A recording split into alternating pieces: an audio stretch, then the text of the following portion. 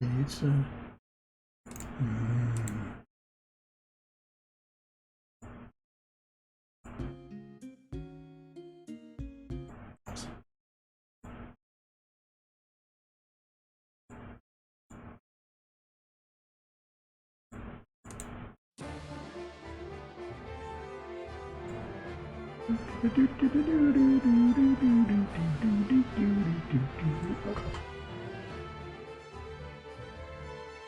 Okay. We are live.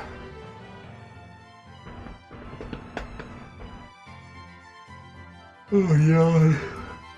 Alright, now I've officially had my last day of work and 2 days off. So let's finish this final boss tonight. That's the plan. That was the plan last night, but it's the plan this night too, damn it.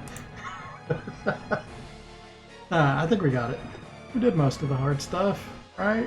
Should be easy, right? I'm not gonna do the lightning effect thing until I start working on cutscenes. I'll just do that with it. What we got is functional, but the plan is to redraw that, like I said, later. Oh, I'm tired again. I'm always tired. Alright, what was the last thing I did though? I just finished the background coming back into the chase, right? Yeah. I was really heavily thinking, I'm gonna go ahead and just do this real quick. It was an asset layer. Those sprites, close these shaders. Let's just bring this guy in. Change it. I like that I can do this now to see what it actually is without opening the game. This is a really handy thing. 1.5.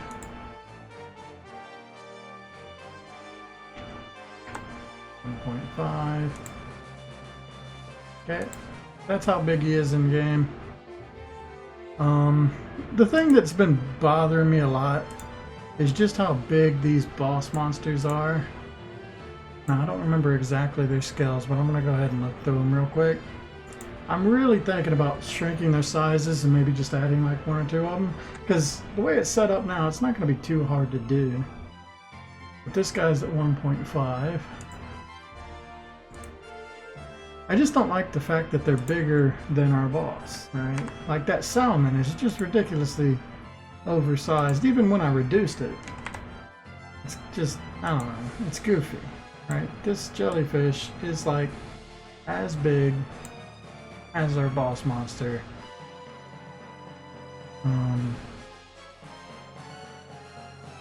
That was the actual object. I guess I could do that too, huh? I can't get the right sprite though, but it doesn't really matter for this, does it? Never mind. Oh, that's right, they're the BS ones. Yeah, look at the size of this guy.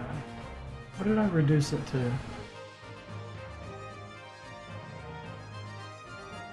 0.75.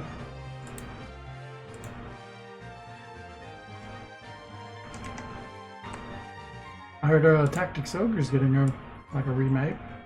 That'll be cool. I don't know if I want to play that game again though. That's one of those ones that I completed. I played it a lot when it was, you know, out on PlayStation. But I always found it very difficult to play those tactics games like that one in Final Fantasy Tactics, and it took me a really long time to actually beat those because I guess I didn't understand. Okay, I know what it is. It's like, I come from playing JRPGs a lot, and JRPGs, you're not really punished from grinding. It's very rare. There are some examples of JRPGs where the enemies scale with you. But yeah, in a lot of tactics games, they do scale. There's just like a cap or limit. But a lot of times, if you grind in those games, you end up just making the game harder for yourself.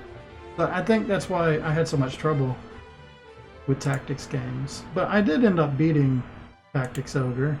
I think I've beaten it at least twice. I feel like I did both paths. There's like well, there's 3, but yeah, there's like a chaotic route and an awful route. Like my first one was mostly the chaotic route, I think. I think that was the one that I went with first. And then I tried to do the lawful one, and I remember not liking it quite as much, but I do like how I think Denim becomes like a lord, and I did think that was really cool. So it's just like, I feel like I kind of tapped those series, right? I don't know if I really want to go back and play them again. They're like a huge time commitment compared to other things that I might play. So I don't think the remaster interests me too much, but I do think it's a great thing, and I hope new people enjoy it. But I don't think I'm going to end up playing it. Not because it's not a great game, it's just I spent so much time on it, and it's very time consuming. I think I have that opinion with a lot of old games. Like, I think in my opinion, I was really big on Final Fantasy for a long time, Final Fantasy VII. But I think that kind of falls in the same category too, because I beat Final Fantasy VII with like, I actually grinded to level 99. So it takes a lot of effort, a lot of playing that game. I think I just like, the last time I played it, I did everything possible in it. Like quite literally, killed every weapon, you know, got Knights of the Round. I mean, I did that my first playthrough because that's fun. But yeah, like I've done everything possible in that game. I don't really feel a need to revisit it at this point.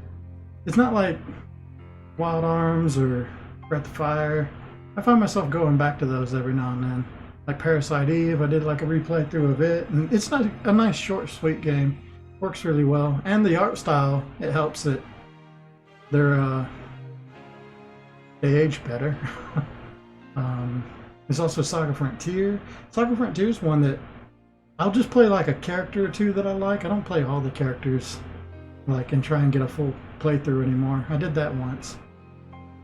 So yeah, there's a lot of games that I really adore, but I just have like very little desire to actually go back and replay. With all these remasters happening. The Final Fantasy remaster, I was like pretty into it when it was coming out, but the fact that it's in episodes is like, I wasn't going to play it by episode. So I'll just wait until they're all done, which probably be like 10 or 20 years from now at this rate. So, and I've heard a lot of people saying it does a lot to deviate from the original. And I really don't like that they got rid of the turn-based thing. I think they have some mode where turn-based is in it, but it's like an afterthought. So, I'm not too sure about that. I was actually really miffed at the Wild Arms remake, which that's a very early remake. And it didn't need one. It like the original Wild Arms is really, it's like early PlayStation graphics, but it's not like Final Fantasy VII. Like all the graphics in it are really charming still.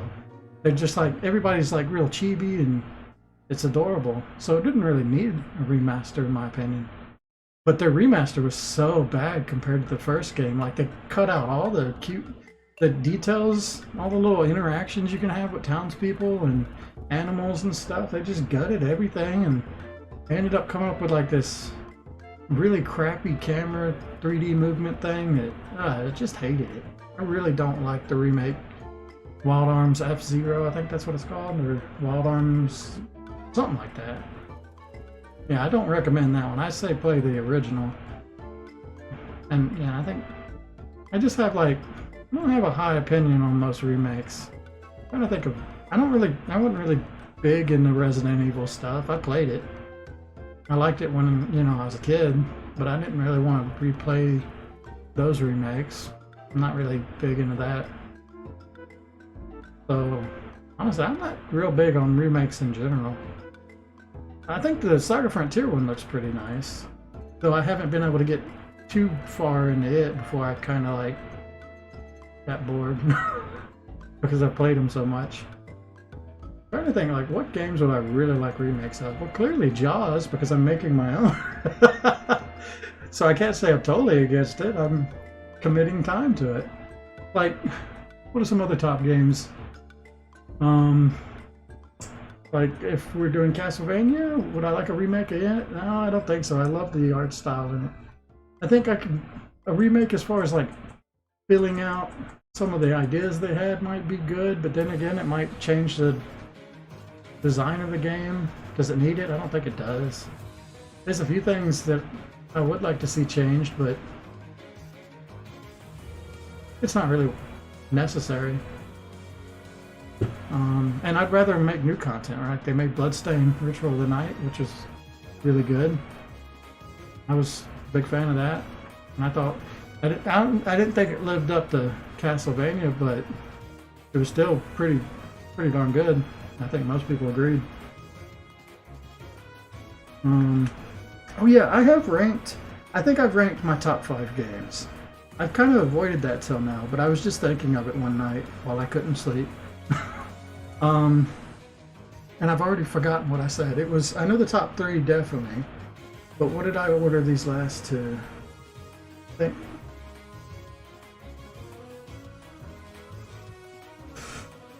Okay, yeah, number 5 for me is World of Warcraft. And this was a contentious one in my head. It took me a while to be like, really? Because to me, World of Warcraft, specifically Classic and the first 2 expansions, are just amazing. And I've probably spent more time on those games than anything else in any other game.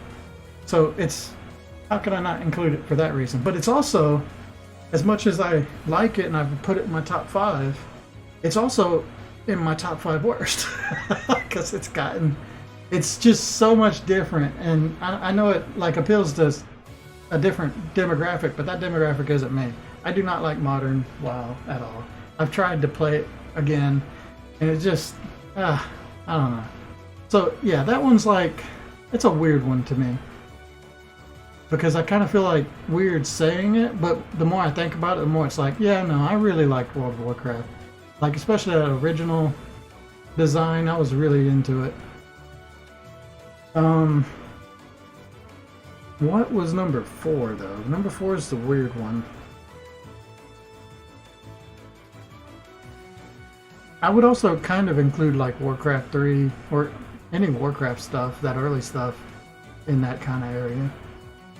Kind of group those together because they're all the same stories, just different gameplay styles. What was my 4th one? I think I had the most trouble figuring out the 4th one, or the 4th and 5th places. Anyway, first one is Castlevania Symphony of the Night. It's hands down the one I like the most. I've replayed it more times than anything else. One of the few games I've hacked just to get a different experience out of it. I don't do that very often. So that's my first one. My second one is Neverwinter Nights. I really love Neverwinter Nights. I played it a lot when I was in high school. It was like addicted to that game. Really got into, honestly, I think Warcraft 3, Neverwinter Nights, and like Morrowind, they all had tool sets, so they got me into game design stuff because you can like really easily make your own game content.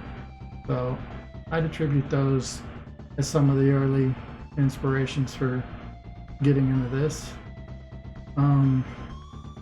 So yeah, I just really like Neverwinter Nights. The style of it is good. And I played games like Baldur's Gate, and I played lots of Dungeons and Dragons type games, or those kind of like a tactical CRPG, right?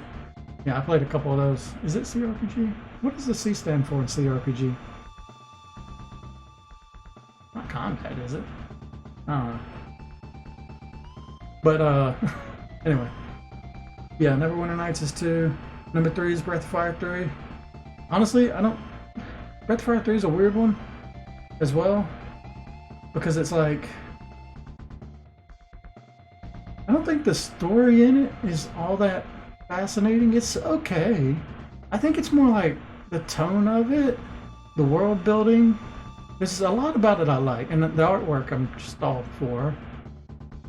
I don't think the story really it's not like Final Fantasy VII's story, which really resonated with me as a kid.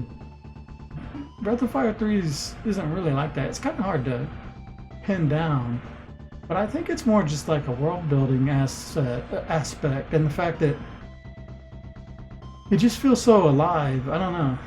Like the way you go through different seasons and you travel across the world and your character grows up and you get to see all the other people grow up. It's just really good. And it's great to like, I revisit Breath of Fire 3 a lot just because it's like a really good combat system. It feels good. All the sprite, like I said, the artwork's great, fantastic. The way you turn into dragons is cool. I like the different villains. So, what the hell was my number 4? I've already forgotten number 4. It's whatever's in front of World of Warcraft, but behind Breath of Fire 3. I think it was, I want to say it was probably Morrowind. But I think I might be forgetting it. I might have pushed Morrowind down. I did play a lot of Morrowind. I don't remember. I'm gonna think about it while I go back to this. This is too big. Look how big this fish is. I don't like it. Honestly, I think a better size for this would probably be like 0.25.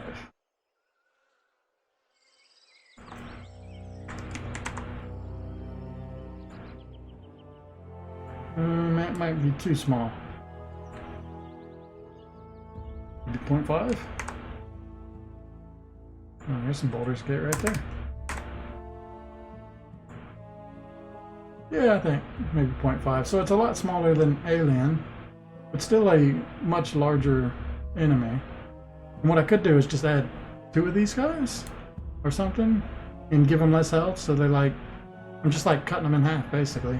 So I don't want them to be like, to look more powerful than our final boss, right?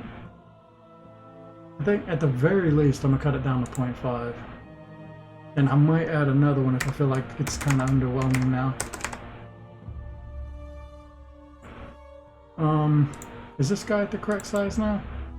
Yeah, 1.5. I think this is actually too big. Like way too big. I don't want anything to be bigger than the Alien, to be honest. I might decrease them all to something.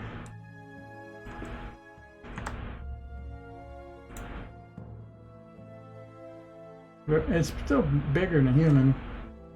Yeah, I think 0.5 on most of these is probably where we're going.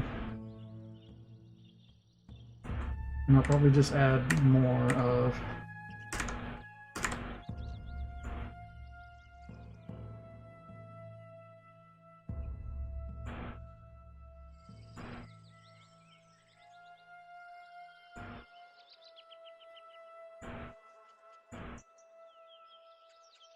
Like, this definitely, like, it feels the right size for the enemy, but it feels the wrong size as far as being, like, its hitbox was the damage part of it.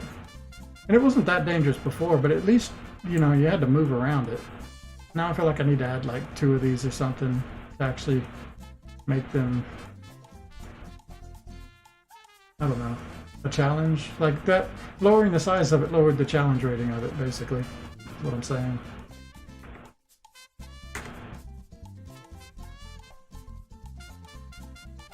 Anglerfish, crab.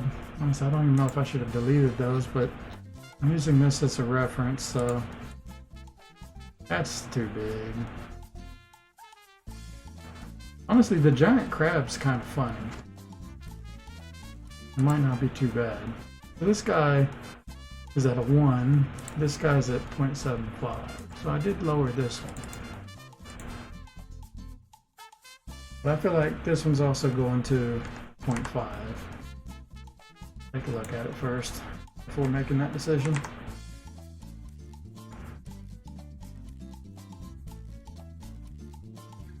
Still, it's too comparable, so yeah, I think none of these enemies are probably going over 0.5. I mean, they still are much larger versions of their originals. Comparing this guy to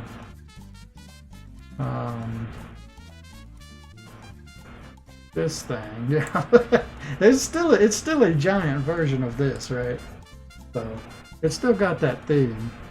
It's just it's not beating out on main alien dude.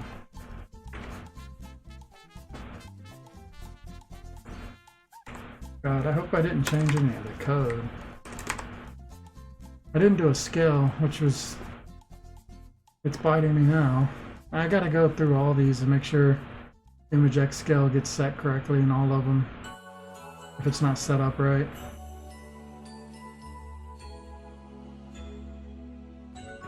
Alright, this guy.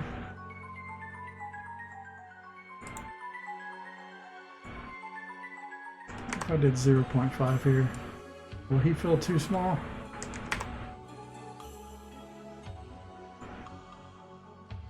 It's still pretty big. I think I'm good with that. We'll go... I think that's basically what I'm settling on. Everything's going to 0.5.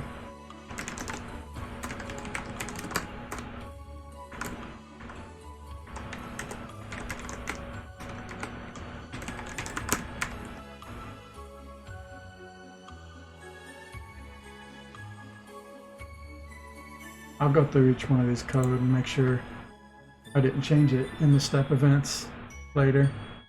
So eel is the only one I think I'm keeping giant. I actually just really like the giant eel, and I needed it to reach all the way to the top. And giant eels is kind of a theme in games. You usually see like some moray eel that's the size of a van or something, so it's not that weird that it's an oversized version. So that's the only one I think I'm willing to let go. This octopus is going to be too big. Though that's another one that, the Kraken, you know, you see that as a big thing a lot. I feel like the shark is also pretty decent. This guy is actually not too bad as he is. Oh yeah, one thing I forgot to mention. I turned his tail orange because I was having trouble seeing it and running into it against a background. So I just thought, hey, I'll just quickly highlight it, put it back in. That way you can actually see the tail and you don't feel bad when you run into it accidentally. Because now it'll be your fault. Alright, let's see about these guys' sizes. Octopus, shark, stingray. The stingray I moved up to 1.5. That would definitely be too big.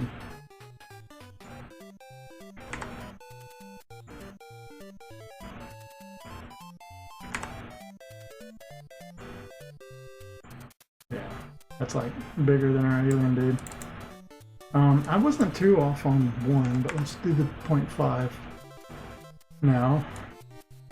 See if that feels too small. It does feel kind of small. Right? Like this one was just drawn a bit smaller because it's so long. I think I could go back to 1. Like, this isn't too bad. It's about comparable to the other ones I've done. I think he's the only one that gets away with just being 1. What am I doing? 1. Which is nothing. In fact, get rid of it. Alright, this one's a bit big. What did I change him to? He stays 1. Okay. I think that's too big. 2.5.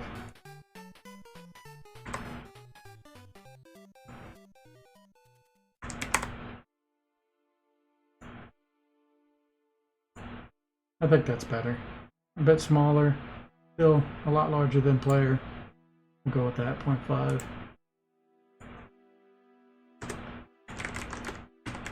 I hope this doesn't mess up any code.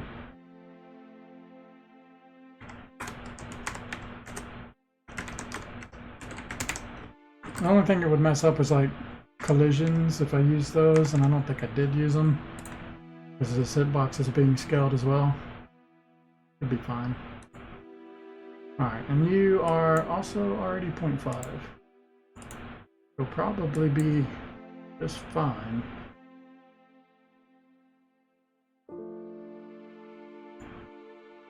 Yeah, I'm happy with that. A big shark, but not too outrageously big. So, yeah, we don't even have to change him. Alright, I think I'm happy with those sizes. Whether I need to add more of them and change their health, That's something I'll have to decide later. But let me go through all the code for them and make sure I didn't break anything they're doing. This guy's at 0.5. Do I have image X scale? I do here. What I gotta do is get rid of the 7.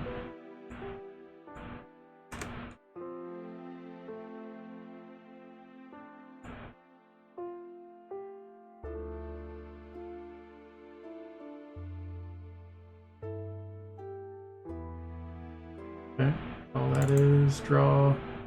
Nothing there. Nothing here. Making them smaller does make them harder to hit. So they do get more dangerous in that aspect. Image X scale equals direction, but this guy was 1, so it's going to be direction times 0.5.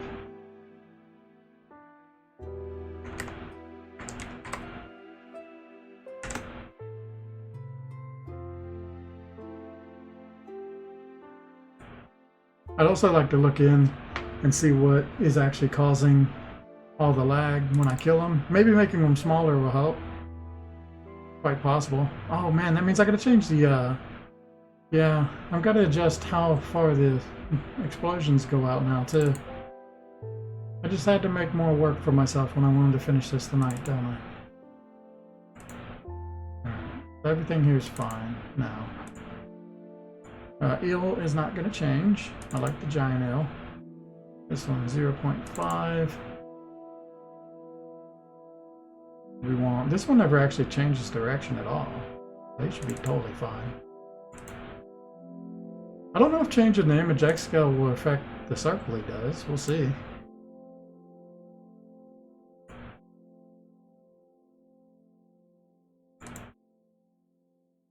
You're 0.5. This one does image angle stuff. I don't think he ever turns left or right. Looks like no.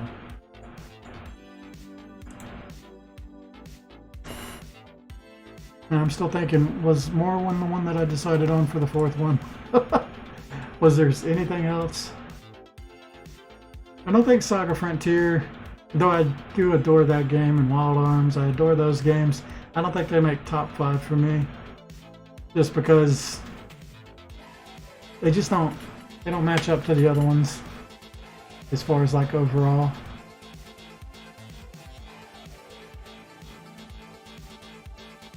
I just feel like I didn't actually go with Morrowind for the 4th spot. I picked something else. I just don't remember what it is now. Can it really be my favorite if I don't remember it? Yes, because I am very bad. I have a very bad memory.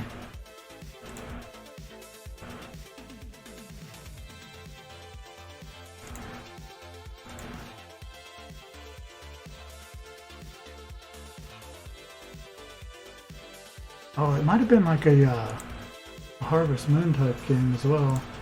Actually, I could just look at Steam and go through all my favorites real fast. That would be a good way to make sure I'm not forgetting anything. Though a lot of my favorite games are before Steam.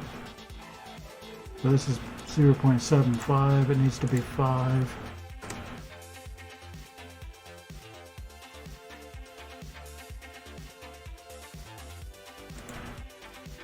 I was thinking about making a game of like, or making YouTube video based around my most memorable things, like my most memorable games and what I remember from them. Instead of doing like a top 5, top 10, just say like, what do I remember?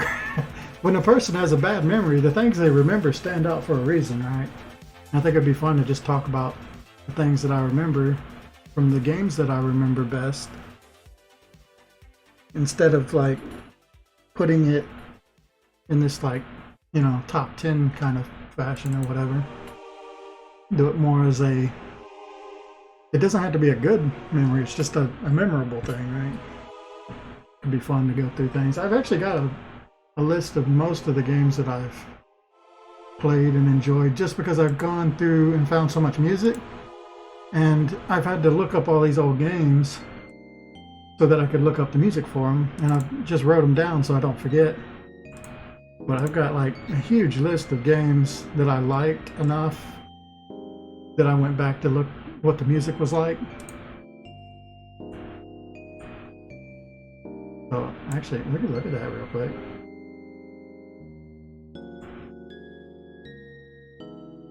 Like I said, this game's not always about game dev. Right. So, in my favorites on Steam, we have Assassin's Creed Black Flag. That was a really fun game. Baldur's Gate's on there. Brothers, A Tale of Two Sons. That's a good one. Corpse Party. I really enjoyed Corpse Party. For something that I picked up and I knew like very little about, I actually really liked it. I played it. I did a playthrough on YouTube, so it's there. Don't Starve. I like Don't Starve. Honestly, it's pretty good. I don't like everything that was added later. I think it gets pretty messy with all the additions, especially like the giants thing. I always found them really annoying, especially when you're just like trying to get started and now you have to learn what the hell is this thing's problem. Dragon Age Origins. I really love Dragon Age, especially when it came out. I don't really have any intention to replay it because I played it pretty thoroughly my first time, but I would be interested in seeing what mods have changed maybe. Dragon's Dogma, I played some of that on YouTube. I really like Dragon's Dogma. I think I 100%ed that basically. I've unlocked 71% of achievements, so not 100%, but pretty good amount. I played 117 and a half hours of Dragon's Dogma. There's Dust and Elysian Tale. Elder Scrolls 3 Morrowind, Elder Scrolls 5 Skyrim. I don't have Oblivion on here, but I would count that as a favorite. I just never bought it again. Evoland, Faster Than Light, I really like it. Fury, Kenshi, Metro 2033, My Time at Portia. I really like it. I think I might like My Time at Portia more than Stardew Valley, which is probably a controversial thing. But I don't know. Like, My Time at Portia started off as, I wasn't sure if I was going to like it or not, but the more you play that game, the more you just like can fall in love with it. It's a very good game. And I love the fact that, like, Stardew Valley, you're building up your own farm and then interacting with the villagers, but in My Time at Portia, you're building the entire town. Like, everybody comes to you and asks you to help them. We need to install streetlights, or, you know, build a bench in the park, or we need a new dock. You know, there's just all this stuff. Like, once you get to the end of that game, you just look around and it's like, I built, like, this town was a shithole before I came by, and I fixed it all up. It just feels good, honestly. I don't like, I wouldn't play it for the farming bit, because the farming stuff and the cooking stuff I wasn't really into, but the workshop stuff's actually pretty fun. I got Neverwinter Nights, Ori and the Blind Forest, Project Zomboid. I played both of those on YouTube. Reciteer, An Item Shop's Tale. I really like that one. I think I could replay that one. Would be fun. RimWorld, Rogue Legacy, Saints Row the Third. Really like Saints Row's game. I don't know if this new one's going to be any good, but I'll probably check it out. Space Engineers. I played that on stream, but I never got it to YouTube. Spore. I like Spore a lot. It got a lot of flack, and I think it's well-deserved flack in a lot of cases. But when it comes to like the creature stage, I just really love the creature stuff. I'm not too big on the space stuff. Like, it does feel like it gets worse after the creature stage, but it is fun to like play it all the way out to the end and see your little civilization grow completely. There's Starbound, Stardew Valley, Thomas Was Alone. That's an old one. Last played December 11, 2012. Tyranny. I like Tyranny a lot. I've got more on there that I like, but I didn't really, not enough to throw them in the favorites.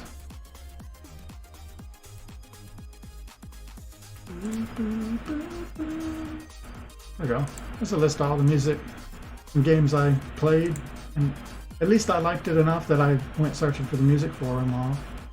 A ton of stuff in here. ActRaiser, Age of Empires, Arc the Lad, Avernum, Baldur's Gate, Beat Saber, Black and White, Blaster Master, Bloodstain, Bloody Roar, Blue Dragon, Brave Fencer, Musashi, Breath of Fire, 3 and 4. I only look for the music in those two, but I would add that I do really like Breath of Fire 1. 2 I've never actually beaten, so I can't even. I played it, but I never beat it. I've been meaning to. I just, every time I go to start it, I get like to a certain point and then I stop. And that's like the worst thing when it comes to JRPGs. You never need to, you need like a time that you can devote to play it beginning to end, especially as you become older. But every time I play Breath of Fire 1, I'm reminded, like the last time I played it, I didn't remember if I beat it or not, and it took to the very end, beating the final boss before I understood, like, yes, I have definitely beaten this game probably twice, but there's nothing about Breath of Fire 1 that really sticks to my memory, except for like, there's a few little things that I remember really well from it, but when it comes to like the end game stuff, none of that sticks to my brain. I don't know why.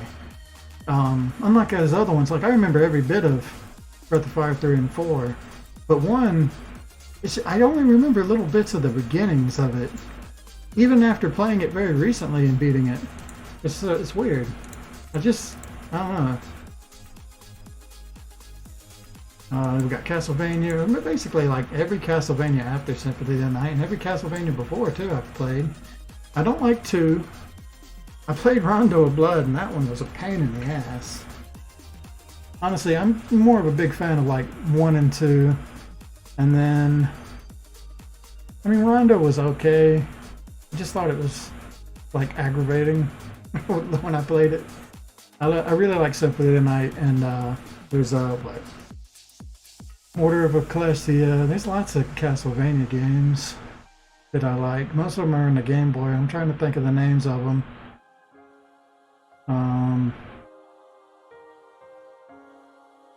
I don't remember the names. I've definitely beaten them too. This one where you play as like a Japanese teenager, they did that whole arc. And there was another one. Actually, I don't even remember. It was just like, he was very much like a white-headed Alucard stand-in. But he had a whip in that one. So, yeah, they decided to give the Belmonts white hair after the success of this game for some reason. Catherine, I hated Catherine and I loved it, but by the end of Catherine is so annoying, those puzzles. Chasm, I thought Chasm was pretty good. I think a lot of people didn't like it. I thought it was really good. Yeah, it was great. I don't know why. It seems like a bunch of people in Metroidvanias kind of like to hate on Chasm. I think it's undeserved. It's a very good game. I think it's the random nature of the maps that he did probably put some people off, and I can kind of see that. Instead of having something found in, that, I don't know, Chip and Dale, Chrono Cross, Chrono Trigger, Colony Wars. I love Colony Wars. These are like old PC games. There's a certain number of old PC games that I'm just in love with that have basically been forgotten. Conan, Contra, Cold Borders. Yeah, I remember that.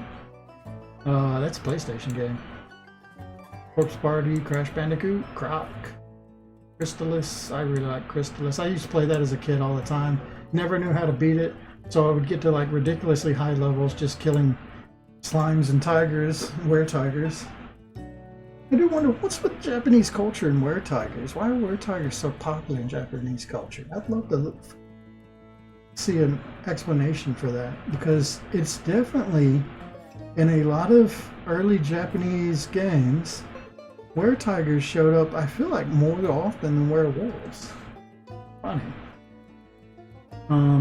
Darius Twin, Dark Cloud, Dark Planet, Battle for Neutralis. I really like this game, but it was also really bad. This is probably one of the worst games that I really like. Mostly because you can play as Lizardman, and I really like the Lizardman race. It's an RTS, really early PC. Really fun. Got a really cool, interesting story and world building. It's definitely like a StarCraft ripoff. It seems pretty heavily. They got like Marines and Bug race, and then they just threw in Lizardmen as a race for the natural inhabitants, and I thought those were the most interesting one. They had some interesting stuff where like all the critters on the map actually have like a life cycle, which I thought was cool. So they like grow up and get stronger as they get older. Because it's like T-Rexes stomping around and stuff. Deadly Premonition was... I think a lot of people know what this game is now because it got so much notoriety. It's like cult following. Became very popular. But I got it seriously like at the GameStop. I don't know, I saw the cover and I was just bored and I figured I'd give it a shot. And when I was playing, I remember thinking, this is so bad. The gameplay is so bad before like any sort of remasters or anything. But the story was so good and interesting that I just stuck through it. And I remember that being just like probably the game that, I mean, that one and this one are good examples of ones with really bad balance and gameplay, but there's some other part in it that really just keeps you in on it. And Deadly Premonition's amazing. Music I really like from it. Diablo, I would do like Diablo 1 and 2. I beat Diablo 3, but I wasn't really big into it. But really like Diablo 2 the most, because that was big when I was a kid. Never really did any of the online stuff, so I didn't really get that into it. I just played the single player to completion. And I played a lot of the first one. I don't think I actually beat the first one. Pretty sure I never did. I got pretty far though. I might have beat it, and I just forgot. I kind of confuse it with Diablo 2 a lot, even though they are pretty different.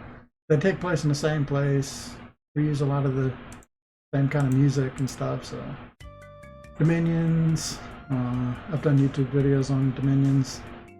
It's an interesting game that's very hard to learn, but it's pretty cool once you like figure it out. It's like the ultimate chess game or something. A lot of strategy to it. Donkey Kong, Don't Starve, Dragon Age, Dragon Seeds, Khan, Dragon Guard. There's a lot of dragon stuff. What's in the dragons? Dust, Dynasty Warriors. Oh yeah. I haven't played the Dynasty Warriors in a while. I was really big on that for PlayStation 2. Especially the ones like the Dynasty Warriors Extreme and Dynasty Warriors Tactics. I tend to prefer those even more because you can make like custom characters, and they had like career modes and stuff.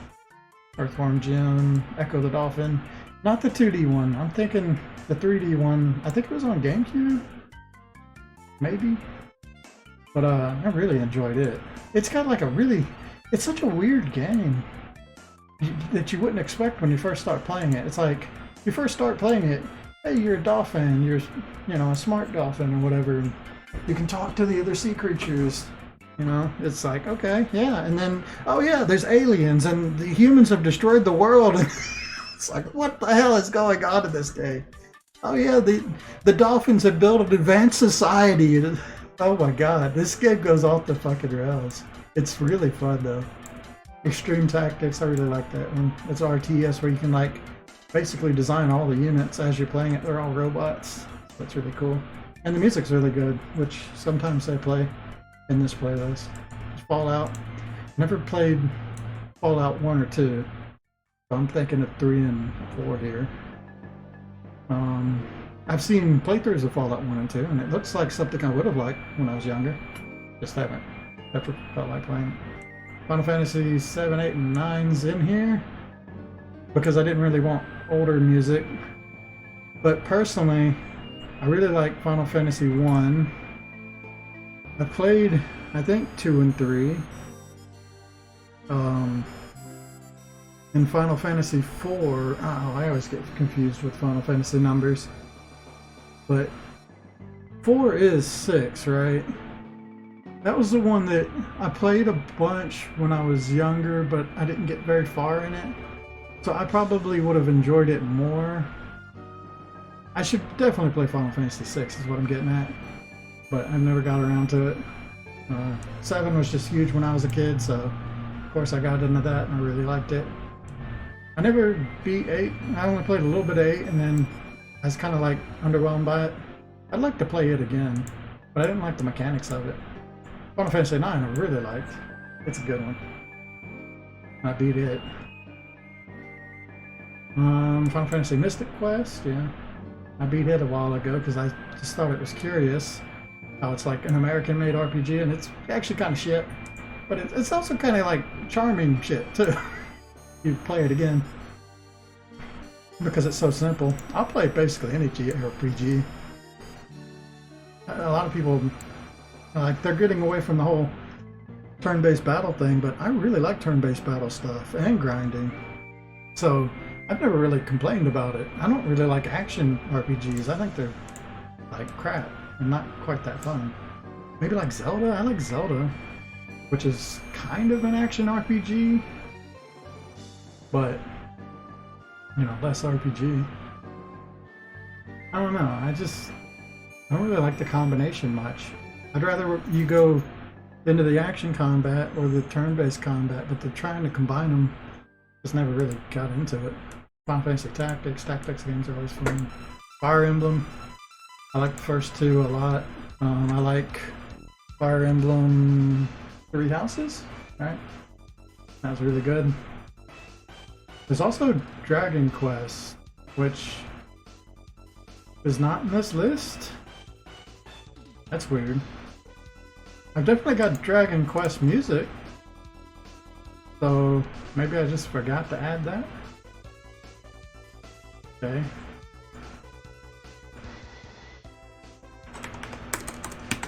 Dragon Quest or Dragon Warrior. I played the hell out of that game. And I beat it. That's one of the few ones. But then again, that was another one that I would play the beginning, would never know how to beat the thing, so I'd get to like ridiculously high levels just fighting slimes and exploring caves with no torches. I do like Dragon Quest. I haven't played any of the recent ones though. The last one I played was the one with the hamster, Dragon Quest 7, which is okay. I played Blue Dragon. I don't know if that's in here. Yeah, it's in here.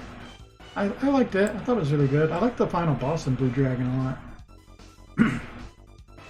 Yeah, I'm more of like Dragon Quest 1, 2, and 3 fan when it comes to Dragon Quest.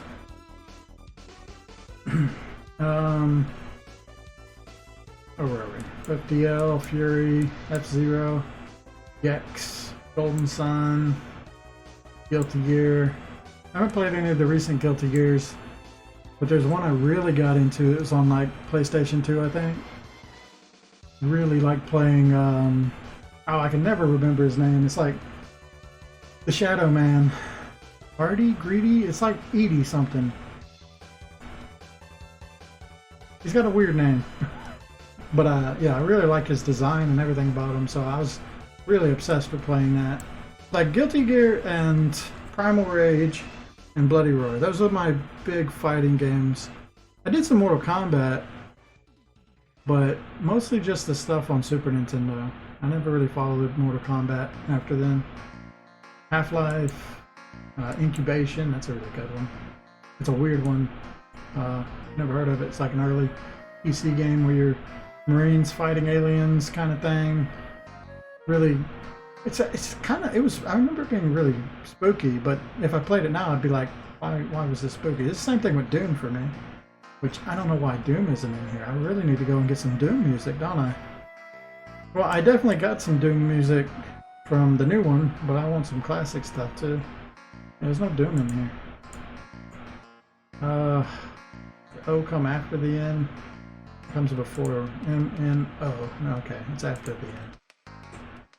I've definitely done some Doom. Add that in here. Yeah, but it's like it's a tactics game. So you like equip your Marines, and I've seen it beaten. I never beat it when I had it, but it seems pretty short actually. It's just like the levels are really hard. You have to play them just right. IQ, I played that one on stream. Really like it. Jackal, Jade Cocoon. Played that on YouTube. Jaws, there it is. Jurassic Park. Specifically, I really like the SNES ones, and I like the early PlayStation ones. Even though it's a really hard game, super hard, like annoyingly hard, but it's dinosaurs. Yeah. Dinosaurs. The Noah, Legacy of Kain, Legend of Grimrock, Legend of Legaia, Lords of Magic. I really like Lords of Magic, early RTS. Not an RTS, kind of.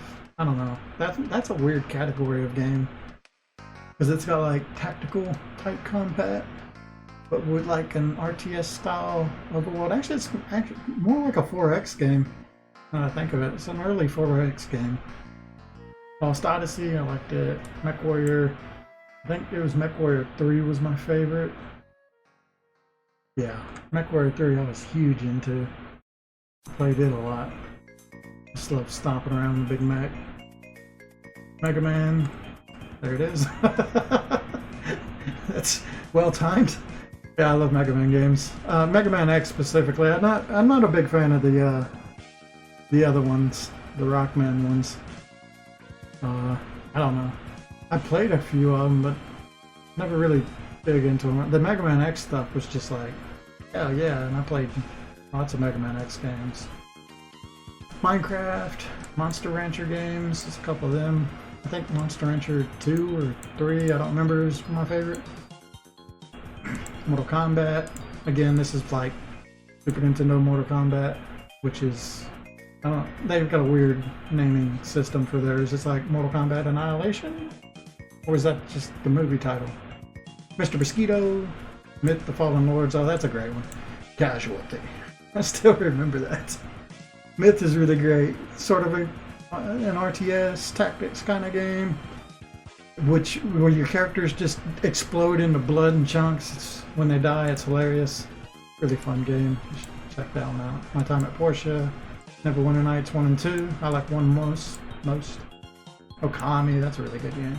Boy, Parasite Eve, Phantasy Star. I never played the originals of Phantasy Star. There's one where it went 3D that I got really into. I don't know which version it was, or what one it was. But I remember you start the game, you're like in a VR simulation, and they made this like comment that you play games all day, that's why you're so athletic. And this was before VR actually came out, and I remember that when they said that, it's like, oh yeah, I guess because they're video games, they run around, you know, like physically a lot. So it's like flipped, and I thought that was a novel concept at the time, and that actually became very popular. Or it's not so weird nowadays, right? That somebody who's into video games might get a workout from their video game. Pilot Wings, Pocket Tanks, so that's a fun PC game. I've actually got that on my computer. Pokemon games, mostly in the first generation. And I wasn't really big in the second generation and beyond. The second is okay, third is okay. But I kind of fell out with Pokemon pretty quick. After that first one, I was deep into it on the first one. I remember laying in my floor, just playing the first Pokemon, and constantly have to like buy new batteries for that Game Boy.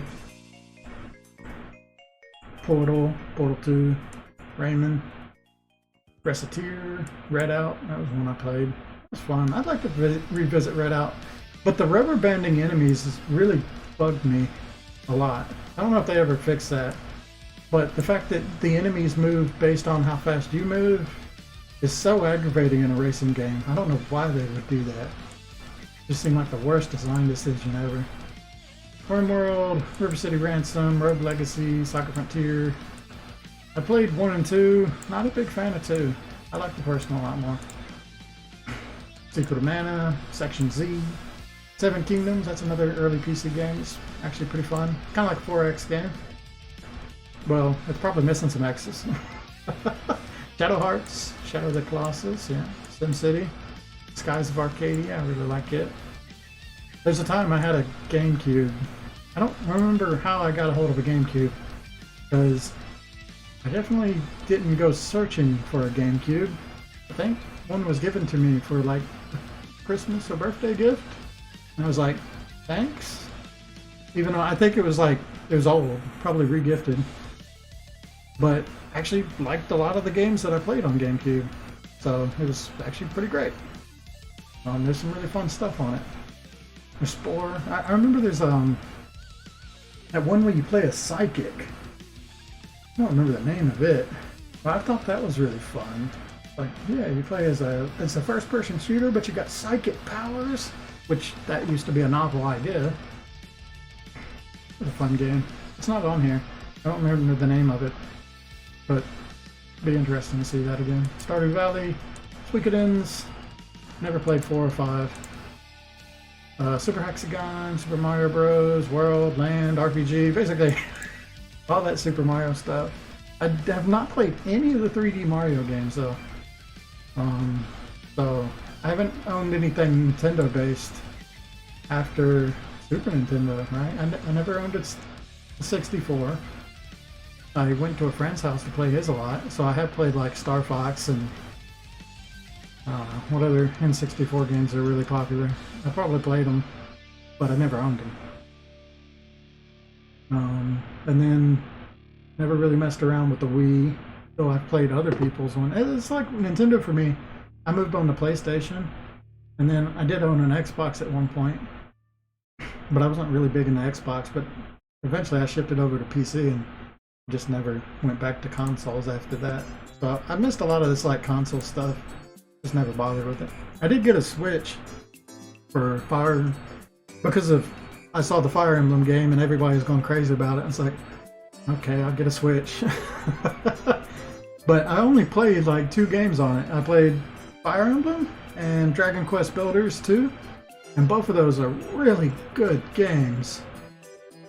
God, I really love Dragon Quest. Actually, I got it for the Fire Emblem game, but to be honest, Dragon Quest Builders was even more fun for me.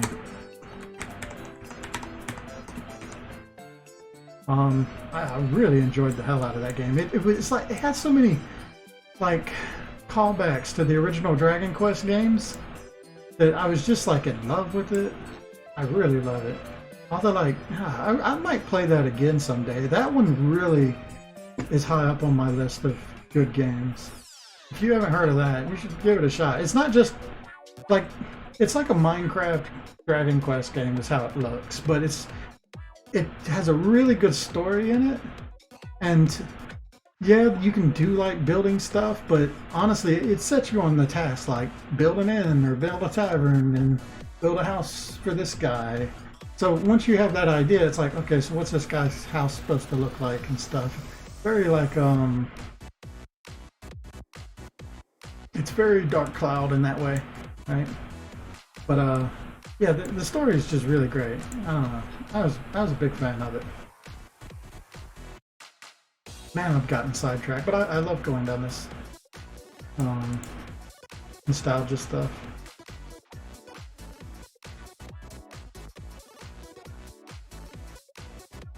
So we got Tactics Ogre, Terraria.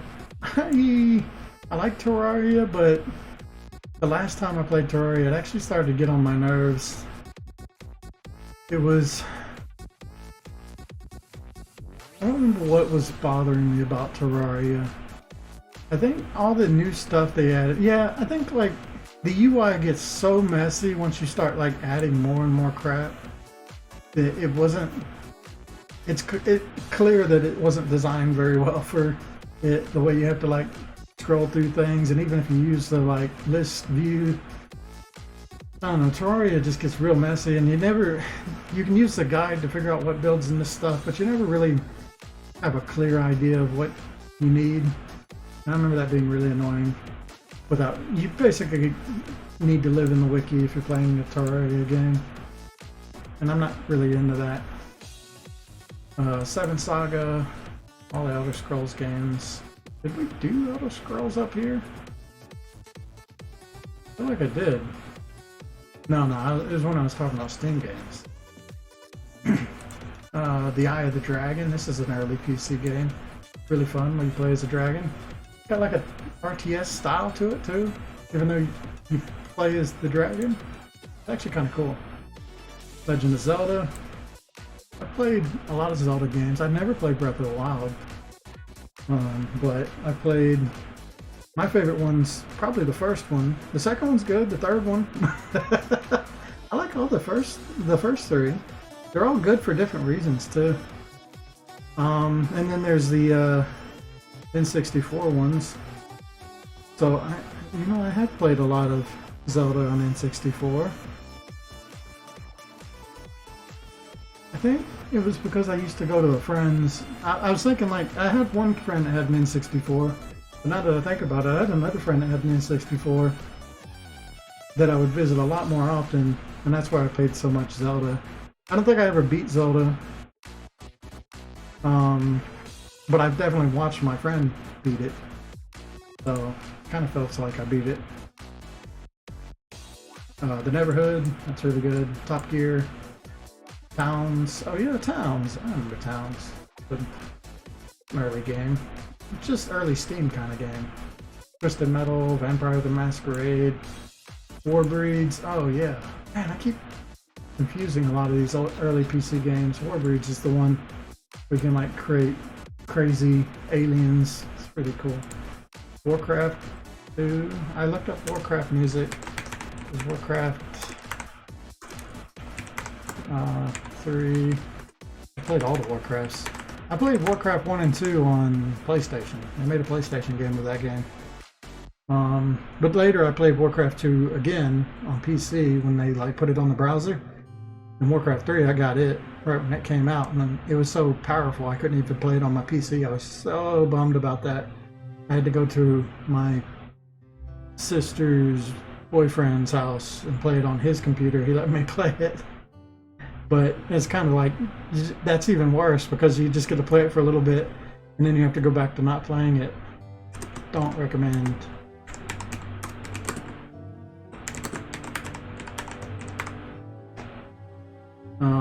Wild Arms, Worms. I like playing Worms. That's our other PC thing.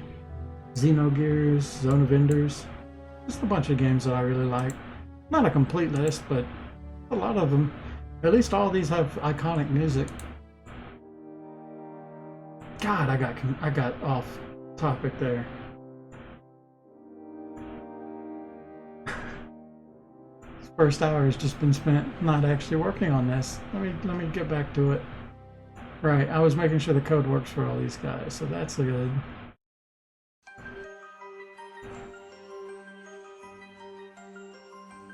I don't know, I just like to think of old games. I like to remember them. I think it's important now that I do game dev stuff too. It's really important that I remember what I liked. So in a way, I am doing game dev stuff by thinking about my favorite parts of these old games and revisiting them so that I can re-see how they were done. Because the first time around, I wasn't really taking in the game dev side of it, right? I was just enjoying it as a person. But it's so different when you like actually pay attention to, well, how did they do this? I loved actually playing through Castlevania when I was thinking of it more as a developer and looking at like what the backgrounds look like and just like laughing that it's just like a little teeny picture of a brick wall that they slapped in the back. And I never noticed as a kid, but that's what's there. It's kind of funny. Was that going up or down? Ooh. That's a mean question because this is 0.5.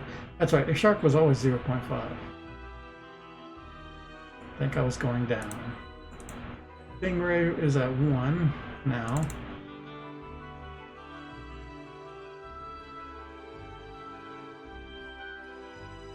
There we go.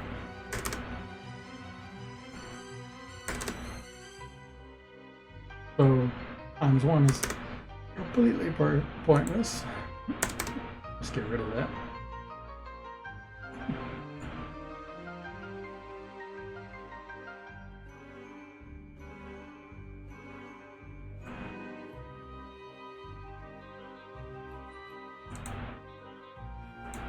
I guess I left Harvest Moon off that list. I definitely played a lot of it. The one I played was the one where it first went into 3D, I think. I don't know, there's one that's like a top-down version, but there's one where you follow behind them. That was the one that I played. I don't remember what that was for. It might have been a PlayStation game. But I remember it being weird getting used to like the whole fact that everybody's on a schedule and they're not just there when you need them. That bothered me at first, but now it's like kind of silly. Because it's like, yeah, they're on their schedule, you have to be there at a certain time. That's how it works. But I remember playing it, it just used to annoy the hell out of me.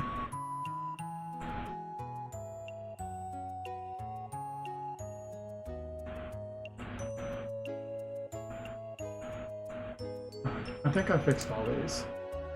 I should not have taken a break right in the middle of it. But I think we're good.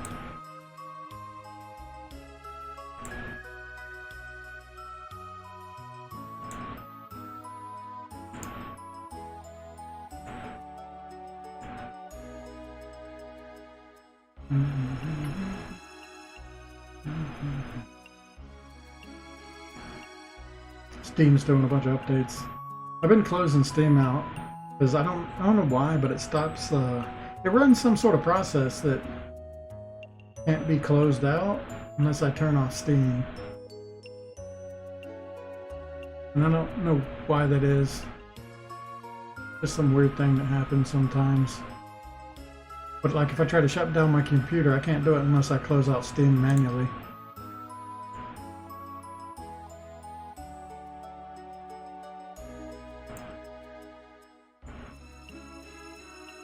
So I've just been, if I'm not using it, closing it instead of leaving it running.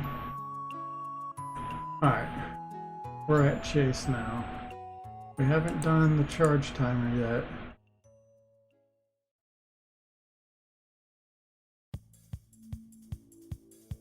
So for all 3 actions, I just had the charge always the same. The only difference was for phase 1, the speed would be, or whatever phase we're in, phase 2? Yeah. For phase 2, it should be speed is cut in half. So I think I should do that.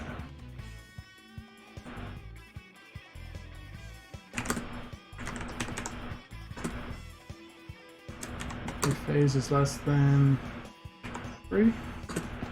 Yeah. Divided by 2.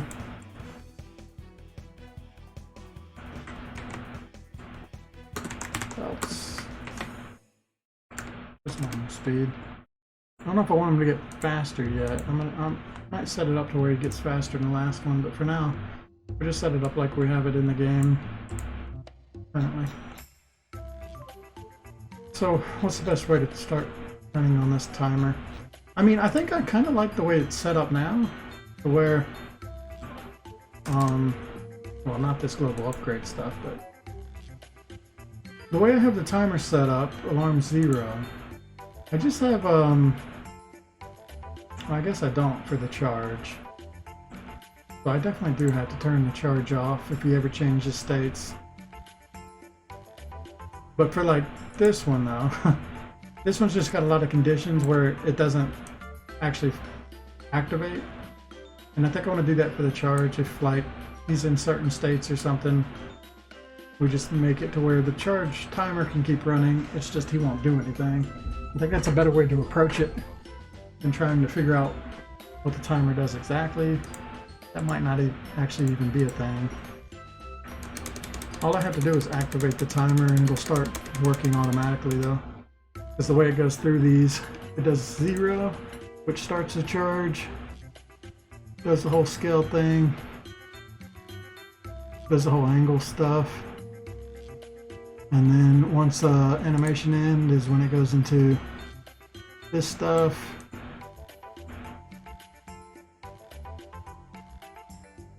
And then it sets up alarm 2, and at alarm 2, it's going to see if you're above a Y, then you're going to go into this air state. Otherwise, it goes back into the chase state. So all of this is pretty automatic. I just got to make sure I cut off alarm 0 and alarm 2 when I want this whole process to end. And I gotta make sure his charge is actually done before I ever have him go do something else. I think that's important. So, honestly, there's not much to this. We got the charge timer now started by adding that. So if I go back up to where Chase is,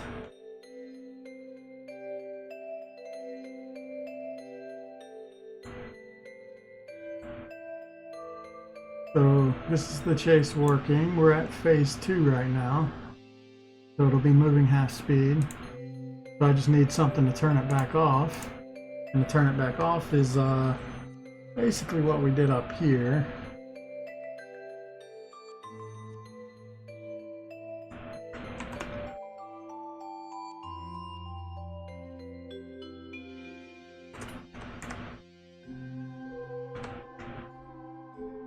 If HP is less than whatever goes to the next one, we have less than 500. Okay, 600 to 500 gets them to discharge. I think it's 400 now.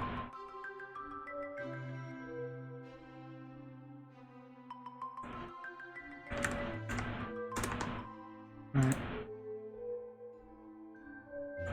If it's less than 400, we go to move to this, but there's more to it than that now because I gotta turn alarms off. So he's not charging if he's in this state, Chase. So alarm 2 shouldn't be activated, right? The only way he gets back into the chase state is after this completes or the air completes.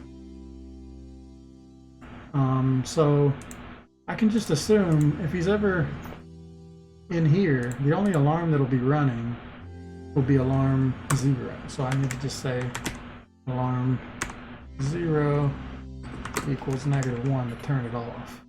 So it can't pull us into another state while we're trying to get other things done. I'm curious about the air state again though. I'd like to look at it. Well, charge is just as long as you're inside the screen. Actually, you can go above the screen. It just creates a splash. If speed is 0, this is the whole finding the angle. So he doesn't actually charge until the alarm goes. Air is when he's in the air. He's got to come to like a point, yeah, at 500 before all this activates again, and it goes back to chase again. And this sets the alarm, right? Alarm 0 equals this. So basically, if his HP ever goes below 400, we know we're turning that back off. Alright. That's fine. I don't think there's anything else I have to change. I need to set speed to 0. That's something important. Because he's using speed now, as opposed to up here. He wasn't using that. Here he was. Image speed would be 1. We're going to turn phase up right now? No, we're not. I don't think phase rises just yet. So if he's in this chase one, yeah, his phase doesn't rise until he defeats these enemies again. Or until you do. Alright. So we ended here. Turn the speed off, turn the alarm off, move to this. Move to this. Is going over there. Oh, move to discharge, that's right. So, yeah, no matter where it was, he's now going to head to discharge at this point. Nothing here changes. Yeah, he still goes to discharge the same way. He just goes to discharge here. That's alright. And this thing, yeah, it changes based on the phase, because our first time we were in phase 1, now we're in phase 2. So all this is set up right. And I can always just use this code. But what I'll have to do, later I'll have to make it to where this has to be equal to phase 2. So I might as well just do that now.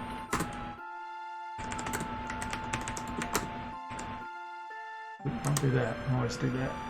So if HP is less than 400 and phase equals 2, then you do this. And then below this, I'll do the next one. So yeah, tracking the phases is probably going to be great for this. Alright, so now we're in phase 2. Basically the same stuff's happening here, I think. If image index equals 0, then you activate this stuff.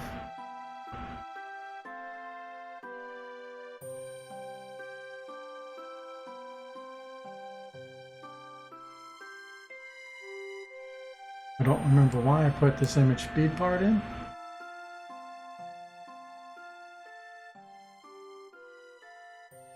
It's because down here, wait, where is it? Timer goes up.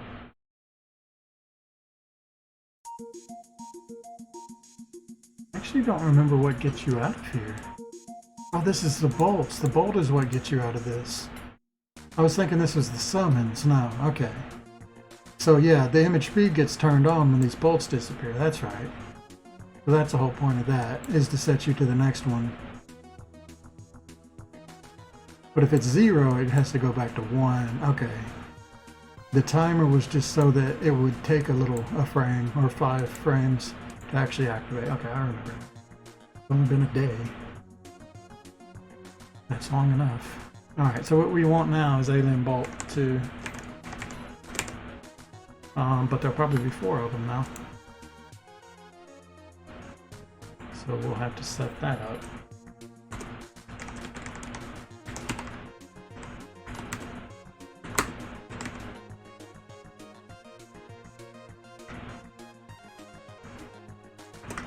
There's all the games I want to play.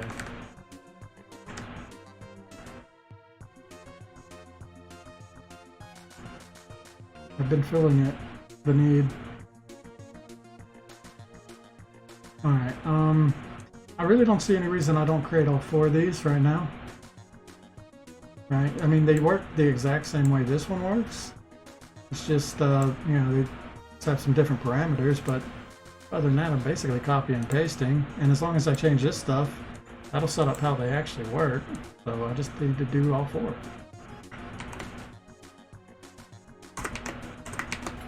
Go.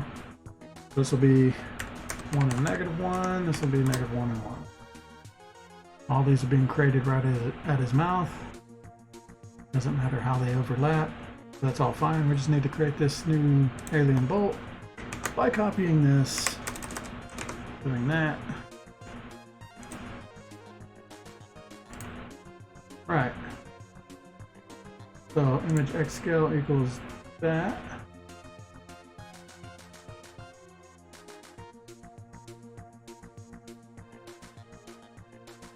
Yeah, I can't just, it's not that simple for this. This is supposed to be 1, right?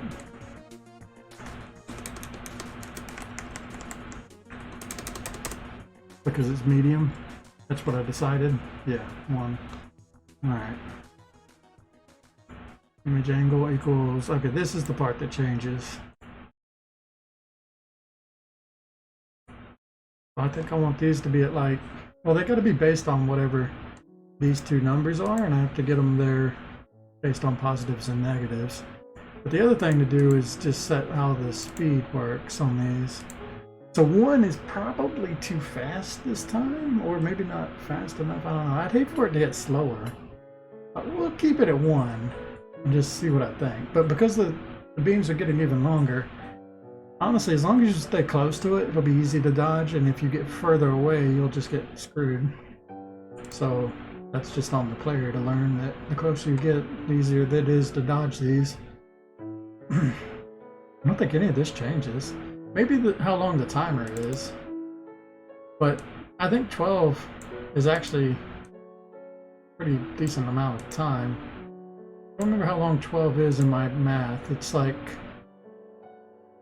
I think it's times with 2 zeros, so it's 1200. It's 10 seconds, right? Yeah, I think so. I think it's 10 seconds. It feels like a long time, so I think that would be perfect for this one as well. Alright, so all I gotta do is figure out how to get the image angle to be the right thing based on what the values are. Well, this will put it on the left and the right, so I don't have to change that. I just need to do the other one is what changes how the image angle works.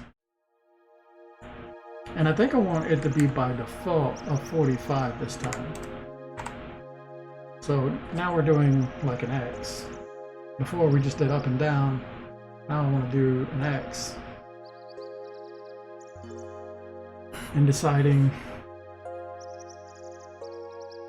how this changes. I might be able to do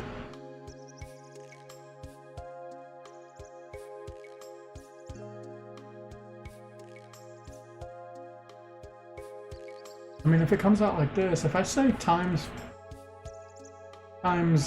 like positive or negative 45, wouldn't that also do like that? Is that all I have to do? I'm gonna try it. I'm not 100% sure on that, but it kind of makes sense.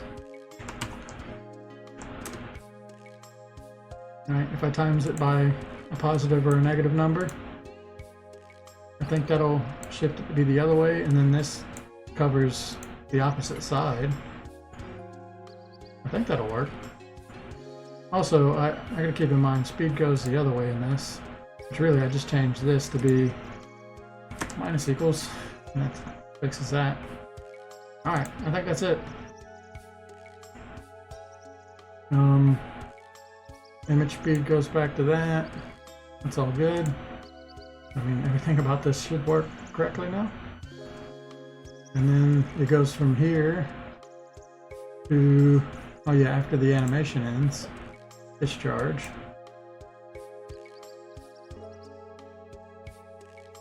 Save equals move to back. Okay.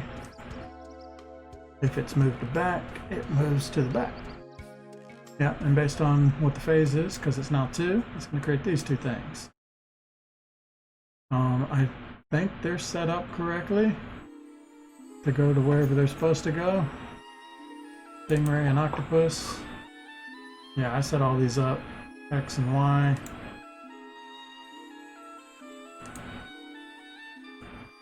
X and Y. Would be good. So I don't have to do anything with that. It'll create those two guys. They're a lot smaller now. The scale gets changed. All this, like, it's... I think all of this kind of code is sort of done, except for like adding this in and changing these a little bit. That's really all I'm going to do for the next two phases. Kind of cool that I don't have to change much. But that's also worrying. It's too easy. It's never too easy. Background, yeah, we wait until the enemy number lowers. That'll be the same. And see, if I want to add more enemies, I just spawn more right here. And then this all still works, because you gotta wait until they're all dead. The big deal with spawning more enemies is I gotta make sure that their patterns don't line up right. Two some and being right on top of each other is not very interesting. We've got to spread out somehow. So that's one thing that makes making extra enemies kind of hard. I'm gonna play Dark Cloud some too. I was thinking, I put a high value on games that I like to replay. I think that's why Final Fantasy VII is kind of like lowered in my like top rankings or whatever.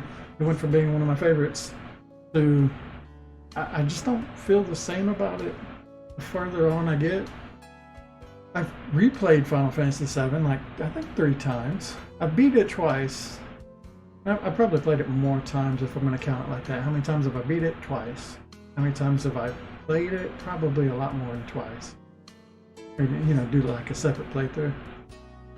So I don't know how I would count that, but yeah, to me it's like there's no pull to go back to it though.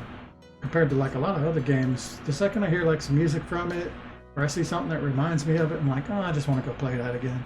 For me, Dark Cloud, I just love the fishing in Dark Cloud so much. There's something about it, it's just so good. Oh yeah, you know something I forgot to put in here was real fishing. That's a fun game. I played that a lot. My dad got me that game because he likes fishing and he thought that would translate well to games, and in this case it does. Real fishing is actually a really fun fishing game.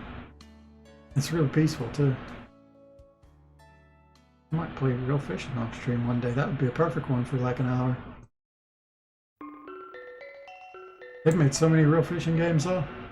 And if they made a lot of fishing games, they just sell it to people who don't know what they want with the game, and you're just like, oh yeah, I like fishing, I'll buy this. I don't know. Fishing games are actually not that bad for for a game. So they kind of translate pretty well to video games too. Why you see so many fishing mini games and things, because it's an easy one that works. Alright, background, all this is good.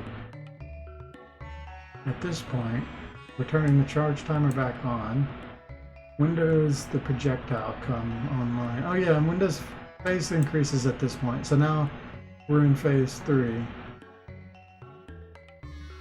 Base and charge. Oh, there's no charge in this first one. Good to know. If phase is greater than 3. Nope, is greater than 2. Yeah. Because that would include 3. If I put it at 3, it wouldn't include 3. So that's how I do that. So, yeah, if it ever reaches this point, honestly, I don't even know if I want that. Let me think about it. So, the charge turns on at the next one. The speed increases. And then it goes through the whole thing again. And then charges on for the next one. And projectile turns on at phase 4. So, honestly, for this part, I can go ahead and set it up.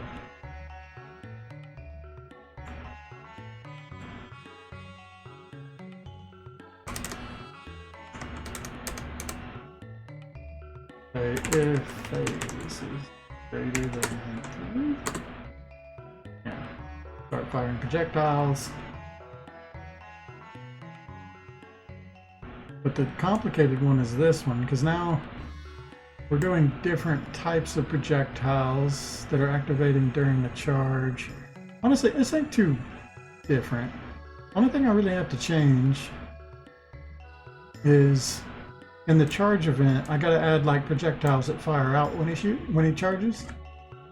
And then I gotta change like the times of the timers if I want them to go longer and at a faster speed. So I don't really have to change any of my code. Except for maybe this part. If I'm going to change the timer on it, I might want to set that up, but we'll do that when we get to it. For now, let's go through the next phase, phase 3. So now, charge won't be activated the first time around. Did I do this right? You start in phase 0. At phase 1, he does left to right. And then at this point, phase goes to 2, which is the first time around. So, yeah, okay, so if it's greater than 2,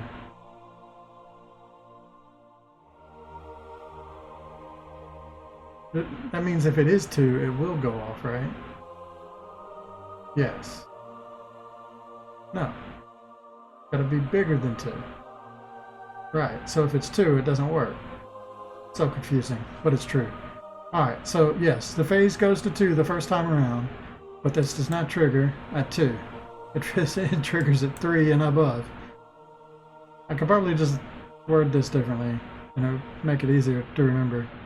I could just say if phase is greater than 2.5 or something, right? Now I can look at this and say, okay, it definitely won't trigger at 2, and it'll still trigger at 3. But that's kind of dumb too. Alright, so yes, the first time around, this won't trigger, it'll move at half speed. Second time around, this is now 3, so this turns on. And we go back to the top for the new chase. So new chase, we now have charges actually going off.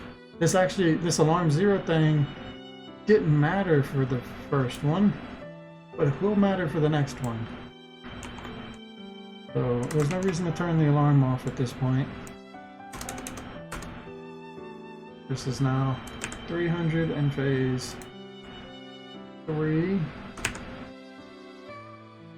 This is a Neverwinter Nights 2 thing. It was a mod called,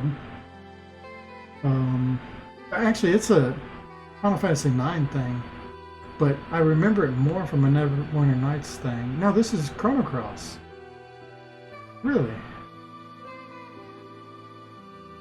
I remember it from a mod. Somebody liked the music as much as I did. Chrono Cross has the best soundtrack. It's not my top 5 or top 10 games probably, but Chrono Cross soundtrack, #1. It's amazing. So good. But yeah, somebody else agreed with me. They put it in one of their mods, and I remember pulling it at that point. So I've been listening to this song for a very long time, but I think of Neverwinter Nights actually when I hear a lot of these songs. There's also like a lot of Gladiator music, which I fell in love with, that they put in mods. That I was like, at some point I was wondering where this song's come from, and I remember I was watching Gladiator or something, and I heard it, and I was like, this is where it's from. It's so good. Hans Zimmer, he's got really good music. Yeah, there's some music like that I got from mods, and I just had no idea where they really came from. I should have known Chrono Cross. I played it probably before I played Neverwinter Nights. Why you got me so loving? You're upset that I'm talking to myself, aren't you? You think I'm going crazy? That's what's going on. Alright. So, all this is good. We activate the alarm. We've got this part. Yeah, nothing's changing here. We're just saying if it was less than 3, so if it was 2 or 1, which it'll never be 1. I could just say if it equals 2 as well. That would be better because it'll never be 1 in this. If it equals 2, it goes half speed, otherwise it goes full speed. So it was moving full speed this time and charging. So now we've moved on to the next one. Move this. Move this is going to go through its whole thing. Nothing really has to change there. And then it's discharge, but this is new. Basically the same thing we were doing. Only we got to do 8 of them. How do I do that? Actually, I should test what we've got going before I go any further. I want to make sure these 8 work. So let's do that. Or these 4. I think I know how to do it. I'm going to make 2 objects. They'll be like 3-1 and 3-2. And the idea is, if this cross works, then I just do another cross that's the other way, right? And then do them both at the same time. I think that'll be easier than trying to make 2 numbers turn into 8. That sounds too difficult. If I can make 4 easily, I'll just make 2 4s instead of 1 8. Does that make sense? That makes sense to me.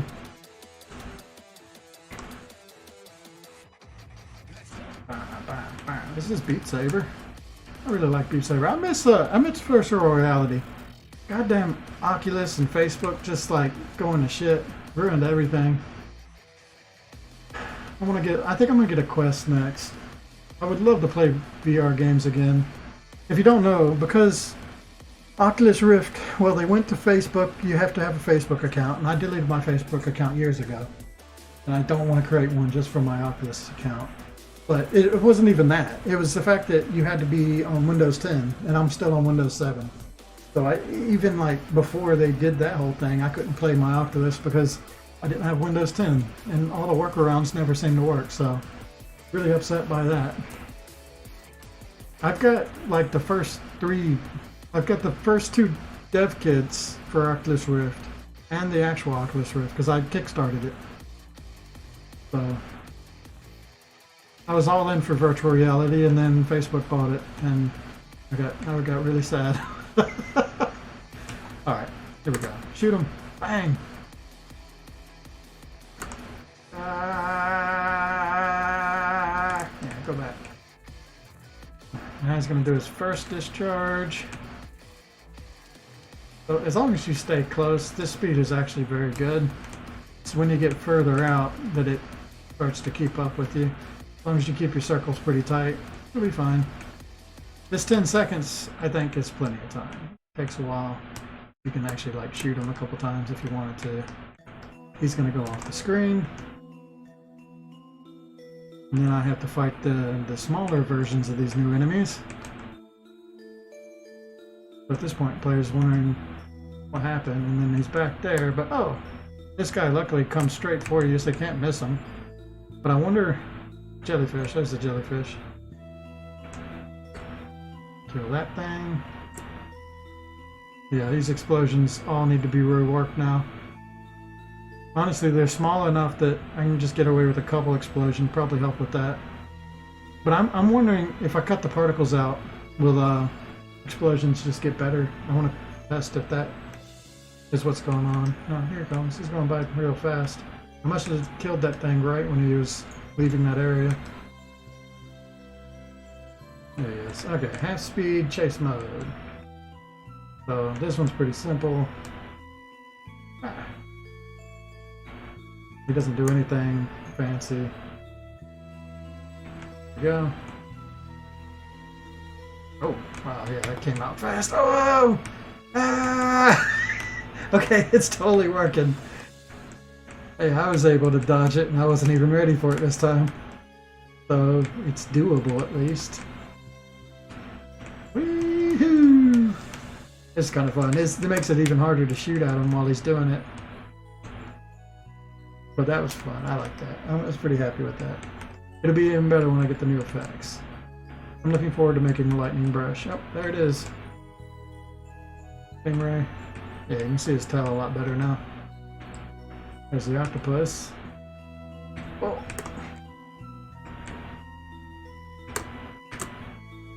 Of course, it'll be a lot harder to kill. Yeah, there's lag every single time, so it's just like too many explosions or too many bubbles, one of the two. Yeah, I want to try and disable the particles and see if I still have lag, because that will tell me which one of the two is causing the issue. I want to know if it's too many particles or too many objects. I don't think it would be too many objects.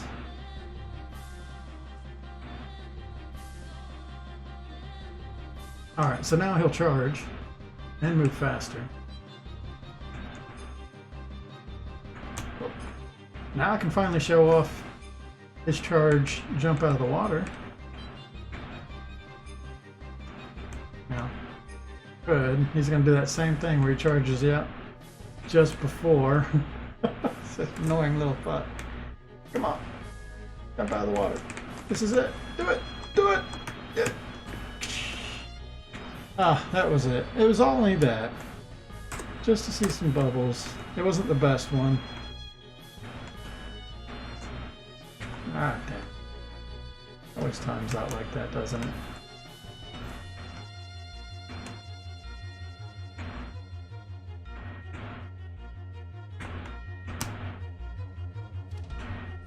Oh, kill me. Ah! Alright, that's as far as we needed to go, though. That was a successful test. Everything went great. Alright, so I do think that what I was talking about before is the best way to go about this. We do that. All this 3, actually I'm gonna call it 3A.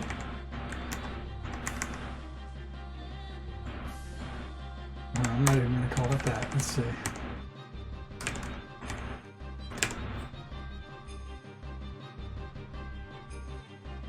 I can't just use the repeat because I'm changing these values every time. But what I could do, I don't have to change all of that, right? So I should do this because this is smart. Does this change at all? No. Because those values don't change. We just need to create the correct ones each time. That'll be a lot more efficient than what I was just planning to do. So we're making A and B.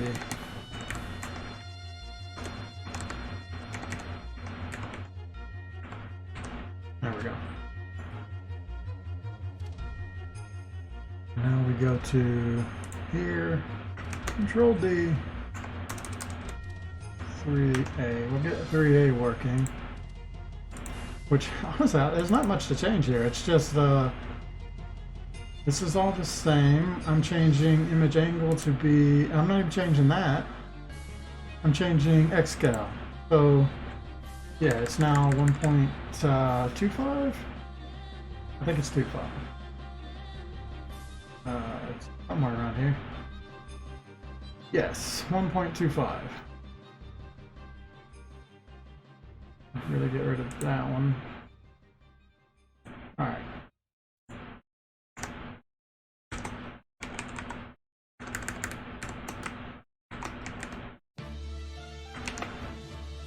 Okay. There we go. That'll be at the right scale. Oh, wait, this one's totally different though. Yeah, I can do this, but I've got to set up a sine wave. So yeah, it's a good thing I didn't do both at the same time. This doesn't just spin, it does a sine wave.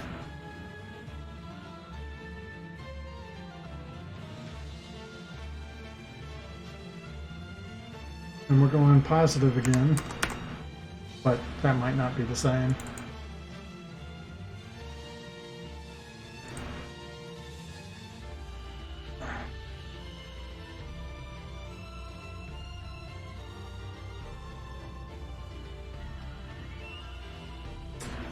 Okay, I have no idea how to do this. I know it's going to be a sine wave, but other than that, I've never done a sine wave on an image angle thing, a rotating object. Don't imagine it's too much different. Where's something that uses a sine wave again? Anglerfish does, right? Yeah. Which is... Alright, you move direction, speed, angle plus equals, then you have an anchor point. You do a sine of the angle that's changing and the length that it goes. I think I can use this same code to make this work. But what I need to do here, instead of y equals, it's image angle equals.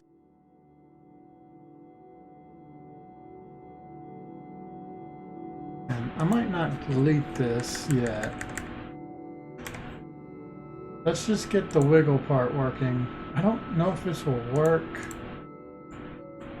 It's not really a y angle, it's anchor. It's a anchor, which is really hard to say.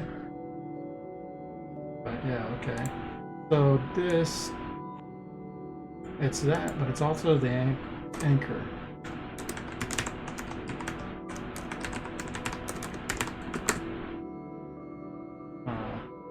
This part. Oh, I can just say image angle. There we go. So, yeah, we find this new image angle, and then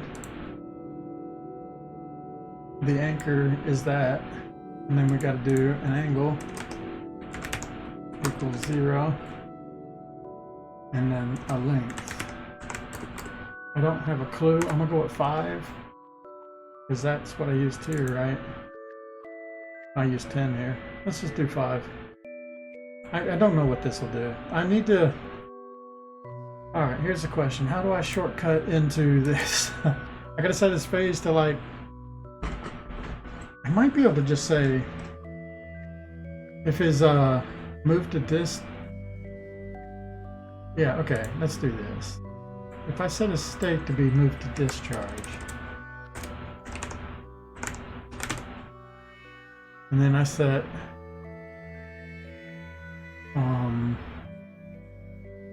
his phase to be the one I want, which I think is 3. I'll have to move quickly to see it, but then again it'll be a huge, so I'm not going to miss it.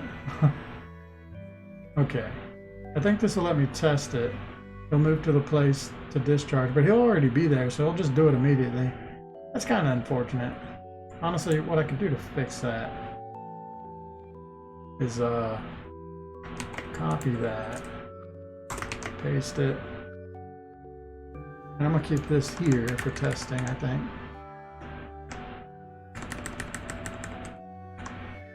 We can keep it as X correct. I just want to make this to be like 0. That'll give us time to actually watch him go to where he's supposed to be and get to in position to see it happen. It might even be too far away, but whatever.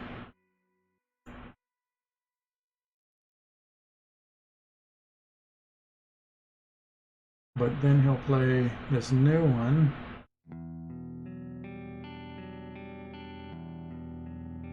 Do I just comment these out? Yeah, I think I do. Kind of annoying. But this will just make like a 4-way one to start with. Make sure the movement's right, and once it's right, copying it will be pretty easy. Just change that initial angle. Alright.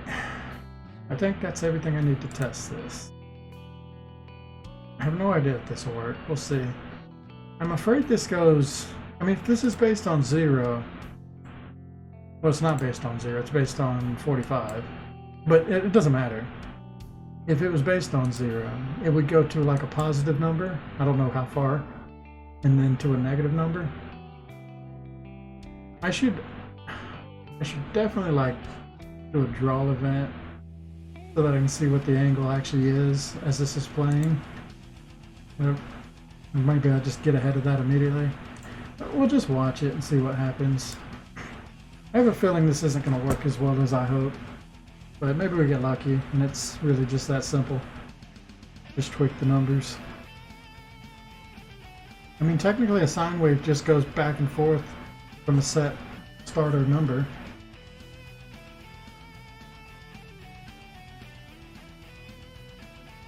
Careful. You get bit by whatever you're messing with. What are you doing? Bud.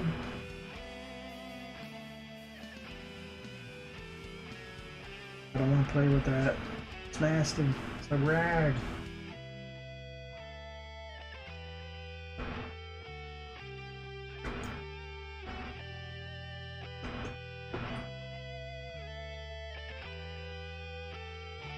Huh, okay.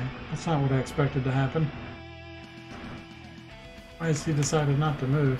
It's because some of his starting values are wrong, or they don't work.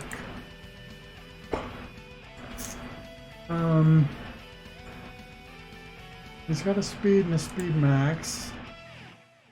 Scale, flip, timer. What's different from how the usual is? Is it image speed? I think it's image speed. I think I have to set this to be 1. Yeah. I also need to change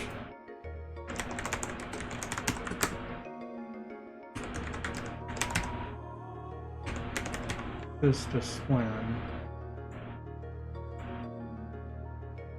This was 0. Alright.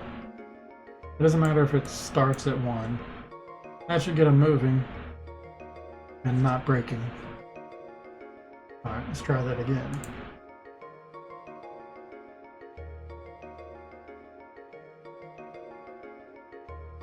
There he goes.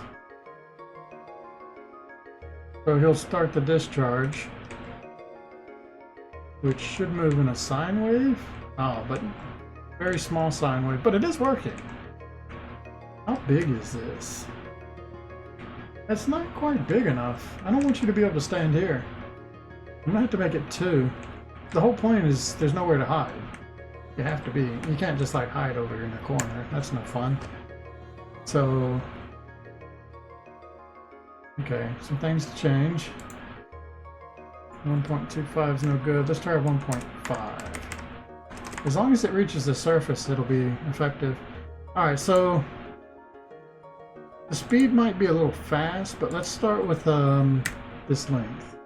I think this length has to actually be, if it's done in 45s, it's got to be like 45. But I think I want it to be more than 45. But let's do 45 for now, because I think that'll do a 45-degree angle. And I think what I wanted to do is a 90-degree angle, so you're forced to move quite a bit inside your lane as it goes back and forth. But at this rate, it'll probably move too fast. And you won't be able to, you'll just die. Get lasered to death. Back. Oh, golly. Oh, way too fast. Yeah. Ah. This is the only safe spot. Yeah, it's still not long enough. But wow, that really sped up, didn't it? But it's definitely doing, it actually looks like it is doing a 90, doesn't it? It goes all the way to top, all the way to side, right? Ah. Alright, restart. I want to see if it comes like, if it comes here. That is basically what I was thinking it was. So, okay, slow it down and that'll work. Except for the 1.5 is not big enough. We need to do 1. I mean, it was just almost there. 1.6 will probably work. I don't want to oversize it. Alright. I think this is fine. It's just moving way too fast. And to slow it down, I need to lower this number. Let's try that. That's probably still too fast.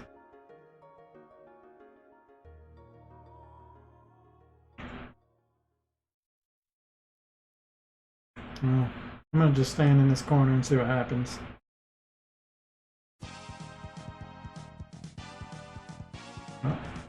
Oh, there it is. Yeah, it's a lot slower now. There it goes. It's coming back. Well, it hit me while I was in that corner, so that's effective. I actually like this a lot more. Though maybe a little too slow now. Let's try 1.2. And I mean, we're almost at the point where we can just do the other ones as well. Let's just see what this looks like. I mean, I was standing in that corner and it hit me, right? So if I'm in this corner or that corner, it shouldn't matter. It's still going to hit me. There's nowhere to hide. Yeah, okay.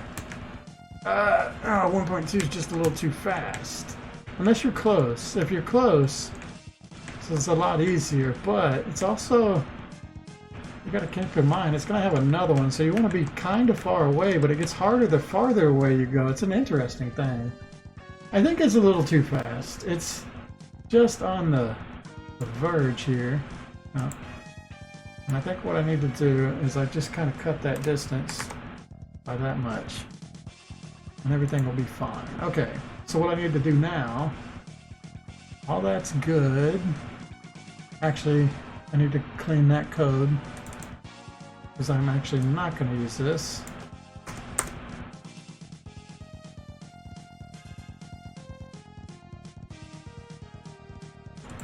All this is good. Yeah. Alright. So, go Control D. D. The only thing I gotta change is this, instead of a 45 goes to 0. So I don't even need anything here.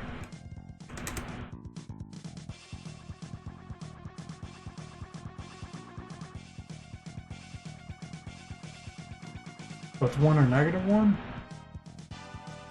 I mean, 45 or -45 made sense, but 1 and -1 doesn't. It does have to be, if it's 0, it'll be 0 and 0. Okay, wait a second. Maybe it has to be like 90? That way it'll actually work. So it's either 90 or -90. I think anything else would have screwed this up. You can't have a 0. But this will still work. I'm just wanting the, instead of this cross, I want the plus. And that should work. Alright, that's good. Let's go to step, this part. Move these comments. Alright, that should be the full thing. Let's do it. Test it. I'm gonna get closer to him this time. Now that I've determined that the distance is fine.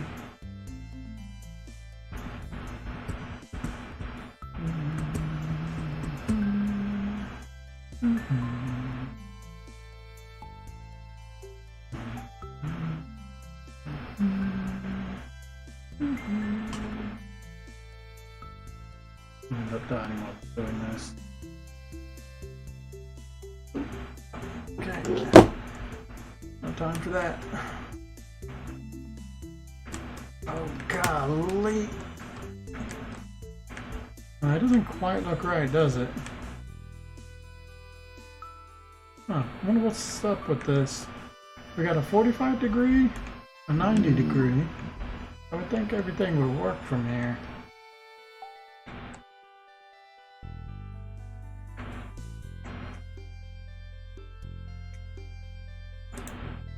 Huh.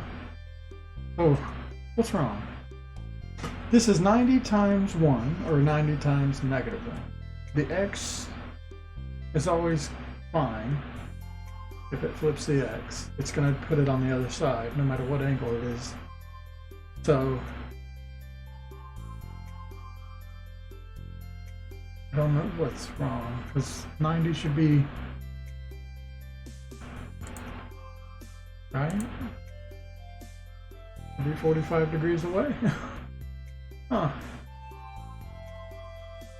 Is it just because the Y scale is different? It looked weird? It definitely looked like there was a big chunk missing from one side. Is it because some of these numbers are wrong? That might be it. I think these numbers are wrong. Oh, they are. Okay. No, I didn't change them. Never mind. What's going on? A, B, A, B, A, B, A, B.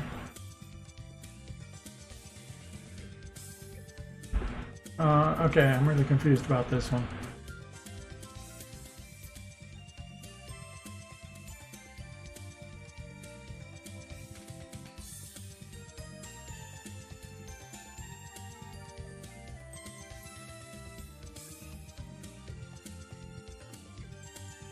Did we even use speed and speed max in this code, by the way? No? I can just cut this.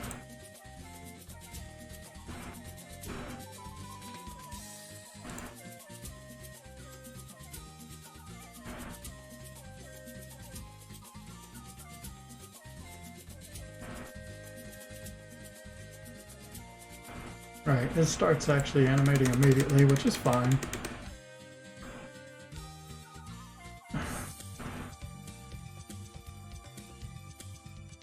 I'm gonna get rid of this stuff before I solve whatever other problem's going on here.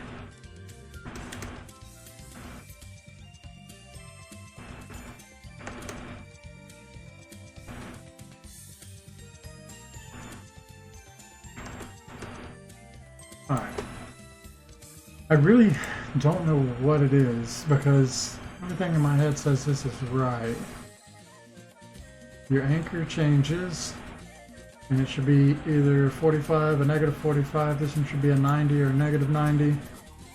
And then the X thing casted on the other side. Either positive or negative. It definitely worked for the first one.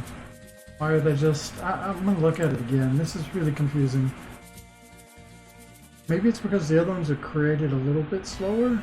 Maybe those frames matter.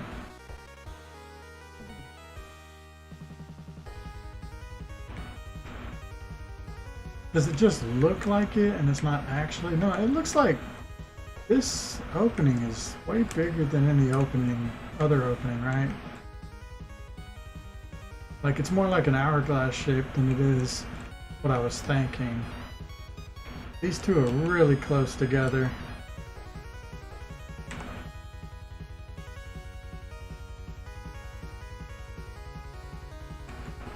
Right, these ones seem like they're on top of each other. This is definitely not right. But I don't know why.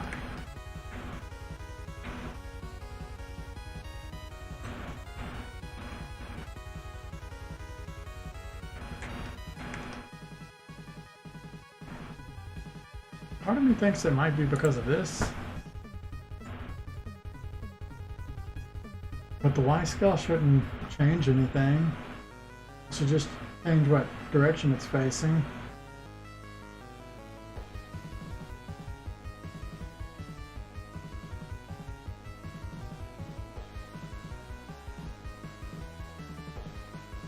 I don't know. Alright, let's do one thing to test. If I do 45, technically they should be on top of each other. Let's just make sure that's true.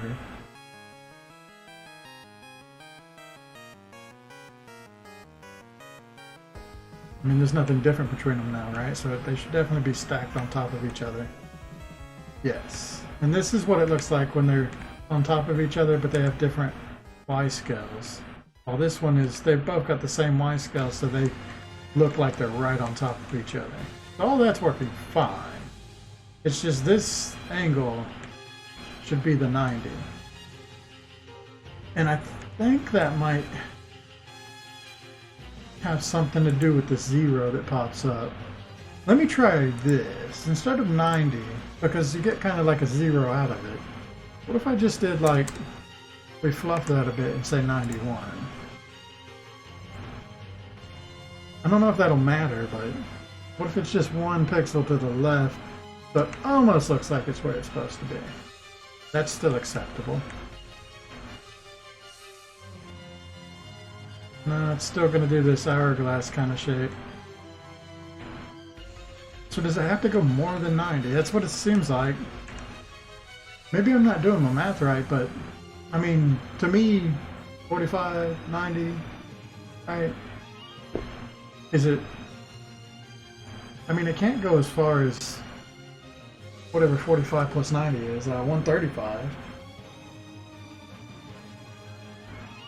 But I could try that. If I did 135, technically it should be just like if I was doing 45. Let's confirm that.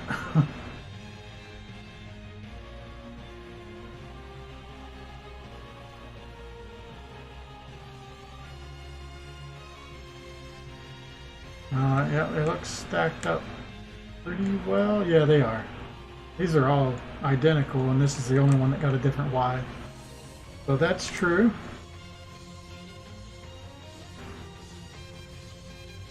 There might be a reason for this not working, because at this point, it's got to be because like -90 is a weird number or something, and it doesn't like it. What if I just did 270? Or 180? I could do 180 as well. I just want some like normal position. Let's try 180 and 270. We'll try both of them. If 90 doesn't work, maybe 180 does. Maybe 270 does. Maybe 360 does. I know 0 won't work because you'll just always get 0. Whoa. Okay, this is different. It's kind of like the reverse of what we had before, right? But these two are still stacked. And that's bad. Twice. Okay.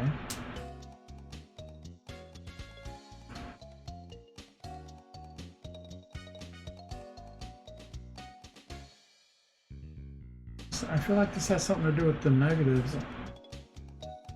Alright, let me try just a totally different way of doing this, which is going to be a little weird, but if it gives me a correct answer, then fuck it.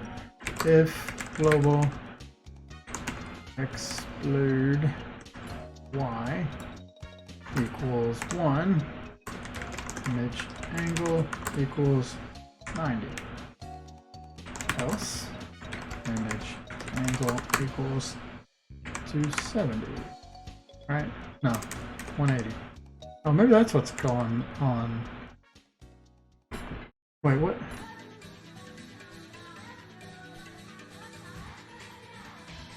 I've confused myself with the whole X thing. If I can't do 270 because if I did 270, that would be... Oh, maybe this is where I'm going wrong. Yeah, if I did 270, that would just be where the X is. It's actually got to be 180. So, yeah, that thing that... So, why was it working before? Because it was doing 45 and -45, right? But 90 and -90... Oh, okay, I think I understand now. Right, this works because 45 and -45 is correct, right?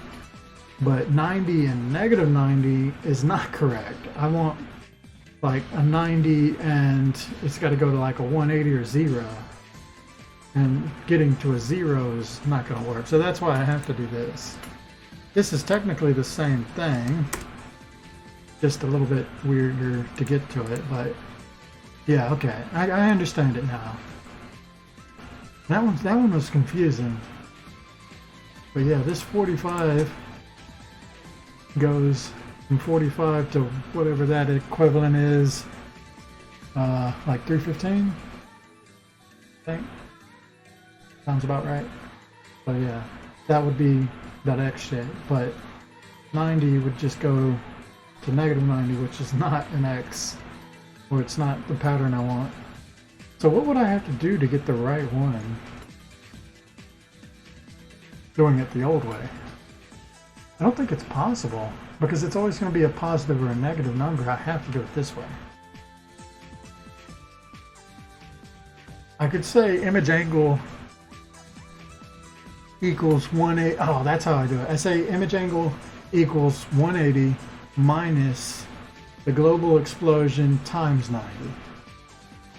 So it'll either be 90 or 270. That's not right either. Fuck it. This'll work. I don't want to solve it the other way. I understand it now, at least, and that's the important part. I don't understand how I would go about doing it other than what I've just done. But this'll work.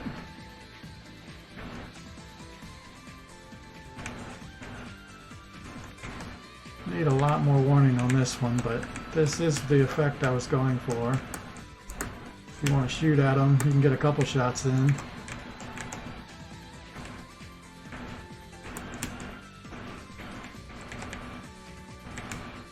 Also, every shot you miss is really detrimental.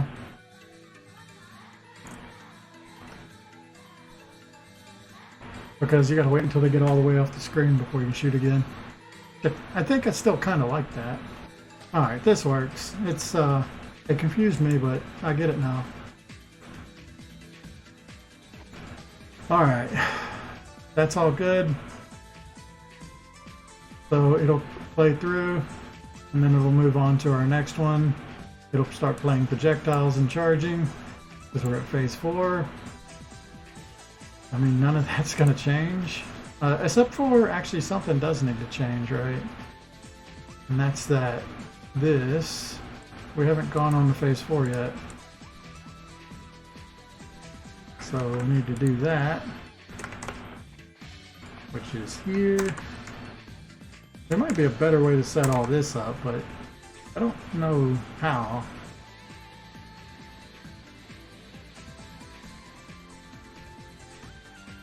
Yeah, I don't. Kind of have to do it this way. But we need to make sure we turn the projectiles off at this point.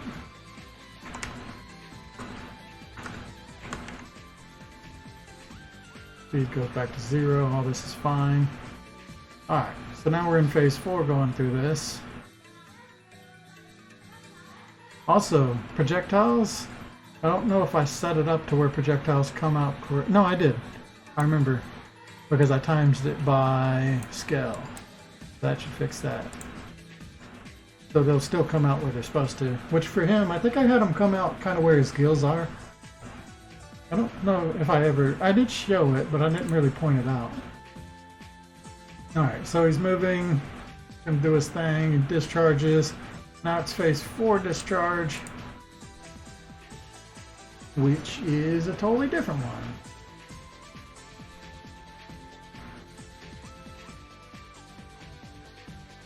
Oh yeah. Oh, this is totally different.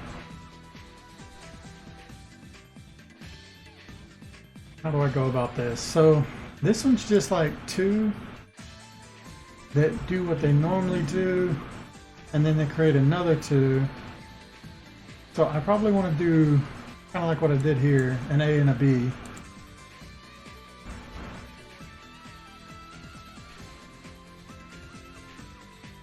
I really don't want to play right now. I'm busy. I'm working. Alright, fuck.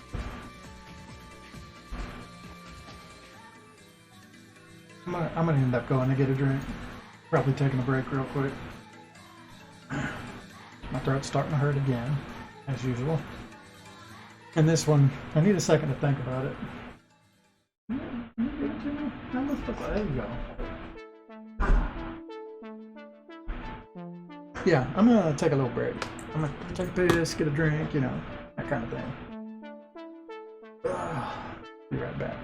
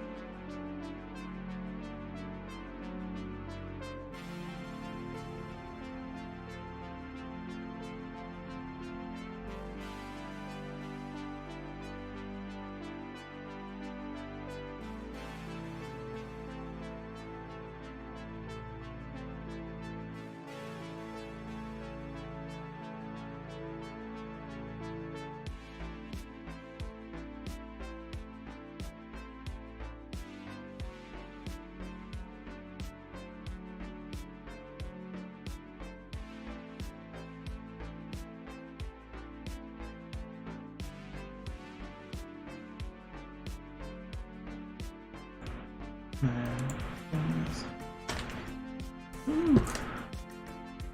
Your ears are killing me. They're such sensitive ears. Make headphones. Pretzel sticks. Pretzel sticks are the superior pretzel. Sorry if you disagree.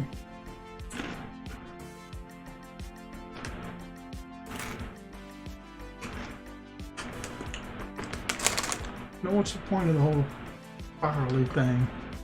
It's stupid and it's hard work for the guys who have to make it. And you can just make it in stick form and shove it in your face.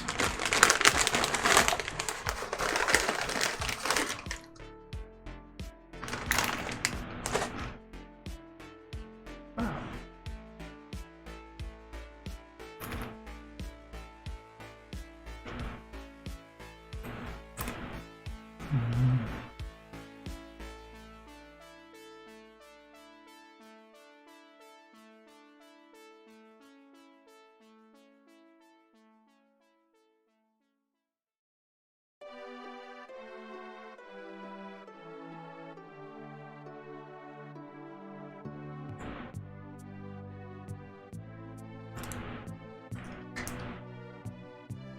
Wow, you see that too, don't you?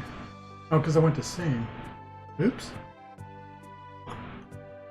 None of that was important. I don't think so. I didn't show anything weird. It's just somebody posting some, like...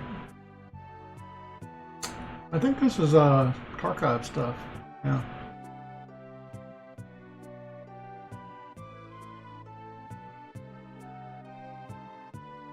There's nothing in here weird.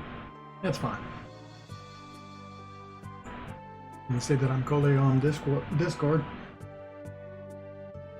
I'm Coleo everywhere. Reddit, YouTube, Twitch, I have a DeviantArt. I used to have an Instagram, but I really hated Instagram, so I haven't touched it since I created it, basically. Where else is Coleo at? I think that's it, really. I don't like social media that much. Well, okay, I like YouTube and Twitch, and that is technically social media, so I just don't like all the other ones that much. Definitely don't like Facebook. I got off of that a while back. There's TikTok and stuff. I don't follow any of that stuff. I do use Reddit, but honestly, I just use like some of the lesser known Reddits now. Like all the normal stuff on Reddit's gotten really annoying lately. So I just started like leaving all the subreddits that just post political shit all the time or something. Like negative news. Just annoying.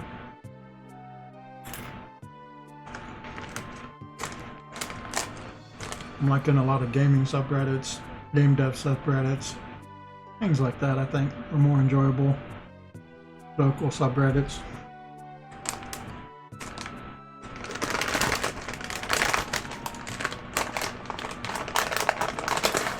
But I'm not, I don't know. Sometimes I wonder if I should quit Reddit. I kind of wish there was something new.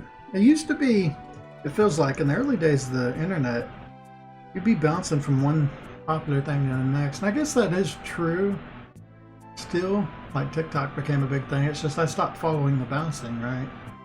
And now I don't know what, like I want something new, but I don't really want the new. And I feel like I'm out of the loop.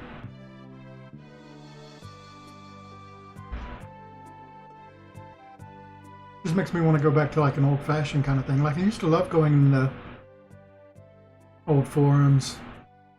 They're just ones where some person, I mean Newgrounds started like that. It was just the person posting his internet clips and then it kind of become a community. And there's a lot of other like artist websites that was very similar. I don't really remember how I found those websites. I think it was always word of mouth.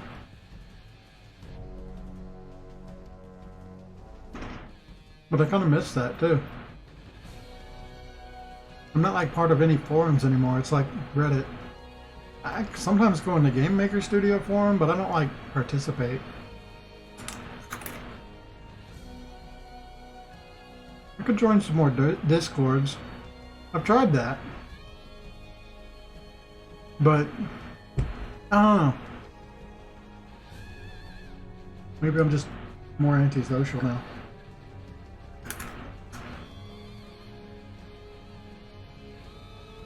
Or something, I don't know.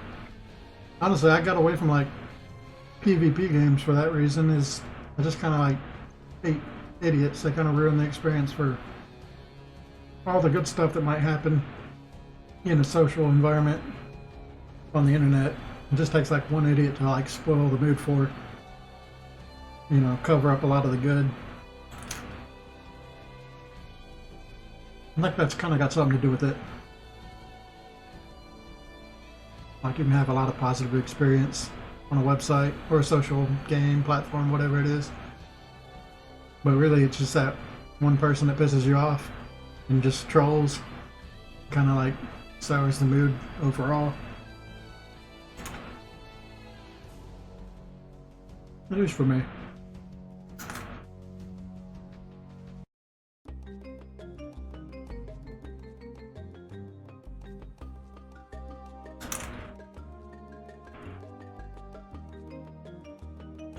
Actually, I've been finding, that's something I've been thinking about. Like, I used to have a lot of things that I'd like to learn and experience new things, right? And I do have some things, but now I'm kind of like sectioning them off. Like, I want to step into music and audio stuff, but I'm pushing it off. I don't want to dive into it before I actually need it. So I've been holding off on it, right? And I've just noticed like a lot of things when it comes to learning stuff, there's less and less, like there's very little now that I want to learn that's new. So, and I feel like that's going to get worse even like the older I get. Unless technology starts to pick up. It feels like technology actually slowed down a lot.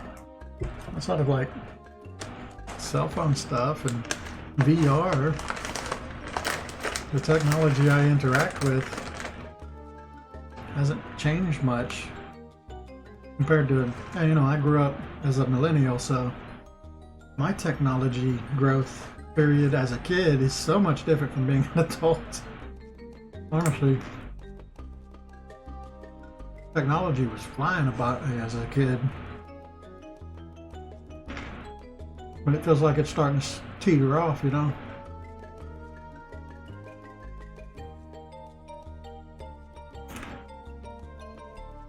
Kind of hard to notice if that's just me getting older. I don't think so. I think that's actually kind of true. But it is true, I do avoid more stuff too. I'm not giving like things proper chances. It's because I used to, but I've become really jaded by like the times I wasted, right? Like I used to watch new movies, indie movies all the time. I was thinking about this.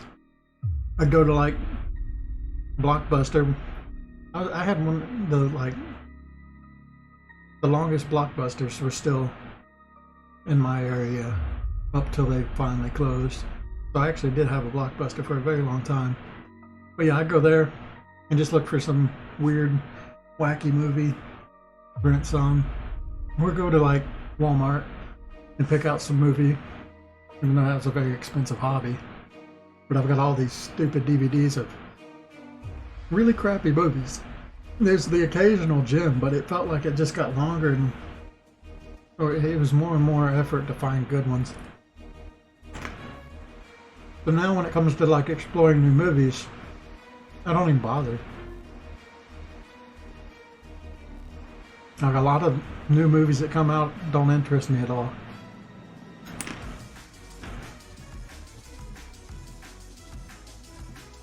And if I thought they sounded interesting, I'd probably fall back on, yeah, it's probably not as good as it sounds in my head. That's usually just what happens, so avoid it.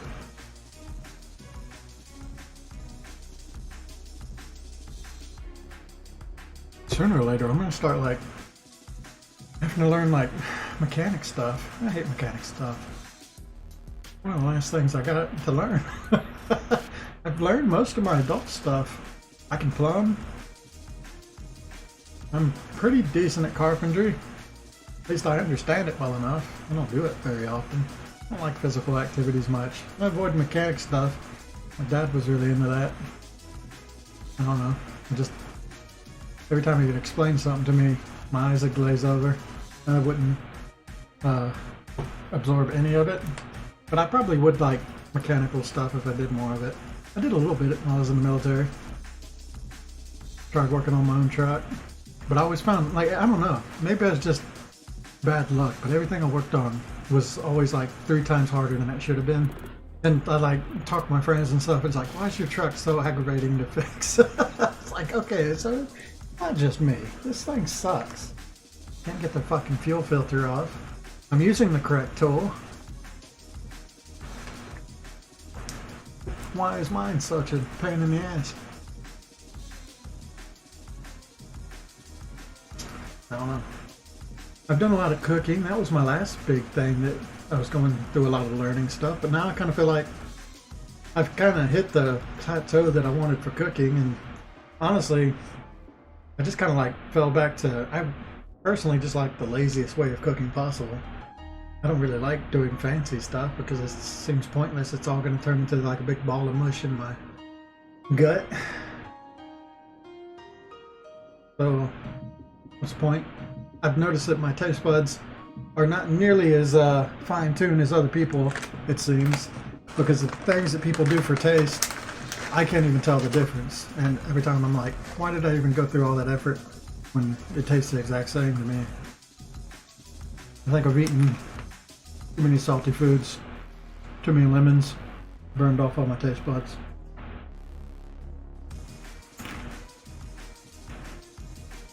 But yeah, I don't really have like a new thing. I'm hoping music will give me that feeling back, actually.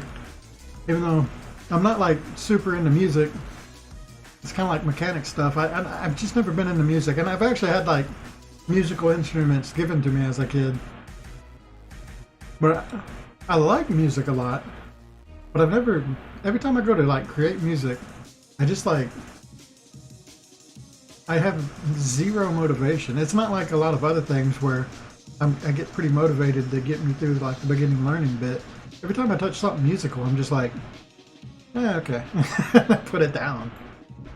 So It's not one of those simple ones. I think that's why I've always like not even considered it.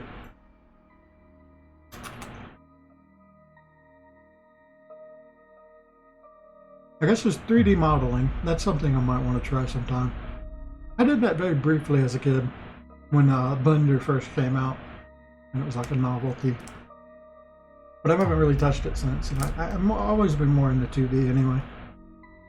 But probably enjoy it. I've done like some sculpting and stuff as well. Like I know 3D modeling and sculpting are very similar in like mentally doing a lot of the same kind of thing. So it's like painting and drawing compared to digital art. It's sort of like sculpting is the 3D modeling. It's not one-to-one, but if you know one, you'll be better at the other. Alright.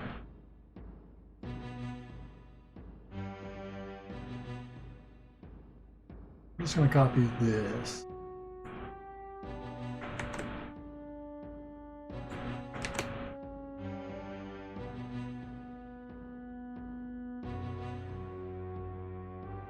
Oh, oops. Alright, I need the whole thing. All of that is part of this. But we can delete this part. Because we're not making that many things. Alright. 4A, 4B.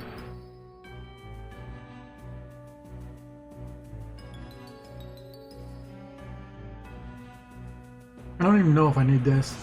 Honestly, I gotta really work out. I haven't thought about this at all.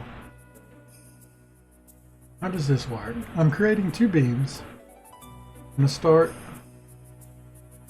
them straight down, and then they'll move up to where they're supposed to be, and then fade out.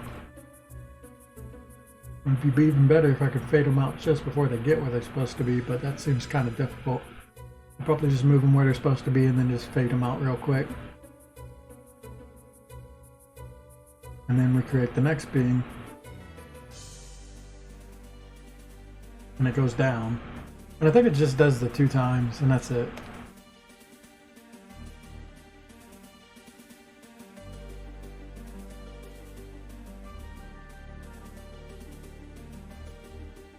What's the best way to do that?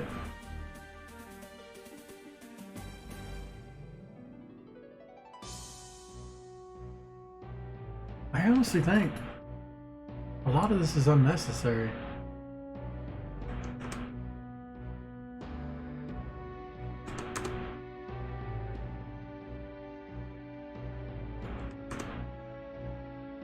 Okay, this is what I'm thinking. This is all I need.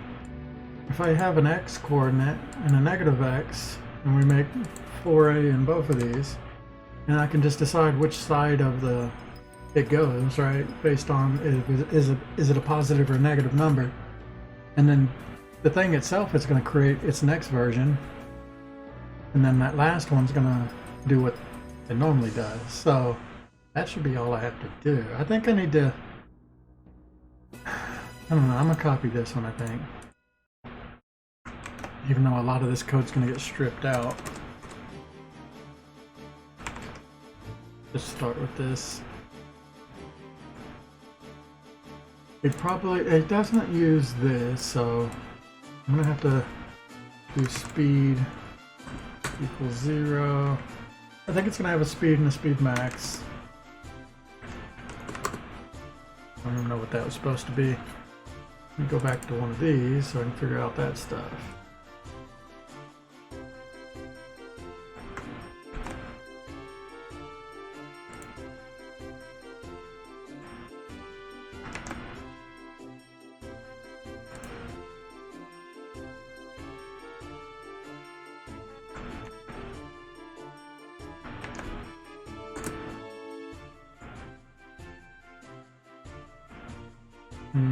It was 0.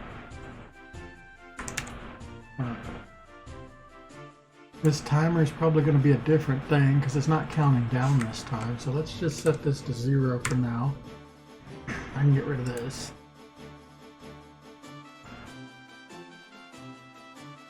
This image angle is going to be, none of that's the thing. It's going to be 270. It's going to be a 1.6. I don't know if image X scale, no, it's not image X scale equals this though. So I'm going to comment this out for now. I'll figure it out in a sec. But I should probably just do image X scale equals 1.6. It's the way it moves is what changes based on global. So it'll probably need a direction. There equals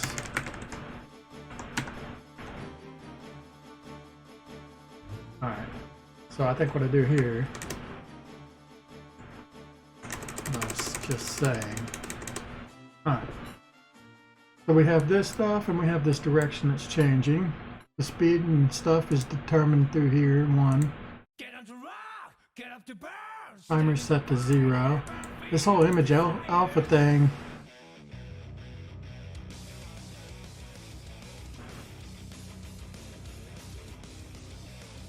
isn't true. And the timer might not even be true anymore. Set it to 1 for now. At some point I'll have to remove this, but I have to figure out when that happens. Alright, so plus equals speed times dirt, that's easy enough. That way it either goes positive or negative. And then I just figure out the angle that it has to die at.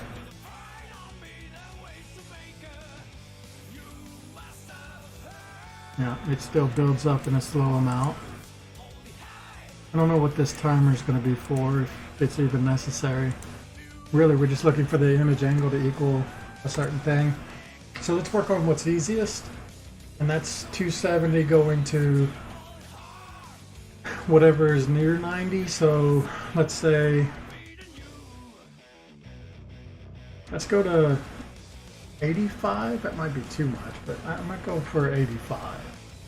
So if image angle equal, well, is greater than, no, is that, oh no, that won't work.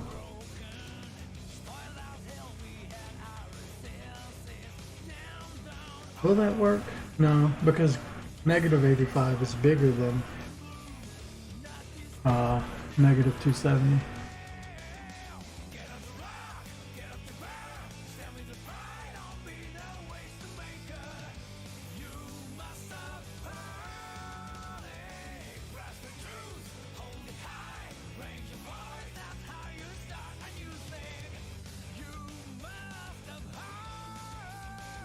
I don't know. I want to say equals 85 times direction. Oh, not that. But equals is always an iffy thing because my speed increases at 0.01. Technically it will be up to 1, but will it be at a decimal point or not is a big question. Because if it's at like 85.2 or something, then this isn't going to trigger. It has to be directly 85.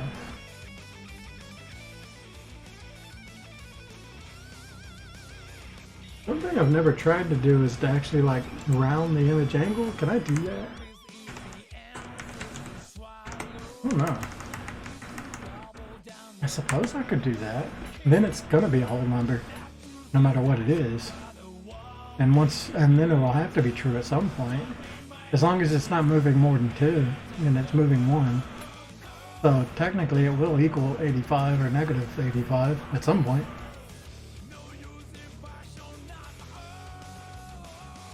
I'm gonna try that. Alright, if it equals that stuff, speed max equals 0. That'll stop it from moving.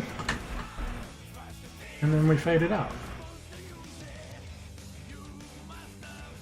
And I don't think we'll even need this timer. But to fade it out,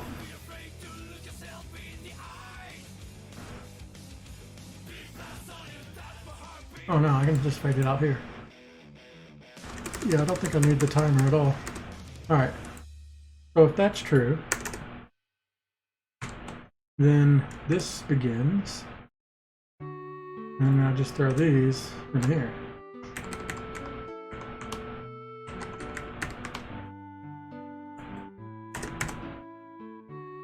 And instead of that, we say minus equals, I want to fade out rather quickly, but is that too fast? It's probably too fast. Let's do that.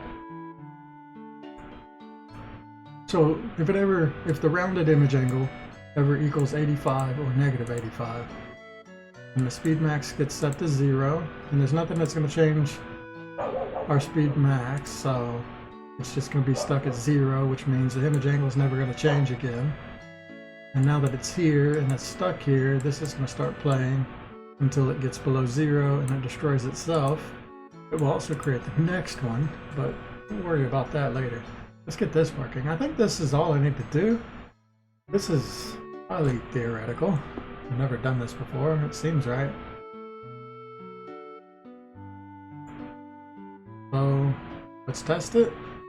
So to test this, all I have to do is set this to phase 4, right? I think so. Alright, let's try it out. So it should start below him, move up, and pinch us like a pair of scissors into the top of the screen. It'll probably move way too fast, but as long as it does what I want, I can adjust that stuff later. Just want it to get it to do what we want. And that's the reason I shouldn't make the next one until I get this one working, because their speeds are going to be pretty much the same. They just move in opposite directions.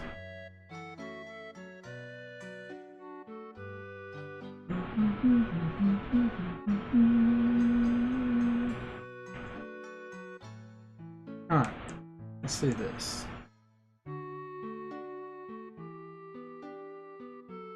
Oh, there it goes. Yeah, way too fast, right? Especially once you get up here, and it just kept going. It did not stop at 85. Oof, and it's still going.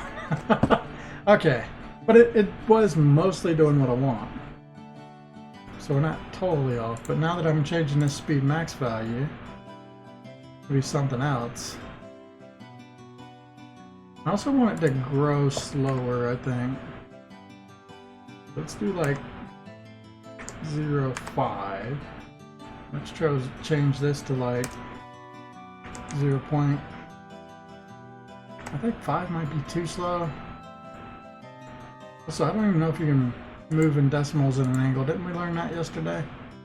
Maybe. Alright, it does not stop at 85 though. We did learn that, and this didn't work.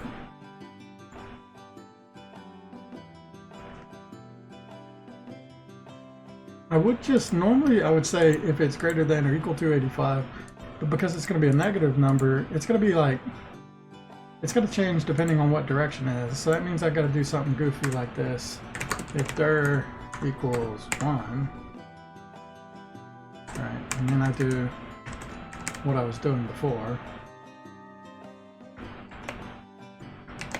I don't think there's a way around this. This probably be the easiest solution. Comment. No, not comment. Tab in.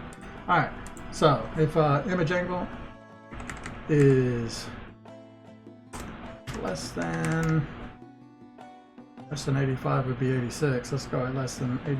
Let's just say 80. None of that anymore. So if dir equals 1, if it's less than 80, all this stuff. And then we just say else. Now we know it's negative 1. We do what we got down here.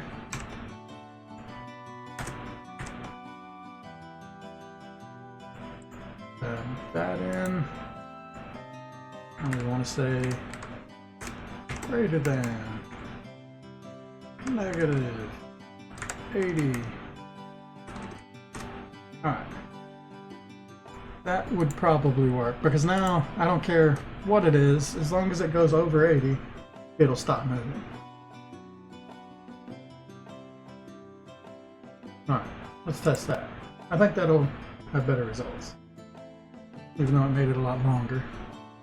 But I mean, who cares? It's not going to cause any performance, I don't think. This should go a lot slower and ramp up slower. Oh, that just vanished immediately. Okay, numbers aren't exactly what I think they are. Clearly.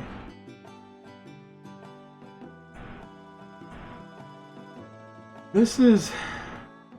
Or did I screw something up? I did. I never set this to -70.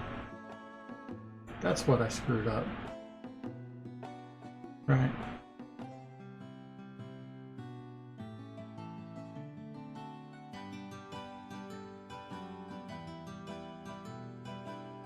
Yeah, okay, so this number was growing to like whatever the 360 equivalent is, and that's why it wasn't working. I just have to say image angle equals that times, and in fact,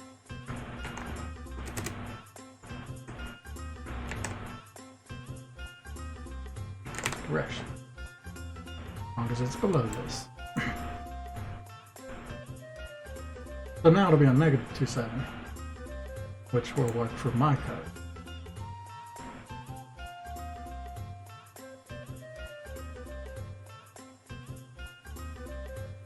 I think. Oh. No, it is not right.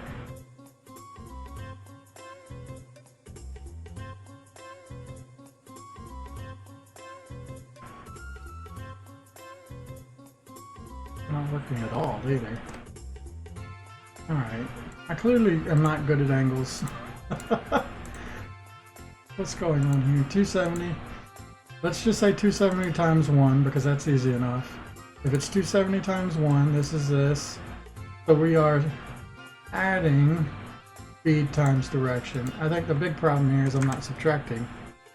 Alright, so if I'm subtracting whatever the speed is times the 1, so I'm subtracting a positive number.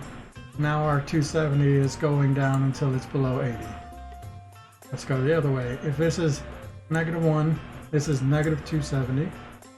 So now we're saying image angle minus equals negative speed, which means it's going up. And that's good because it's a low negative going to a high negative. So yeah, once it's greater than -80, I think that will fix it. Try again.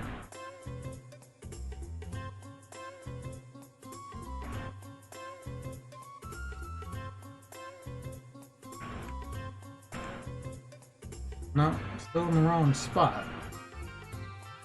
Do I just not understand what -270 equals? Will it stop up here at least? No, still doesn't. Right, it went to... Okay, it's going to the wrong number. If it's less than 80, 80 is the wrong side. We want 100. Right, 270 to 100. And this is the other way. Okay. But is -270 up? It is. -270 is up. That's another mistake. This is the same problem I was having last time. I just don't understand how this works. Alright, I'm gonna have to do it the other damn way. So yeah, I just, for some reason in my head, -270 is the same thing in the negative plane, but no, it's reversed. It's at 90 now. So I need to get my 270 to 90, which means I gotta do what I did last time, which is, if there equals 1, angel, the image angel equals 270, else image angle, angle, I'm really stuck on angle, equals not -270, -90. -90 would be where we want it to be. Alright, you can go away. Alright, we'll start with the first bit again.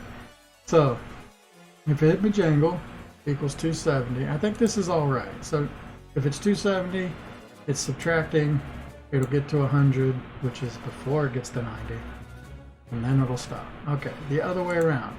If it's negative 90, if we subtract from negative 90, we need to add negative 90. Are we adding if we add a negative speed? No, we're subtracting a negative speed. That is adding, right? Negative 90 minus negative 1. Oh my god, that breaks my head.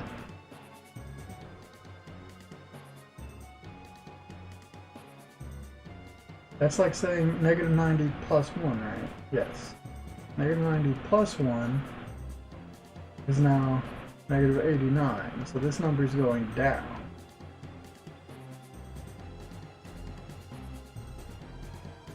So it's going to go down until it gets to 0. And now it's going to go up to 40. Oh, yeah, okay. Wow. It goes into a positive number eventually, which is 80. Oh, okay. Try that. I think I did this right now, after thinking about it really hard. I should buy like some sort of protractor just to have all these numbers on it. How often do you do negative angles? Just so weird. Yeah, this is gonna work. I have faith. Ah, oh, that's spooky. I like it though. All right. Let me try it again. Because, okay, you've been fighting him, he's doing all these patterns, and you're probably like standing over here, shooting at him, and then he does that, and then, okay, it's coming, so you're gonna go up here. And then you see it start closing, and oh my goodness, I just want it to scare the player, right? That it stops there. And then, it'll come up where you were standing, and you gotta move out of the way. Hopefully, it looks good with the new animation, to where you don't get hit by it when it comes up, but... Okay, that worked great. Now reverse it. reverse. Control D, now that we got it working correctly. Reversing it is not going to be as easy as I thought either. So, this is now a negative number. It breaks everything. It breaks my head.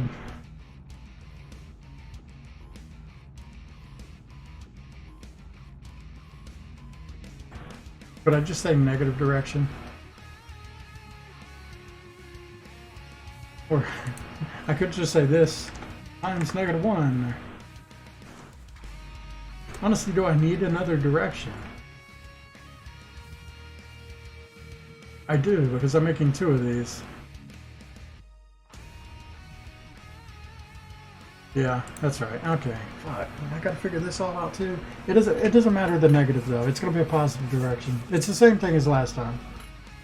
I was thinking about it wrong right off the bat, but no, it's the same thing as last time. It's just where it spawns is now, instead of 270 and -90, this is going to be backwards. So it's going to be 90 and -270. So I'm just reversing numbers and I should get what I want. Alright, so instead of 100, this is going to be 260. Right. Oh, but it can't be because you don't have that much room this time around. So it's got to be more like... Alright, 270 is the target. Let's do -30, so 240. I'm going to try that number first. On this side of the world, this one's the one that confuses me the most. We're going from a -270. We are counting up. That's what the 90 did, right? So we are at, yeah, we're technically adding a number. So we're going from 270, adding to it, which is going to go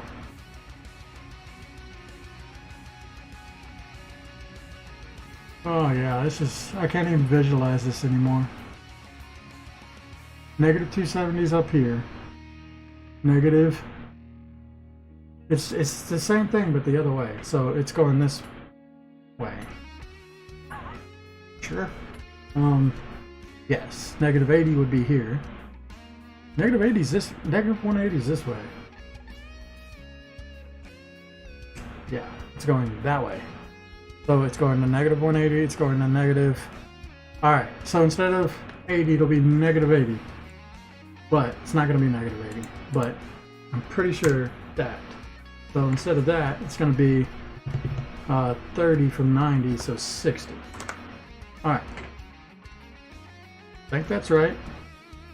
I hope. Gotta open this again. So instead of this speed part,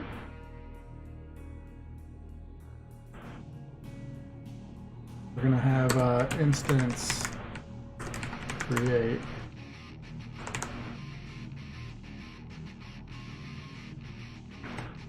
Right, what am I doing?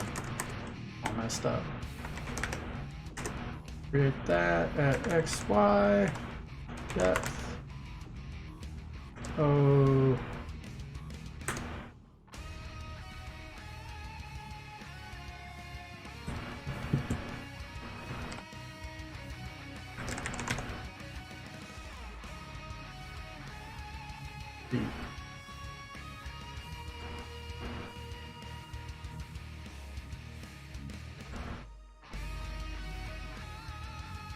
I was thinking, is there a way to...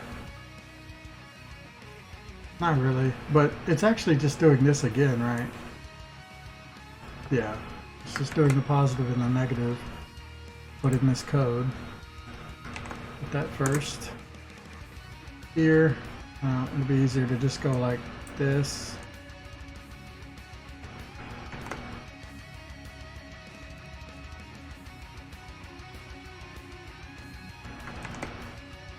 Alright, here a negative one, and everything else the same. Alright, so this one will create its version and then destroy itself. And this one will create its version and destroy itself. That should work. And then this one, once it's done, it'll set our alien back to moving again.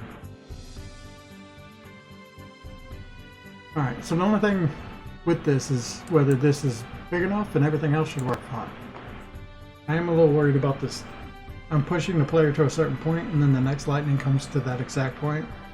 Seems a little bit mean if you don't get out of the way in time. But we'll balance that. I think this will be fine.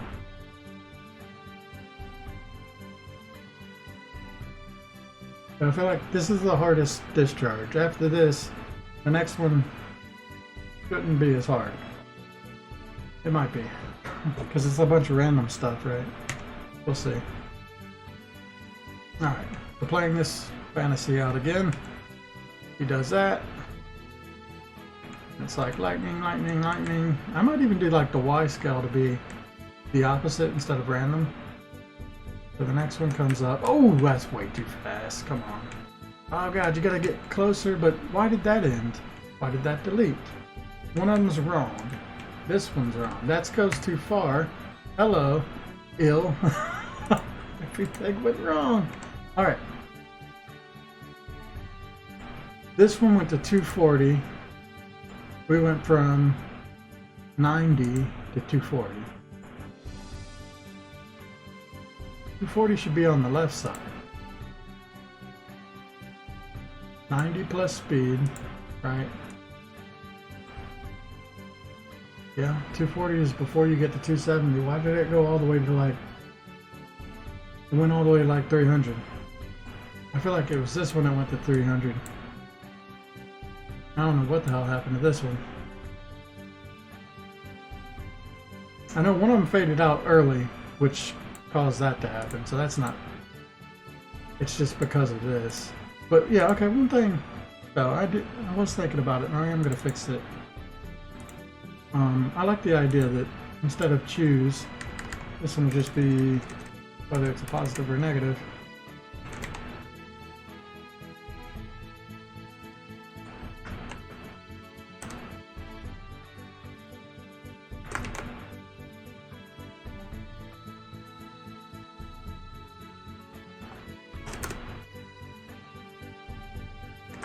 There we go. I think that'll look nice. Alright, Oh, this less than is probably what's wrong now. Yeah, it's going 90. It's supposed to be greater than. That's what happened. So it faded out immediately. This one's probably backwards as well. It's less than negative 60. No, this one seems like it still should be more than than negative 60. Because we're going from a negative 270 to a negative 60. Negative 60 is the bigger number. But still greater. Was this one less than? Or was... I mean, it worked. This one's less than 100, and this one's greater than 80. I guess because it went to a positive number?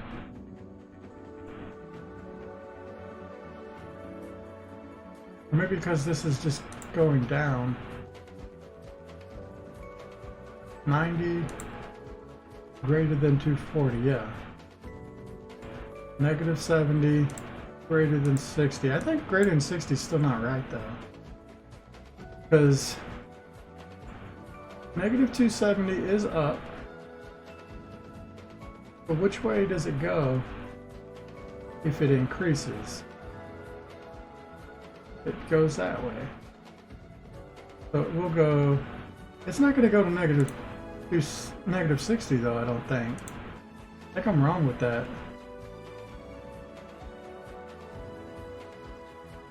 $90 went to $240. That's $230.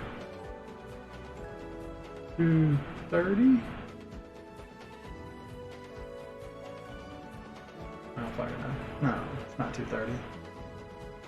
Like $130.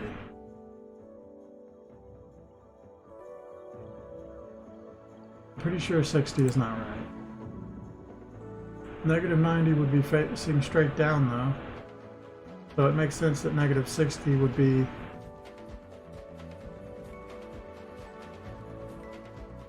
No, if this is 0, it should be negative, it should be 30 plus 90. So this should actually be 120. Okay, yeah, that makes more sense because 270 minus 120 is 150. 90 plus 150 is 240. Okay, I think this is right. Try it again. I think I got my numbers correct this time. Yeah, it's really hard for me to think in negative angles.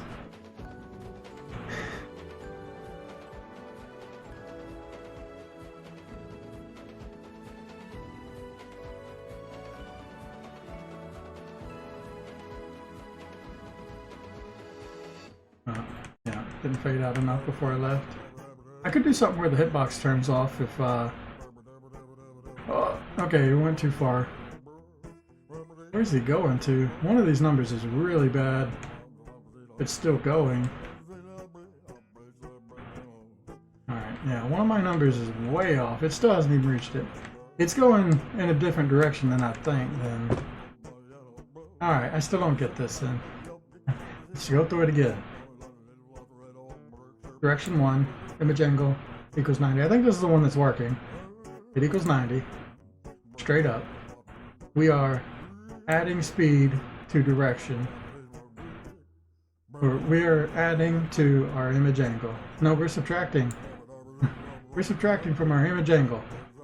So the 90 is actually going down. Shit. Alright. 90 is going down. That means this is actually going to be a negative number now. Okay, I get it. This turned into two positives. Well, not that, but this one. This turned into two positives. This one's going to turn into two negatives, and that's what I screwed up. So, what's 90? The 150. So 90 minus 150 is 140?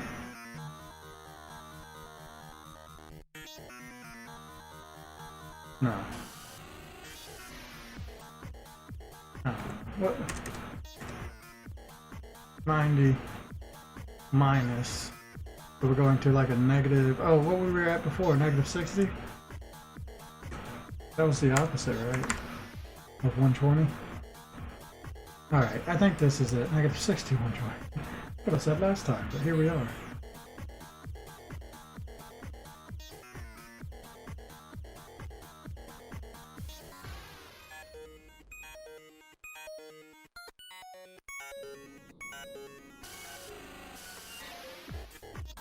I'm wondering if I should let you walk through during the fade of this. Because, ooh, if I don't...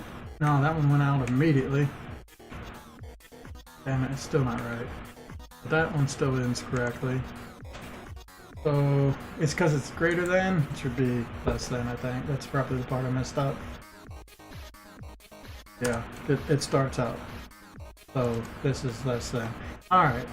I thought that looked weird to me that these are both greater than, when in the previous one was greater and one was less. Now, this should work.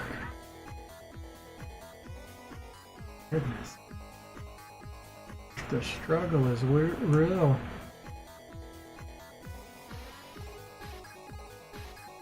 Right, what I was saying is, I don't think you should be able to move through it while it fades out, because I won't let you move through anything else while it fades out. Alright, oh god, if you get too far away, you're just gonna get hit. But if that's true, you only get hit the one time, but still. You're I don't know. I should have hit reset and not close. I don't know if I like it or not.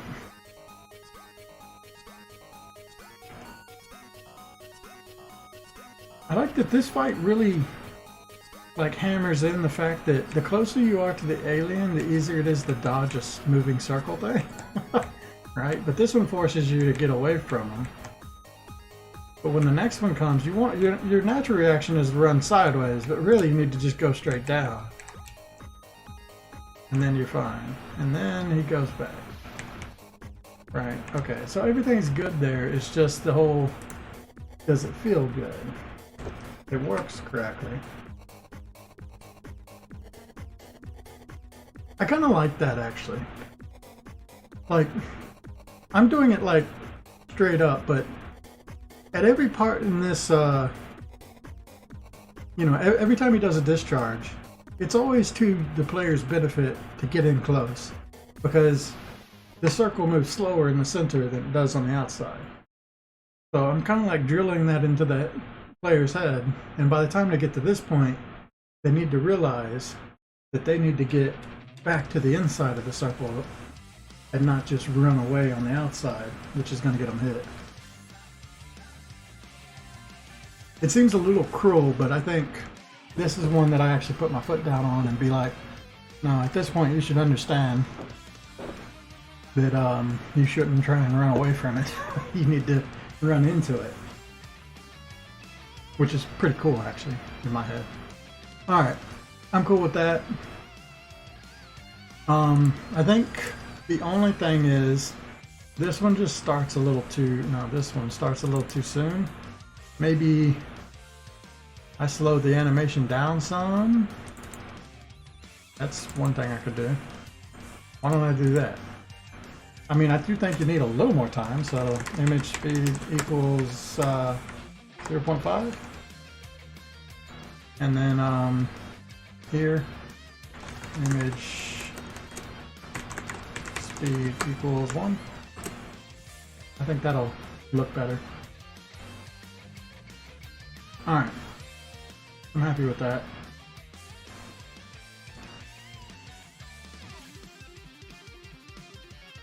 I do wonder, should I make it to where the player can actually run through this while it's fading out? Because that feels right, even though it's never been a thing until now. I just feel like the hitbox should turn off at this point. I could even use state equals dead at this point, right?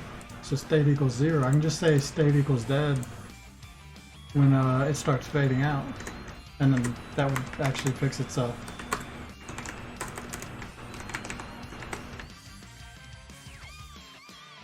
I'm gonna test that real quick, because that's a fun way for that to work, just using our previous code. Alright, let's test that and see if it feels better and everything still works before moving on.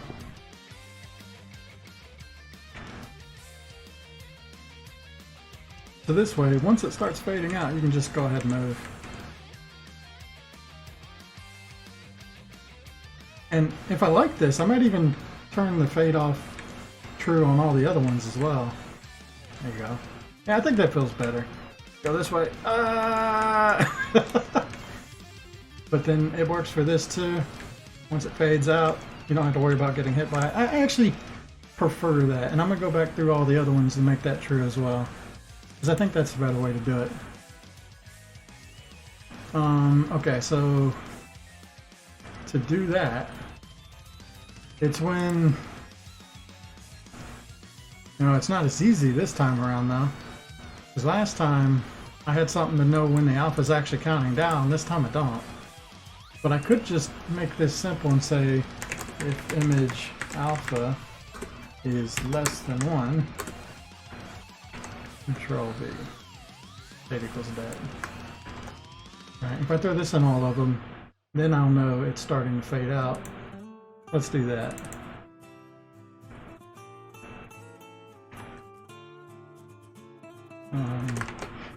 This will put it right below the timer.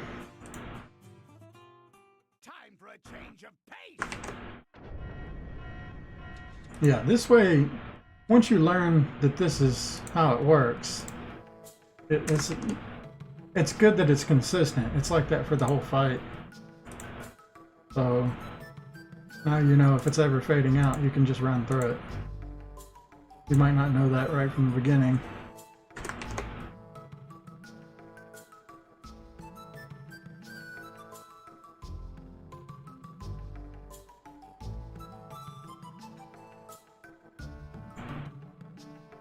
Alright, so we do that, and then we go into, once the animation starts, it goes into move to back. Now we've done this. Have I needed to change? This has always just kind of worked, hasn't it? I saw the ill popping up. Okay, one unfortunate thing here that I did not think about until now is we start at the bottom. When this phase happens, not necessarily, because you're going to chase this guy off, right? The second it's, yeah, before the ill was coming up early just because it was ending too early, I think this will be fine, because you'll naturally move up when he starts moving away and start shooting at him. So you won't be like right at the bottom. I just want to make sure the player's not at the bottom when this ill comes up, or that's going to feel cheap. You at least need to get the warning. And one way I could fix that is make it go in the other direction, where, you know, it comes down and then it goes up. Maybe down enough would actually feel better too. I could also make it go up one more time. Like, that's an idea. So it goes A, B, and then it goes back to A before finishing, which makes it a little more complicated, but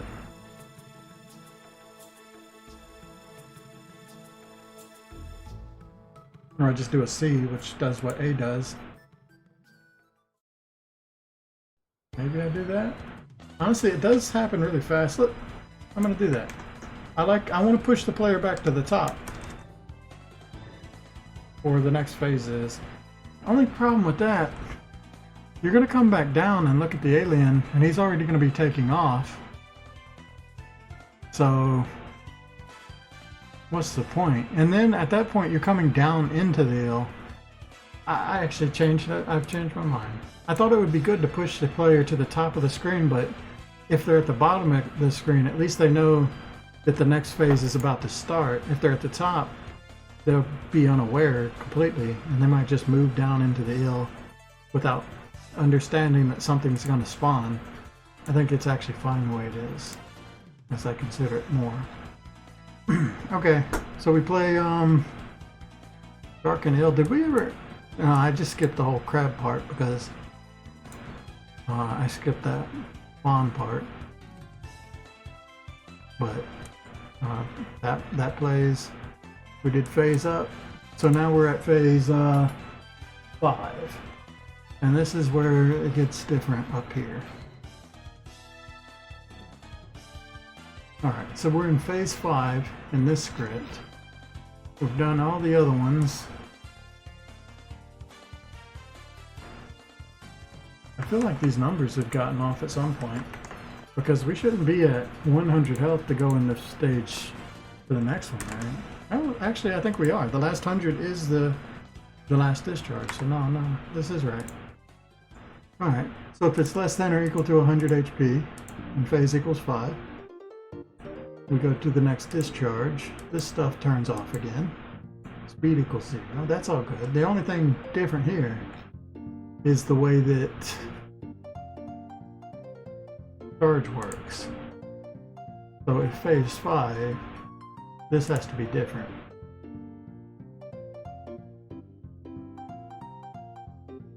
And what's actually changing here? It's none of this stuff. It's all in the script itself. None of this is actually going to change. Maybe the alarm 0 parts. If I did like... If phase 5, the alarm 0 gets less, I need to do something like that. So everywhere I do alarm 0, I just need to like cut it in half if you're in phase 5. Which is only here and then in the alarms itself and in the air.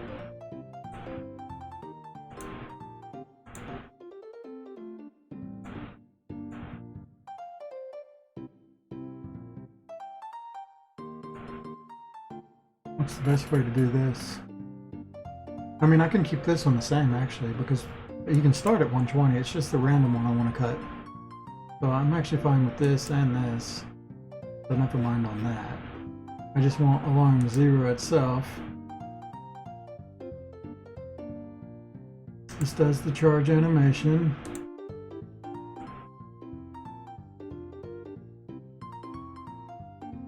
What determines how long it charges for?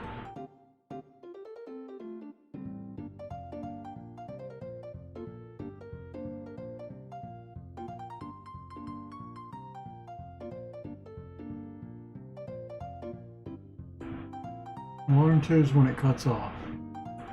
This doesn't set an alarm though, it's part of the animation. Charge. This is when it completes. Okay, so this is how long it actually charges for. Right? And when alarm 2 goes off, we go back to chase or we do the air thing. Alright. I think this is how we lengthen how long it is. Anytime we change alarm 2. Do we change alarm 2 anywhere else in this code? I wonder if there's a way to search like a Control-Shift-F, but only for a singular object. I think there is. If I press Control-Shift-F,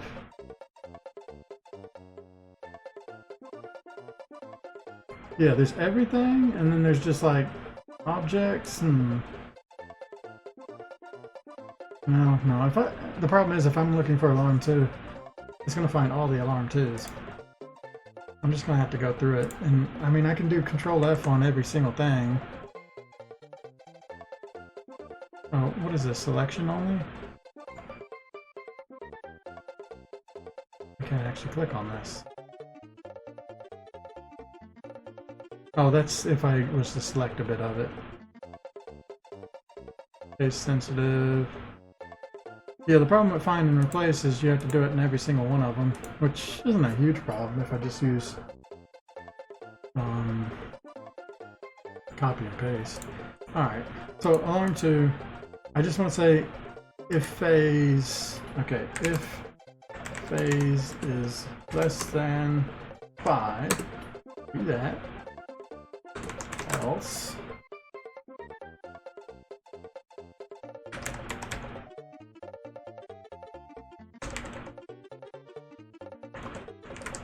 right, so he'll dash for double the distance. I don't know if that's too much, but we'll find out. Okay, I need to see if alarm 2 is in anything else. I don't know where it might be in anything else, but...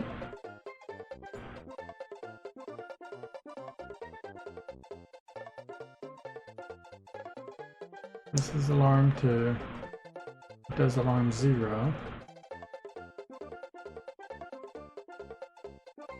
alarm 0. Alright, this is a long one, so Control F. 2. There is no alarm 2 in here, so that's the only place that alarm 2 is. Okay, well that's cool. That makes this easy. Okay, so the other part is when it sets up. So alarm 2 sets up this alarm 0. So I need to do what I just did. Phase is less than 5. You do what you were doing before. Otherwise, you do the new value. And I know this happens at the end of air as well. It might happen in other places. This is 12, and this is 24. Wait, that makes it longer. Never mind. This is 60. And this was 600, so it's now 300. Okay, there we go. Now I'll be charging more. Alright, so everywhere there's an alarm 0 besides that very first one, we need to do that. Is there alarm 0 in here?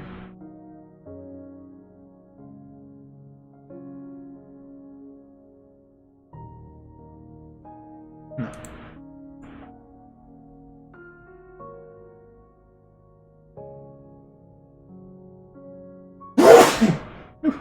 Excuse me.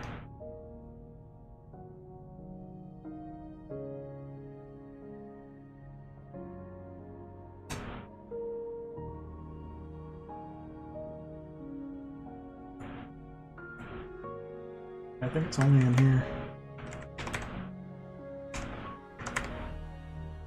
Alarm 0. If it's not -1.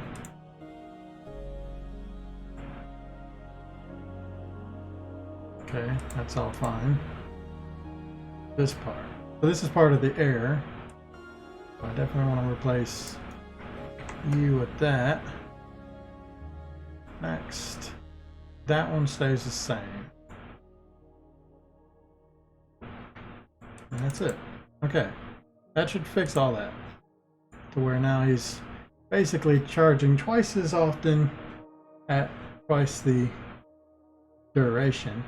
Now I need to add projectiles every time he charges. My itches. And I probably want to do that right here. When state equals charge, this.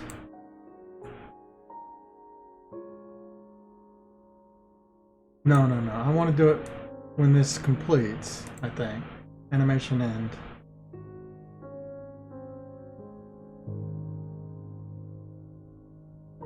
Maybe not.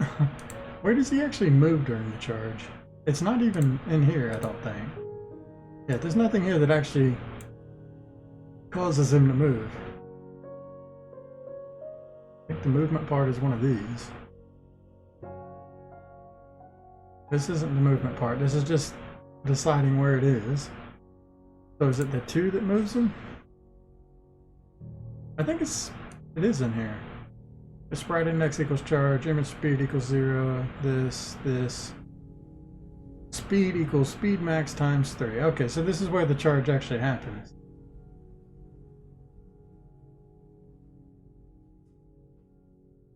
And this is where we set up this alarm. So this cuts off the charge. And did I do this right? I made it... Yeah, it cuts it off. It takes twice as long.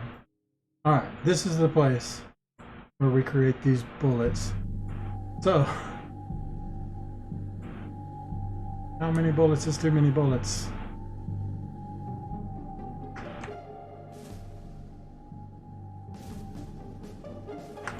Alright, instance create depth. A bullet. So this is just one bullet. But I haven't really figured out how I want an offset to work. Because the idea is I wanted him to charge and shoot out a fan of bullets. So he's going straight. There'd be 2 bullets here, maybe 2 bullets in the next spot. Maybe another set. So instead of just dodging to the side, you've now got to get like in a lane to not get hit by a bullet. So I don't really want bullets that aim for the player. I want bullets that have an offset.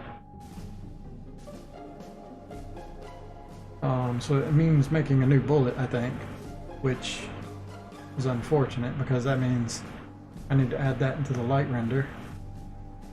I don't think I've even added lightning into the light render, which if I'm going to redraw lightning, there's no reason to do that yet. I think I need to create new bullet. Control D. Charge bullet.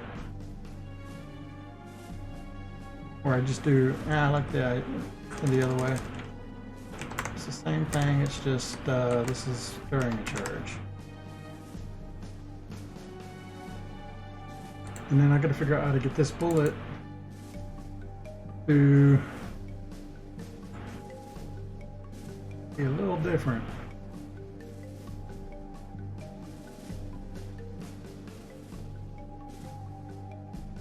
These have collisions with walls. Not going to be necessary in the final battle, so I can even delete this. There's no walls. Just one less collision to look for. I did make it to where you can shoot bullets. Cool with that. Alright, so this isn't really set up quite right. But it could be. Alright, this is the last bit. Right, well, close. Yeah, I still need to do a bullet that like homes in as well.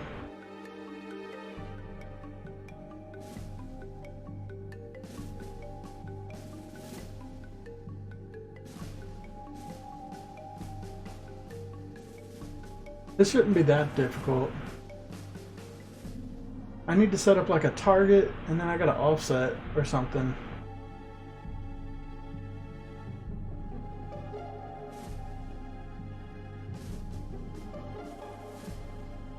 Actually, okay, I know how to do this. I'm saying to move towards this point at this speed, right? That gave me, what this really does is this just sets, right, speed and direction. Like, it seems like it's moving towards this point, but really it's just saying what direction is this thing, and this is the speed you move at. So it sets speed and direction. It's a weird way to do it, but that's what this code actually does. It's not really moving towards point, it's just saying this is the direction, this is the speed, go. And it does constantly update if you throw this in a step event, but okay, so basically all I need to know is this just gave me a direction and a speed, right? But because it's in the create event, it doesn't really matter. It's not going to move where I want if I change it. So now what I do is I've got this direction, right? I just times it by whatever the thing is. So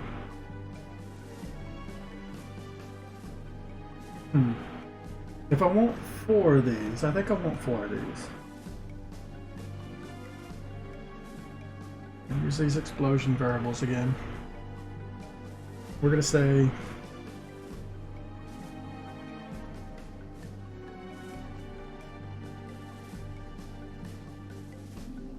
do I want to say direction? I don't really need to do that. I can just say,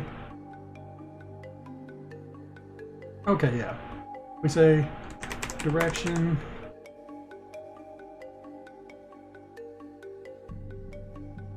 plus equals, I don't know what angles we're using. I'm gonna say 30 times, and then we're gonna do parentheses here, right? Actually, for my parentheses, I don't like spaces. 30 times,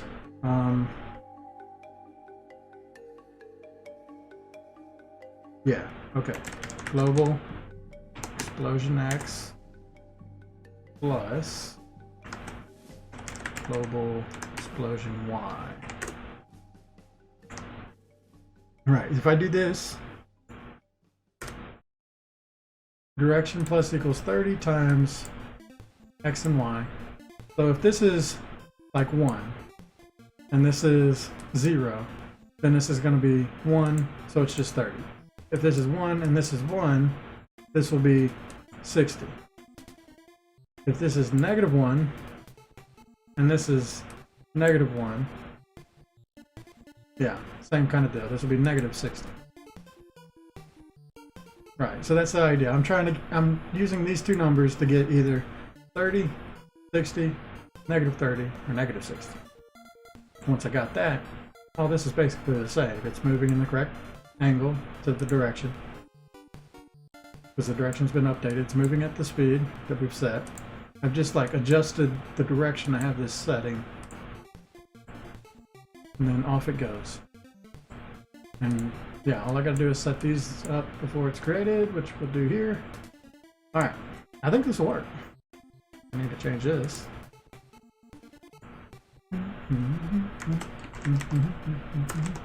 You know, I've still never beaten this game. This is Chrysalis. That one really bothers me. Every time I play Chrysalis, I get really close to beating it. And then for some reason I stop. This is one of the games that I need to beat this game. I don't know why I haven't done it. I don't know how many games I have that I want to beat as badly as this game. There's a couple that I've played that I just kind of like drop off. Some of them actually started like, I started my YouTube series because I didn't finish Suikoden 3 and I really liked the game. And I thought that was sad, so I ended up playing all the Suikodens up to 3 just because I wanted to finish 3. And Arc the Lad was the one where I got to the final boss and ended up quitting it. And then I replayed it to beat it.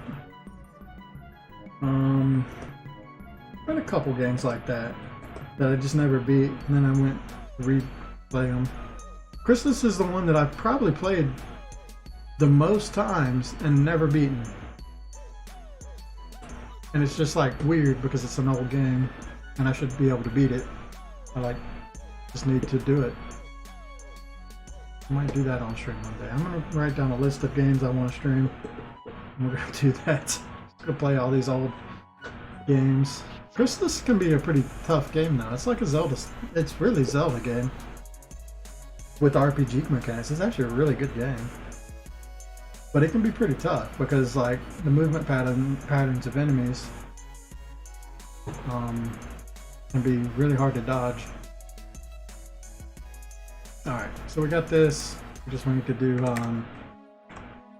global exclusion. X that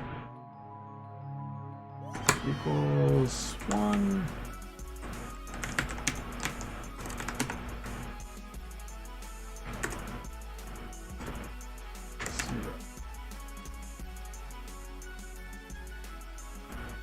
I'm pretty sure this only plays once.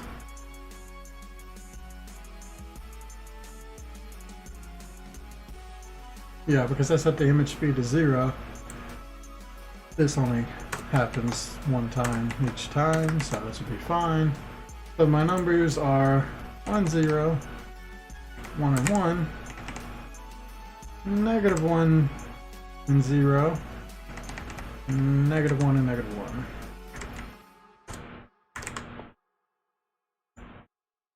And that should give me what I want. What I really, really want. Alright, that's it for that. Then we just got the final bit, which will be, so I just did this. Last one will be the last discharge. I'm thinking of playing it all the way up to this last discharge. The only thing is, everything is working correctly.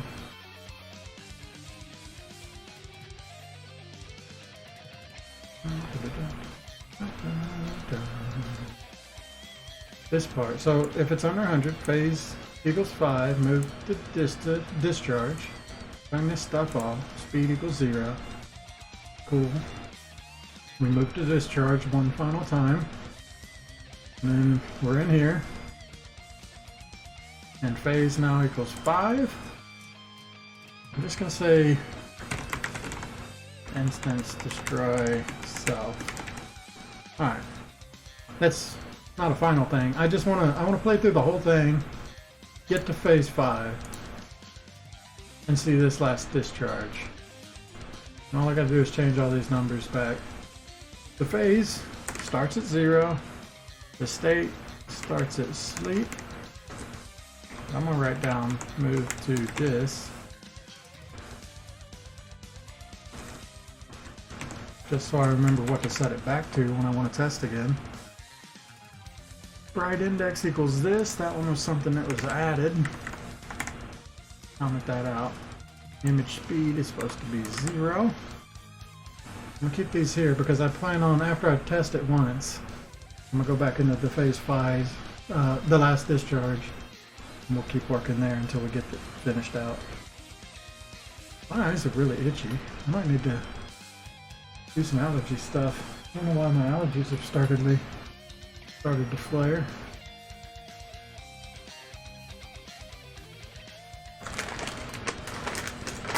Actually, I have no idea. I haven't got into any dust or anything lately.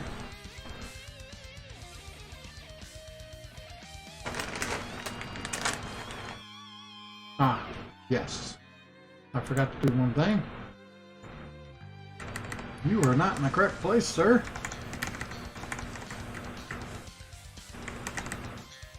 I guess I didn't do a little bookmark for myself. There we go. Try it again.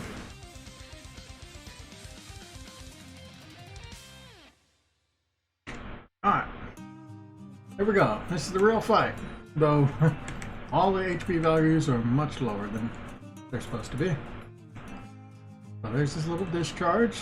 We can kind of see what we have to look forward to in this fight.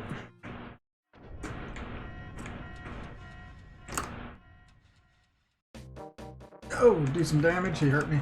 Haha, I can cheat. Alright, here we go. He does his first one.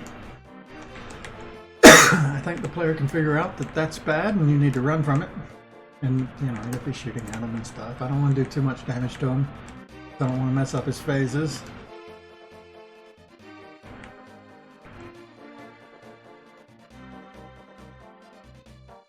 And it goes off the screen.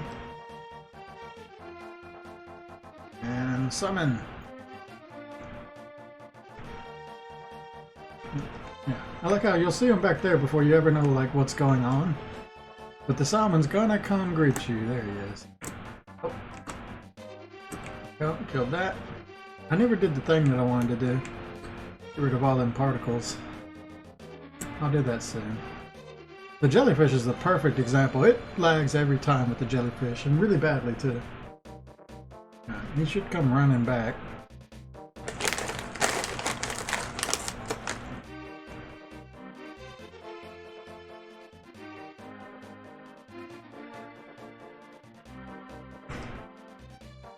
Maybe I should set something up to where he runs to the closest side of the screen.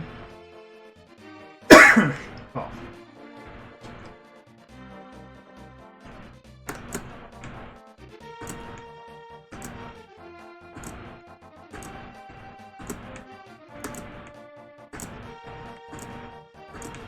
Which help do you have? Come on. There it goes. There.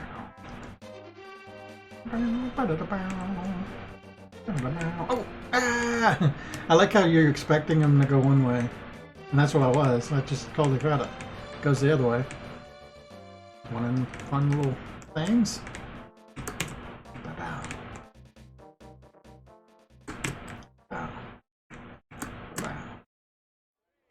I'm liking this so far. This is coming out pretty well. It's a nice, complicated boss fight. I didn't want it to be too boring. Oh, yeah, he's a good a good opener. And then as you're chasing him, Octopus shows you that he's here.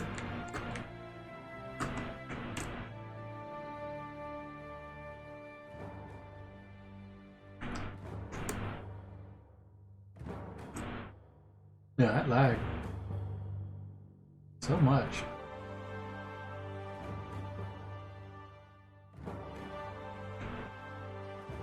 I'm very curious what actually causes that. Because I wouldn't think it's too many particles or too many objects, so I really think it's like some shader thing, but I've taken it off the shader, so I have no idea. That one's actually really confusing. So now he charges. Oh, wow, he's shooting projectiles early. Huh, okay. We've already come up to a problem.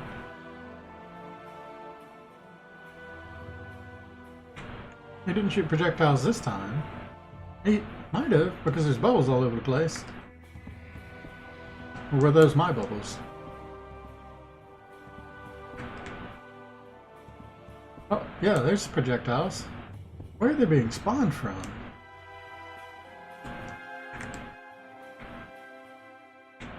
They seem to be spawning from... Oh, I know, because the projectiles don't take into account... Yeah, his image angle changing, but they seem to be spawning in a really weird area regardless. It should probably just spawn from his X and Y coordinate. Yeah, finding where something's supposed to be based off of what angle it's facing at is actually kind of annoying. Okay, I'm gonna kill him anyway.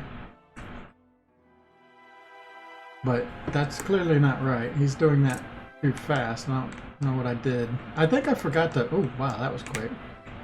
I think I forgot to put like if phase equals 5 on those projectiles.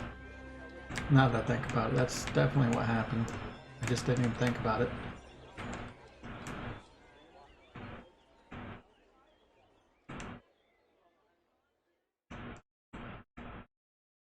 There he goes. So at this point the player's like, okay, what's the next thing? This will be the anglerfish and the crab.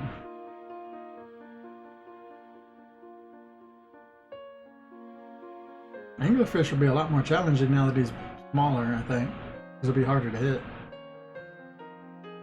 And still just as dangerous. Doesn't he come out of like a random spot? Oh, there he is. Well, it was easy because he has so little health, but we'll do a proper test later.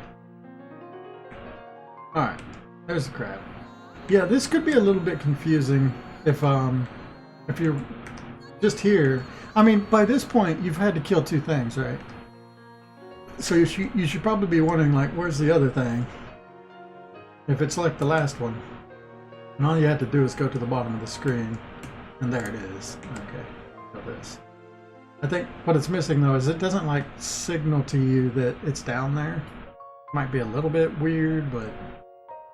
I mean, if you're going to check the screen somehow, and you know there's probably 2 things at this point, then, should be an issue.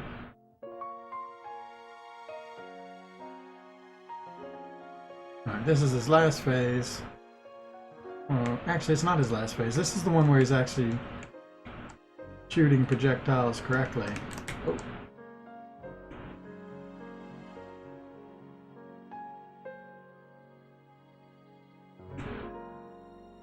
The extra projectiles don't help.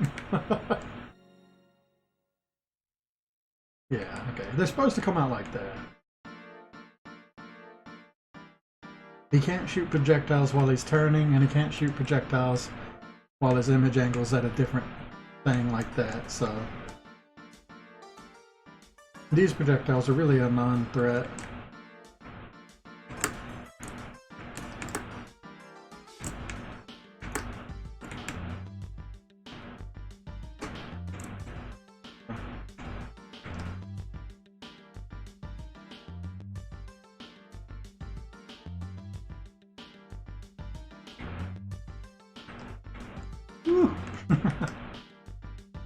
Oh, God, that was close. I'm gonna make it have a much smoother transition.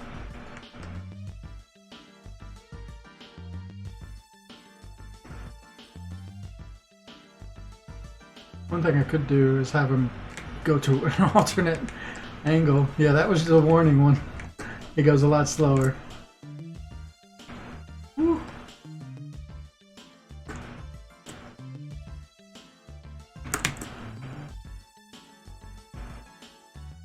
Where's he you keep moving. This isn't too hard. Oh god. This is definitely worse during a stream though, I can say that for sure. I've done some testing with the stream off and it's still kind of bad. It's like definitely a problem. But yeah, with the stream off, not nearly that bad.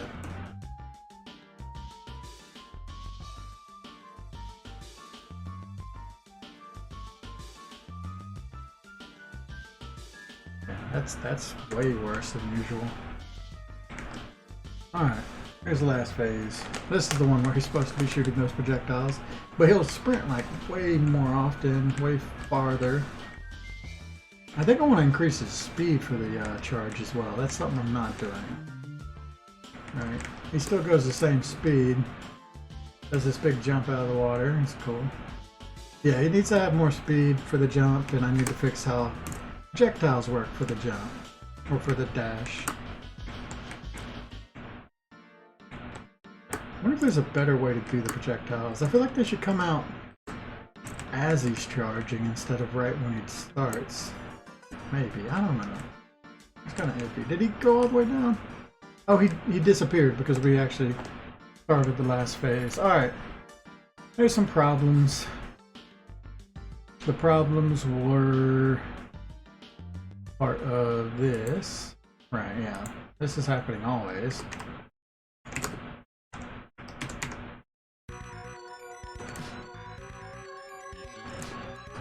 I can actually tag this in here.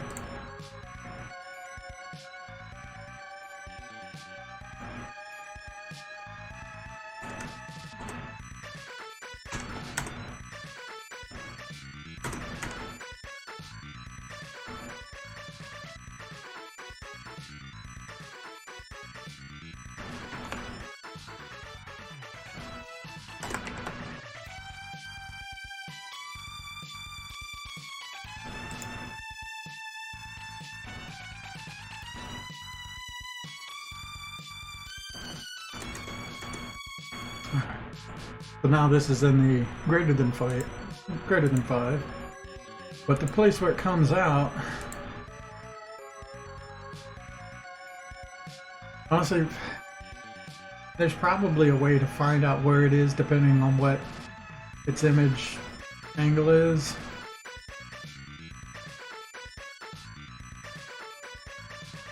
But I think I'm just going to try it at X and Y and see how that looks.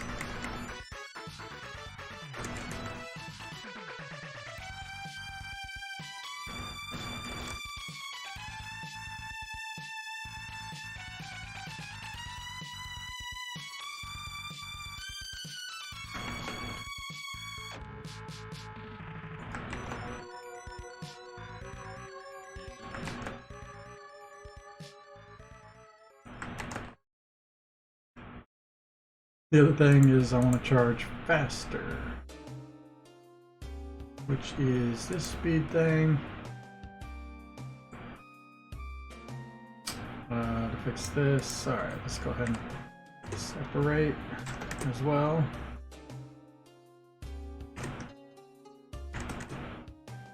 And then copy that. Paste it there. Paste it here. Now, if it was going that fast, is this too fast? We'll see. I wonder if I could just jump his phase up instead of going through the whole thing again. I'm not going to. I'm going to go through the whole thing again because I really want to test this jellyfish thing out. So, this thing with the whole variable scale. I wonder if this is screwing it up too. There's a lot of things it could be. And actually, alright. The first test will be if particle effects is what's doing it, which I don't think it is. It could be like this whole using a variable scale thing, actually. Anyway, let's go to effects, enemy explosion. Animation end.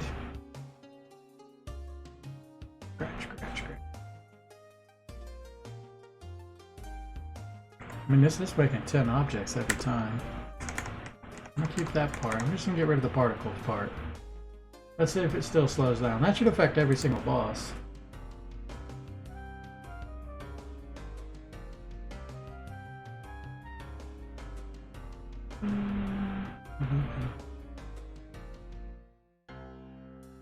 Oh right, I forgot to mention, I got tomorrow off, and I plan on probably doing artwork starting tomorrow. We'll see. But the day after that, I got a birthday party to go to, so I don't know how much I'll stream that day. Depends on how long the event is. I mean, I'll probably be up all night, so I'll probably stream as well. It's just, it'll be less. So, we'll see. I don't promise that one, but I'll definitely do it tomorrow. I think, because I got nothing else going on tomorrow. I would like to go to the bank, though. That might be one thing I do.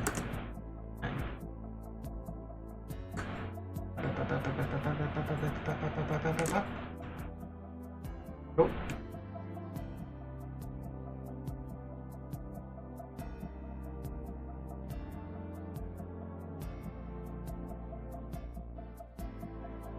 We'll have to get the last discharge going, and then I'll have to figure out how the HP stuff works so that I don't... You know, the whole idea is you continue shooting them during this whole thing. So I gotta make sure that doesn't break anything, and it's balanced somewhat. Alright, let's see if I kill these guys, if it causes huge frame drops now. Oh, okay. Oh, wait, no, there's a little bit. But definitely not as bad, so that tells me particles does have something to do with this. Let's see this guy. Oh no, big frame drops. Okay, so it's not just particles. I think it's all the objects it creates, maybe. I forgot that it creates 10 spark objects, which is kind of nutty. So, I mean, that's 10 spark objects per one. Might be adding up to quite a few objects. It's still not like so many objects that... Like, I feel like you can get up to several thousand objects before you actually have like frame drops. But when you add in everything else that I got going on in this game, like the high def images, all the collision stuff, there's quite a few particles going. It might be just adding up to be a little too much. I could do, actually that's one thing I could do is make a specific explosion for this arena. Because I really do like all the sparks and stuff in normal levels. I could just tone it down with these. Ow! I'm cheating. Yeah, it's still laggy. It does seem better though. I like that he comes down just fast enough for me to get out of the way too. Oh no, that's really bad right there.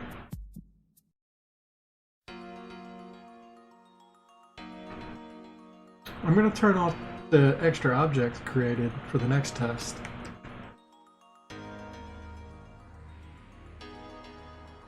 I probably should set him up to where... yeah, I guess it's fine. I was thinking to set him up where he'll go to the closest part of the screen, but it's a final boss fight. You don't really, like... You can waste a little bit of time in the final boss fight. Because this is like... Oh. That was really fast. Oh, golly. Ah! Oh, this is a bad place to be. Much better to be above him when this phase starts. That's interesting.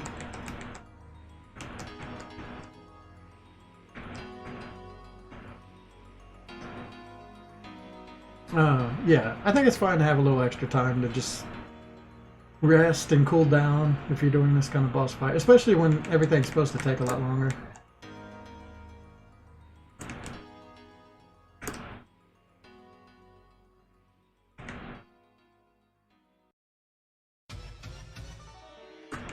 So bad. Well, at least now we know the particles isn't really changing much. Let me turn those back on. I really think it's all the extra objects is what's doing it. I don't know how many explosions we're creating. I didn't think it was that many, but it is like for every one we do, we're doing 10 sparks for each. 10 new spark objects that each have their own movement code. It's kind of fine when you're only killing like one enemy at a time, but yeah, when you're getting lots of explosions, it might be too much.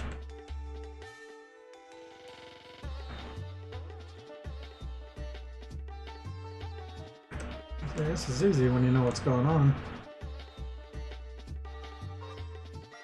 Just some pattern recognition, you know? Nothing wrong with that. Dark Souls made a whole franchise on pattern recognition. Ah! I like how these guys just get started right from the bottom. Ow! Ah, okay. Gee.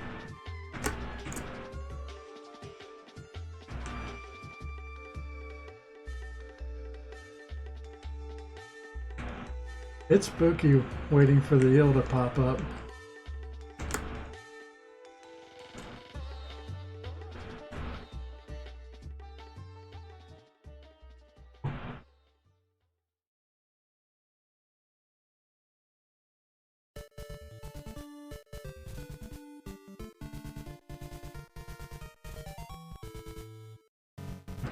I always seem to kill him right when he's off screen. We get like the maximum time duration for him to get to the other side again. Alright, so here's the projectile part. Let's see how this looks. It's so much slower. Oh, wow. He's going way fast. I don't like he's coming off screen. Projectiles are behind where he was. Alright, he's moving too fast. He's at least got to get like on screen before he comes charging at you. Yeah, that's crazy. What am I thinking?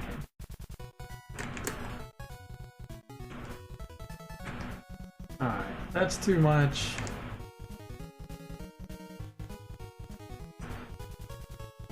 Alright, let's try adjusting this, turning that off.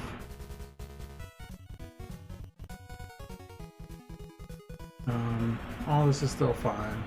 So it's creating one every 10 frames. He dies for like, I don't know how many frames it takes him to actually die. I could also turn this down to save some time.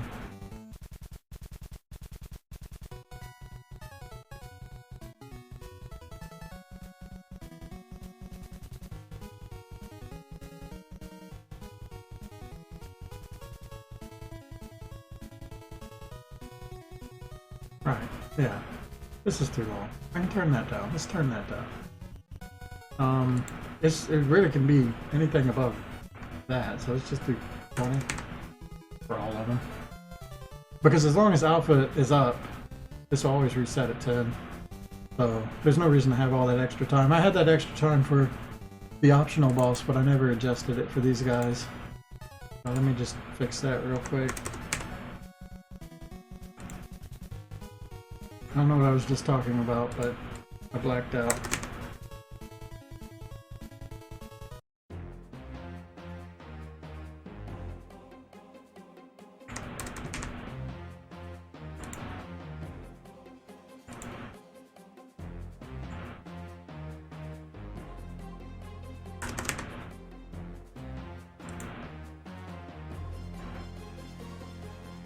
Because the alien actually doesn't start moving to where he's supposed to be until this timer finishes.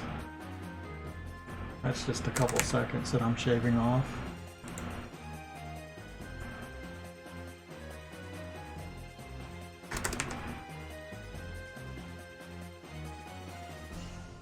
Alright. So the other bit was how he charges.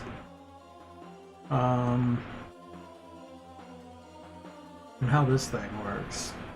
Well, okay, he was going way too fast. That was step 1. 6 is nuts. It's just like, I mean, times 3 Going double that speed is already kind of nutty. I could try 4, but that might even be too fast.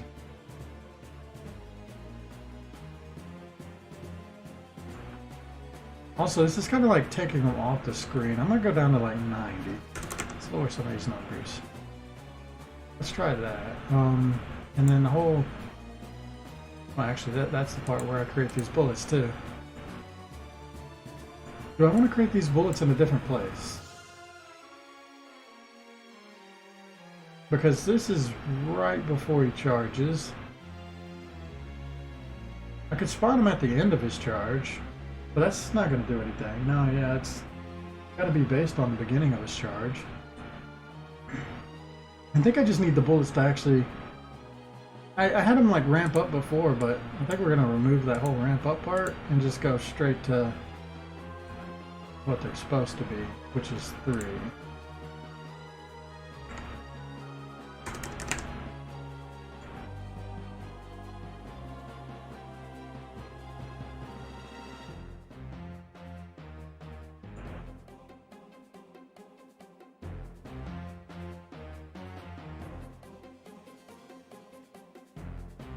Oh, I see.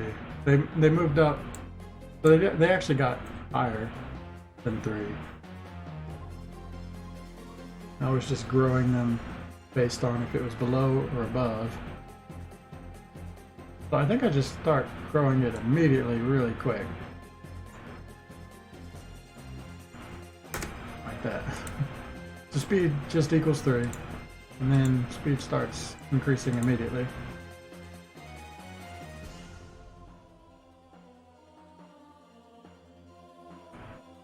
This whole spark part can get just cut from it. No sparks on this one. That's all good.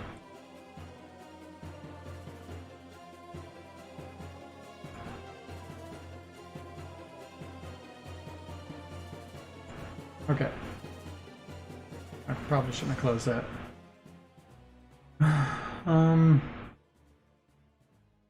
There's more testing, I guess. It's kind of lame, but I don't know. I'm kind of looking at everything. I'm looking at how each of the bosses dies.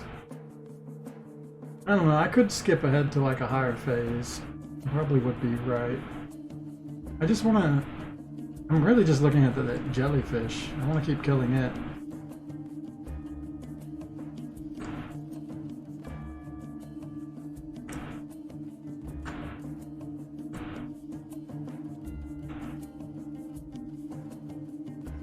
But yeah, I am sitting through all this when it's really unnecessary. I don't know.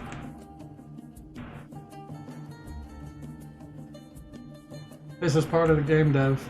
You play your game a lot more than most people do. You play your own game. That's why you become numb to it. And you stop wondering if it's fun or not.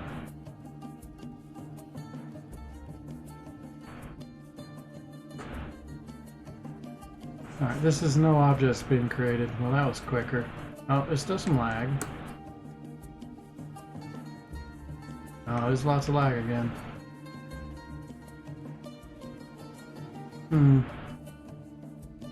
Honestly, I feel like that was definitely improved, but still not enough.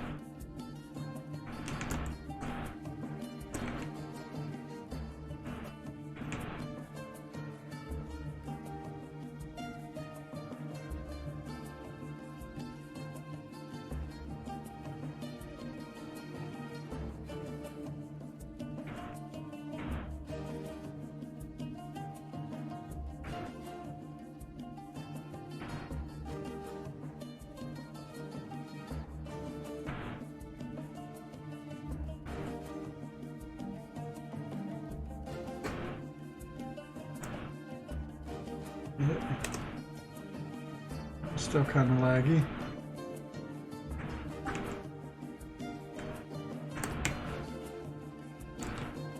I'm still kind of laggy too.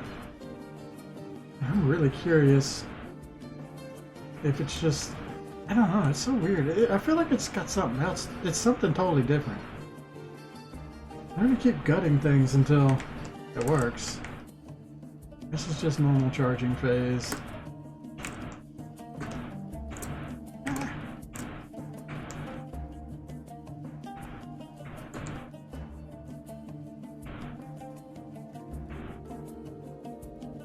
Oh, golly, that one's... Yeah, it just comes out too fast. I'm gonna fix that later. We'll make a slower, smoother animation.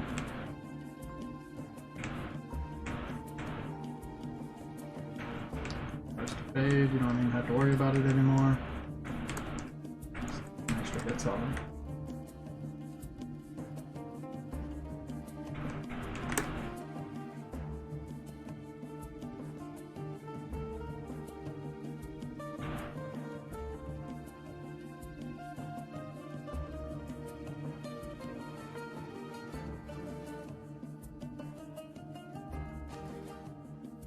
Okay, it's definitely not fixed.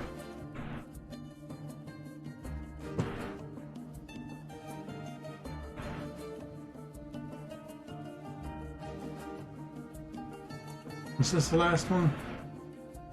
No, this is just normal projectiles. I'm totally cool with the way these ones go. I like how they got that little... They go backwards and then they come out, which was great for that, but it's not good for the charging bit.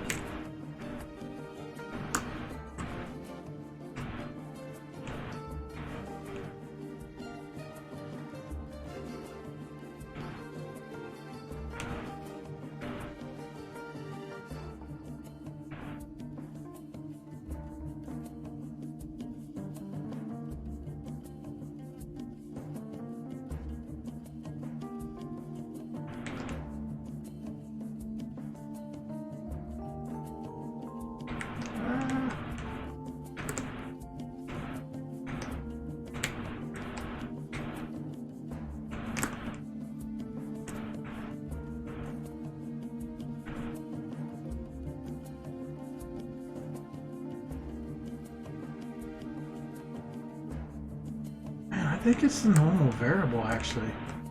That's the thing that I've done differently, right? And if it's anything, it's because I used a normal variable, and that might be causing a lot more lag. And it doesn't. Maybe normal variables don't work the way I thought they did. And I should have just made a normal, like an actual. I say normal variable, but I mean, oh my god, it come up from off screen.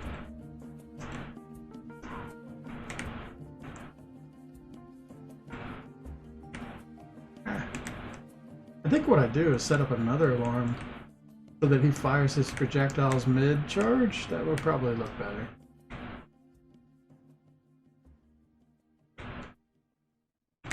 Yeah, I don't like that.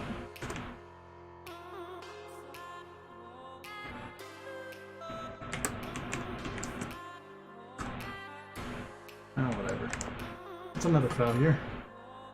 Yeah, let's set this up. This is what I'm gonna do. We're gonna have a new alarm.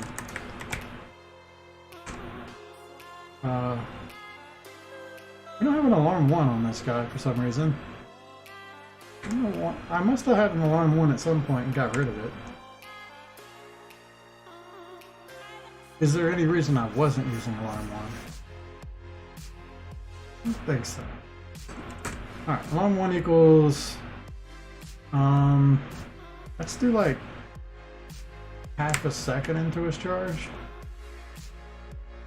I'm gonna take this, copy,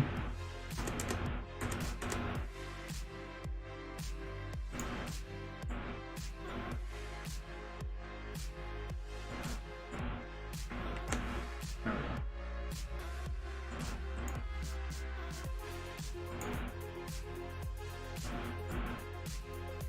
All right. I think that might be better. I also... But speed was okay. I just kind of want him to be on screen before he charges you the first time. Or it's kind of cheap. Which means changing when this thing occurs. I'd also wouldn't mind the projectile timer to actually get smaller. But I can do that pretty easy. Let's do it. Let's start with that.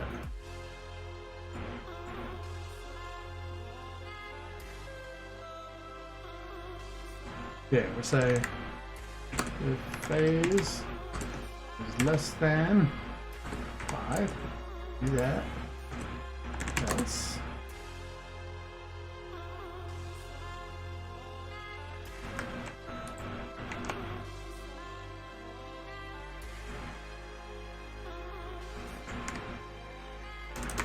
More bullets. Turn this into a bullet hell. So, okay, if I want the first charge to at least be on screen,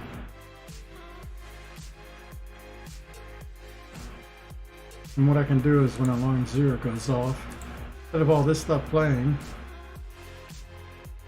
we can do something like if distance to player.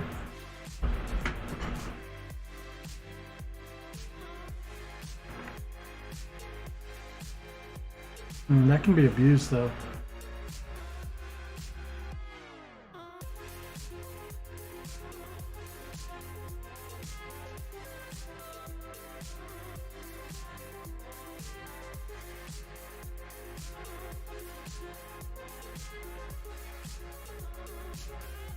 Maybe I just don't do the extra speed part. I mean, it's already happening more often. It doesn't really have to go faster.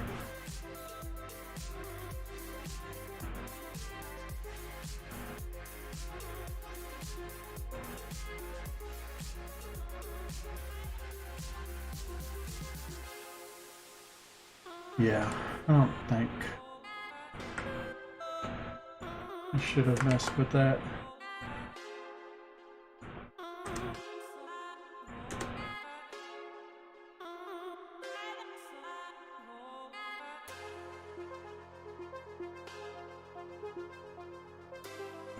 Alright, so the other thing I wanted to change. Alright, jellyfish, is this scale thing that I'm doing what's causing this? I'm just very curious here.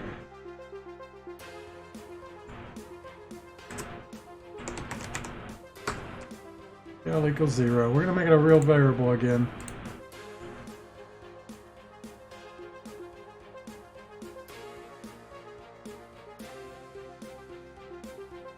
I'm just going to see if that changes anything. But then again, it was working sometimes correctly, so that won't give me like definitive evidence. I could just throw a bunch of these in the room and keep killing them until it lags the hell out of everything. I feel like the jellyfish has been the most laggy thing most of the time. I don't know. Test it again. I'm just doing like lots of tests.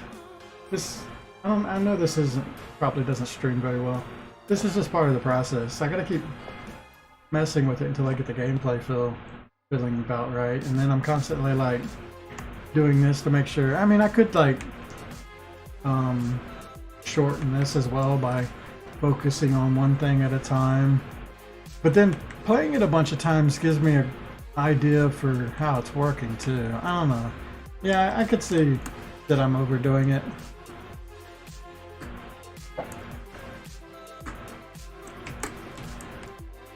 I don't know. I'm gonna do it one more time, and then if it's still not right, I don't know. I'll do something different. But I get the idea. We're doing this fight a little too often, huh?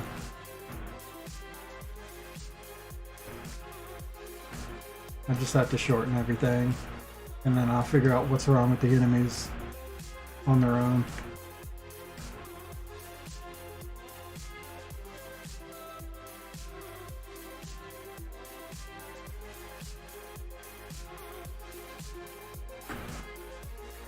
So this guy might be laggy. He's not laggy at all. He's a little laggy. Alright. I'm gonna wait until these particles clear.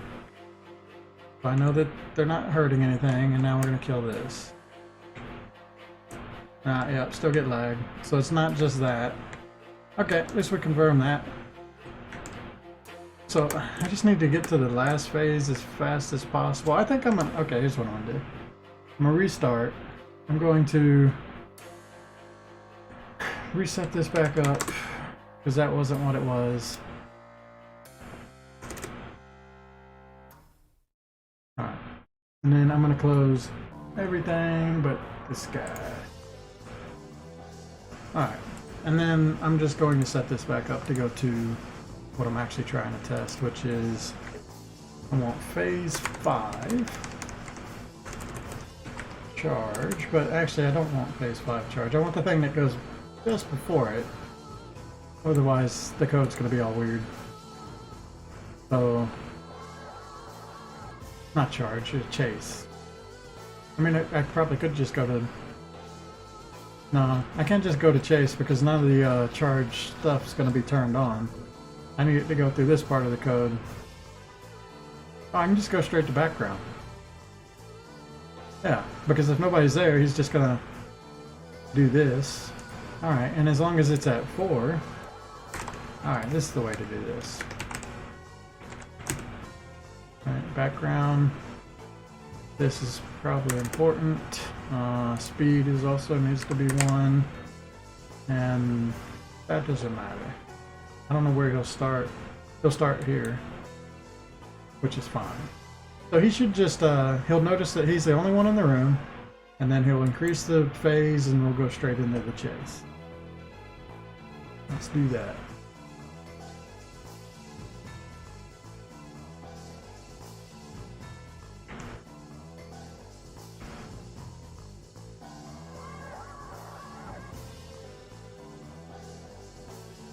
He's gonna come flying off from the side again. Yeah, I knew it. So many bullets. Oh, that's right. If he fires after he charges, they're not based on his direction. They're based on our direction, which looks weird. I want it to be based on his direction, which you're never really going to be in front of him. So, honestly, does that do anything? Maybe I'm just all fucked up, and I should abandon this idea of the fan of projectiles that fire out. I could do homing ones instead. We're gonna do homing ones soon, and anyway, why not just start it now? So he shoots out some homing ones, so you get an idea of how they work, and he'll just shoot out like 1 or 2 of them that'll home in on you. I think that might be better than what I'm doing now, because this just, it won't work out no matter how I do it.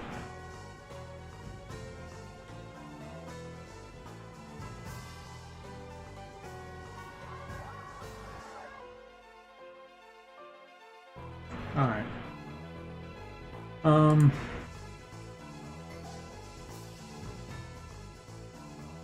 Well, I put them on this one, which makes it a little easier though. Alright, we're doing homing bullets. How do I set this up? I want these bullets to actually do what the last bullets are going to do. I was doing homing bullets anyway, which is here. Homing projectiles, random lightning. So yeah, instead of, he'll just shoot like 2 homing projectiles. So that the player, I like this because it gives the player a chance to experience these before they all get dumped on them in this last bit. In this last bit, I might have like random lighting, random normal projectiles, and then random homing as well. I don't know, we'll see. I just want to make it like a real bullet hell for that last little bit. So instead of charge, we're not calling this homing. I haven't done a homing thing in a while. But I think I want it to actually work like the last one did, which means cutting some stuff. Let's go back to our original one. Set this up like we had before. Luckily, I only changed these 2 lines.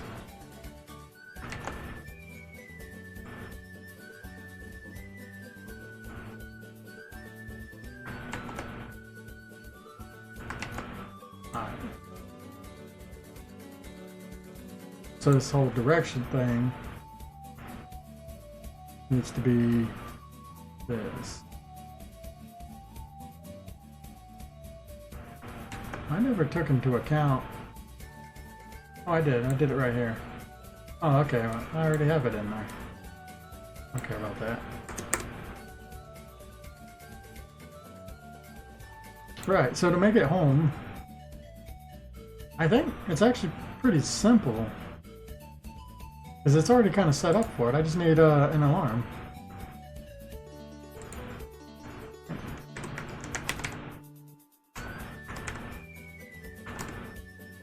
And this is how often it updates the homing part. I'll do 60 at first. I think that's too slow for homing. I don't no, this isn't right, because this will make it like immediately change direction, I think. It's got to have like an increase to get to the right direction. I've done this before. I've done a shoot 'em up. I've even, yeah, it was in Plasma Gunners. This is one of the first things you learn. How to do a homing bullet. I just don't remember.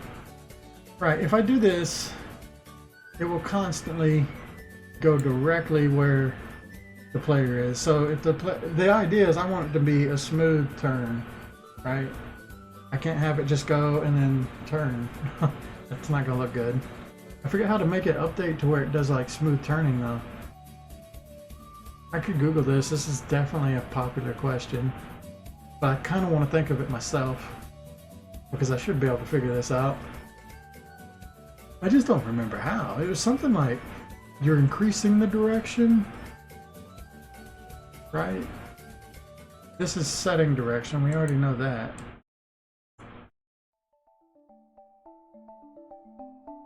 Instead, I want to like try and match the direction that it needs to go into to get to the player, but it has to move it like a small variable.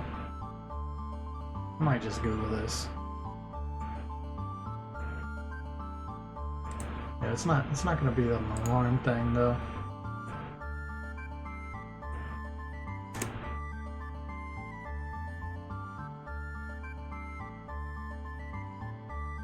I wish I had Plasma Gunners.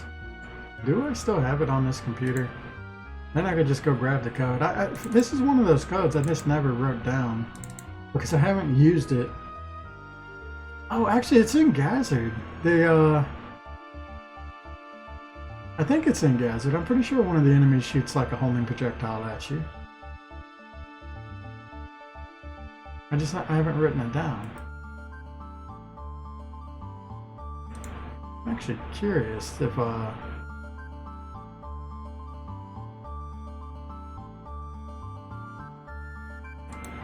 still have Plasma Gunners.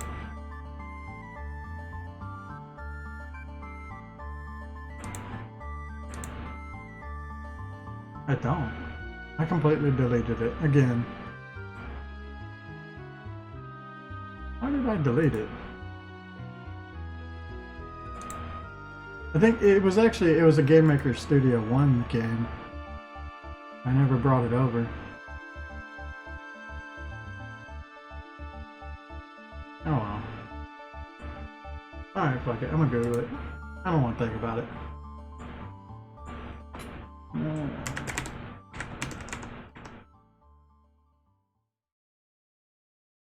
Let's try a new dark background on Google search. I have the dark background on right now. What the hell are you talking about, Google? Or maybe it's a new version. Yeah, it's probably something like that.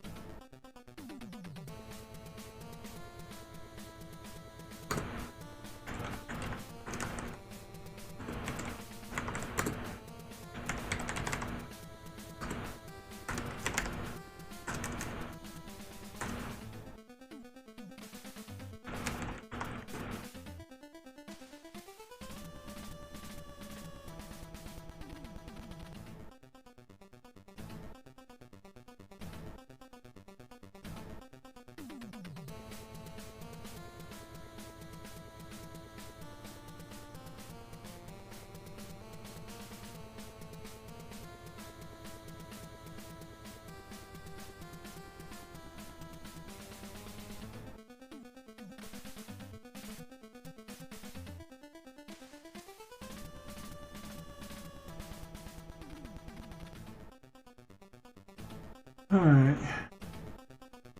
X position, Y position, rotation speed.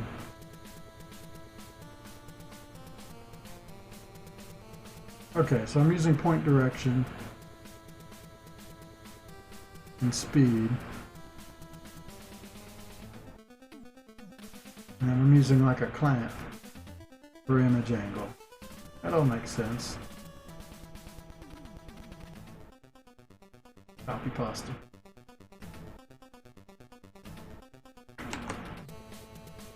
I'll edit this. Alright, so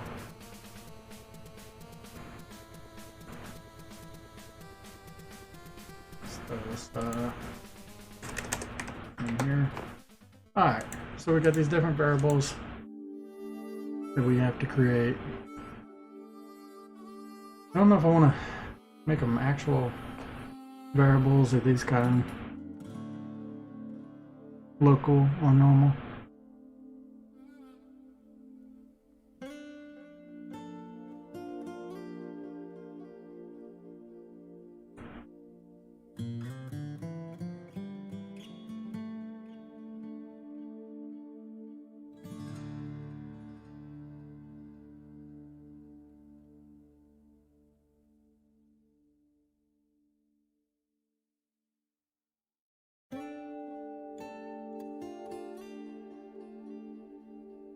Does this actually work?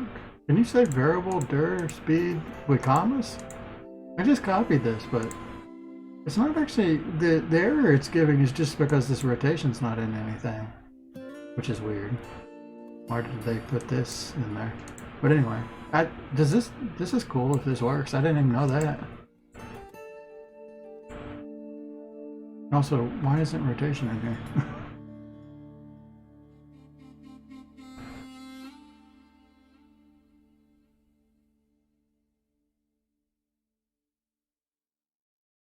Alright, so 0 and 1 is our target, obviously.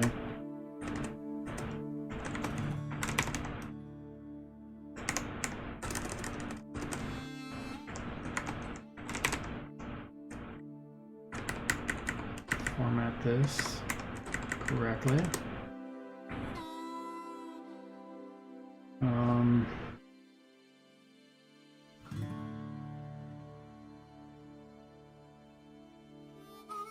So rotation speed and acceleration,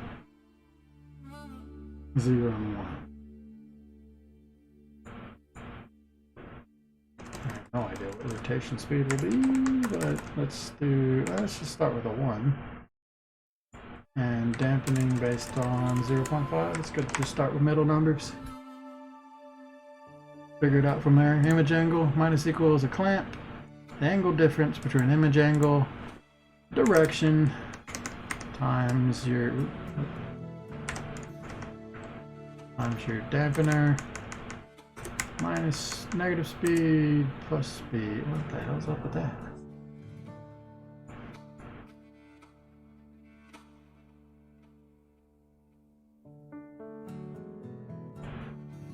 This is some weirdness, isn't it? Oh no, okay, yeah, negative speed, and it's clamped, that's why. It's clamped between a negative and a positive of your speed. Sense. I like this code. Pretty good.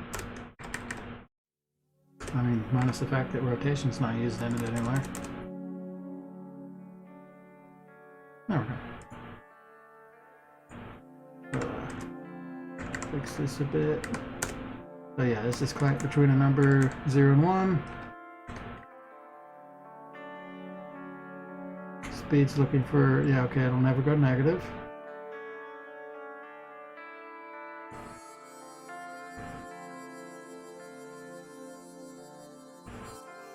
Also, this speed variable has fucked up my speed variable.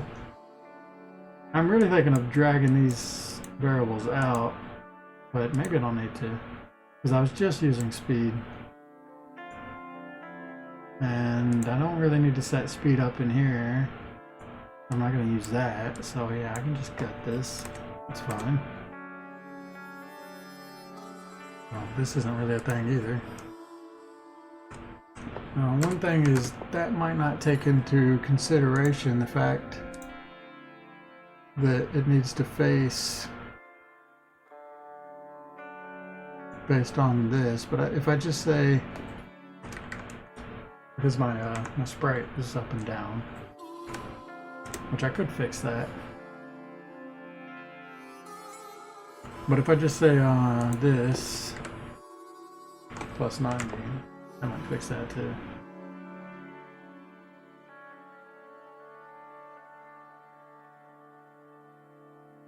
Alright, so this whole speed thing and all that speed thing, I mean, I wouldn't mind a speed that increases steadily, but let's see what happens first before we mess with all that. All this is still the same. I don't like this spark. Oh no! I put this in the wrong damn object. Son of a bitch. It's supposed to go in this one.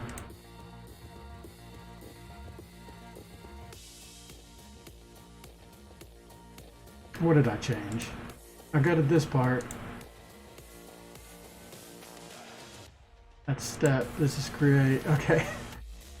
Honestly, I think this still had the same code, so I just need to restore it.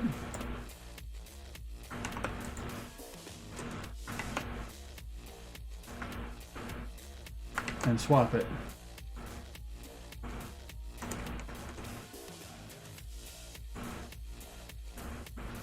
Yeah, I noticed this somehow snuck its way back in. I was on the wrong one. Okay, I don't care about that part, but I do care about this part. Copy. Paste. Copy. Paste. Alright. We're back to fixed, I think.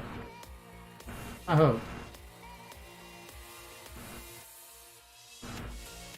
Right.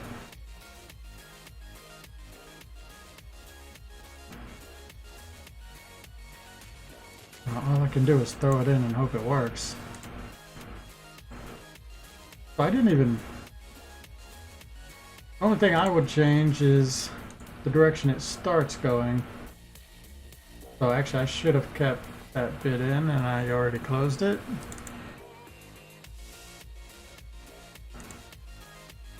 Alright, this part is important.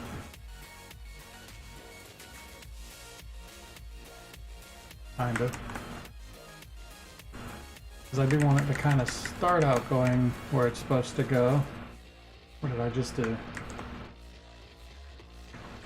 There we go. What's that? I can probably get rid of this comment now. Alright. Right. And just screw this whole thing. That doesn't matter. I just want it to come out at a speed, which is like, I don't know, 10. And then I want to say direction plus equals 30 or 45 times global at positive and negative number. I don't know, this will get overwritten like immediately, I think.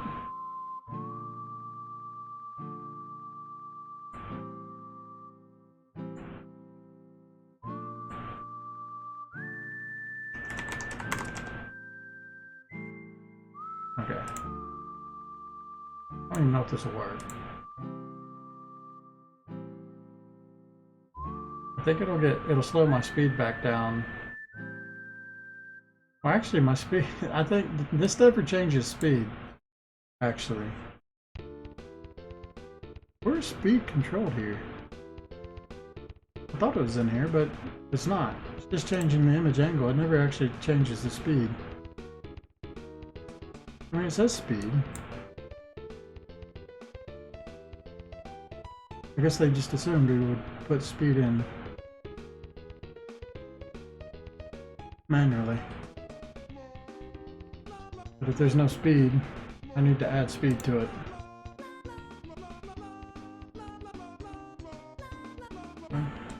Okay.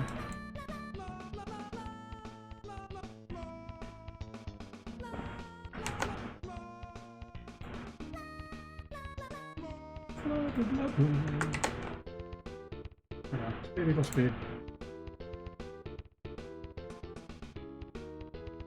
Yeah, I don't know if this will have any effect on it, but the direction will definitely have an effect on it.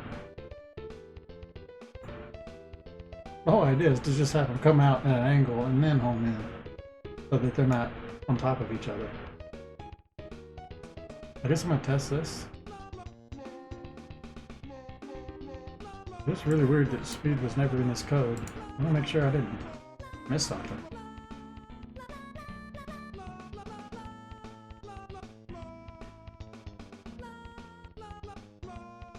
Oh, that's speed of like rotation, isn't it? It's not like speed of movement. Yeah, if I do that, it's probably gonna cause an error. I need like a new speed variable, basically. Alright, well, no. I was using speed first. You get out of here. Let's just say, what's a better way of writing this? It's just like speed of movement or rotation speed. Yeah, let's just call it rot speed. I think that's better. Rot speed.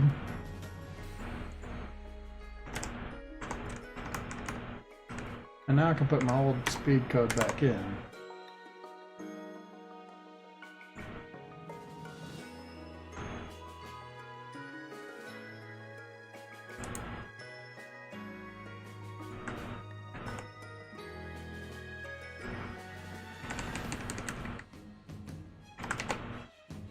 Okay.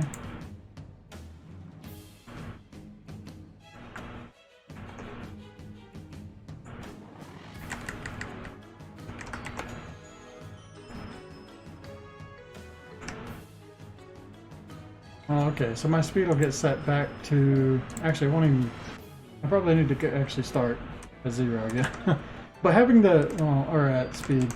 Having the direction already set, I think, will still do what I want.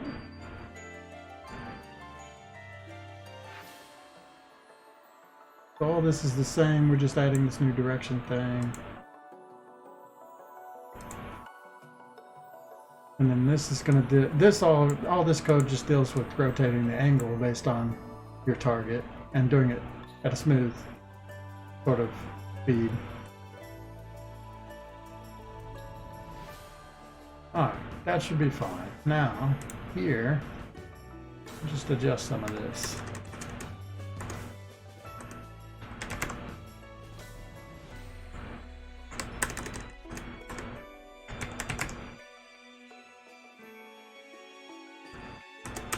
I'm going to shoot out the 2. Don't have explosion Y variable anymore. Just have a positive 1 and a negative 1. Alright, cool.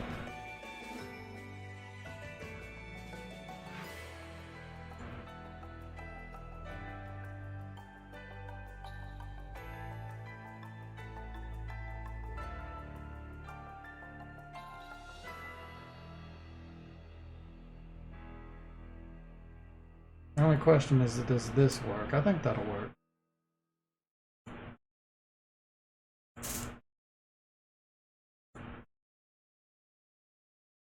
Alright, well, I don't know. Let's test it. So everything's set up right. This should work. Every time he charges, he should shoot out 2 homing projectiles.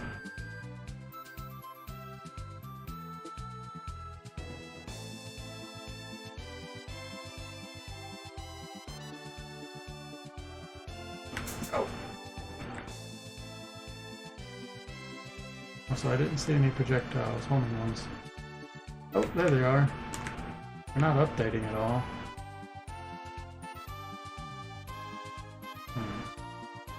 Oh, I see. I'm changing image angle. I'm not even changing the direction, though. They don't seem to be trying to find me, though. Even if it was updated correctly. Right, they would be pointing at me, at least. Alright. I pressed the wrong button.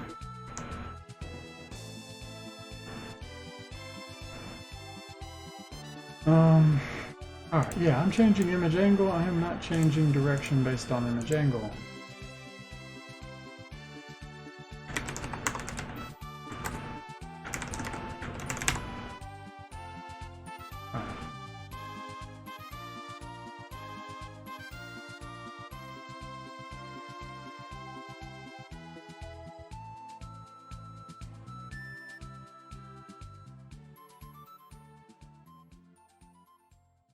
Well, as long as it's consistent, I can rotate it to be what it's supposed to be. We need to get the first bit working, where it's actually trying to get to us.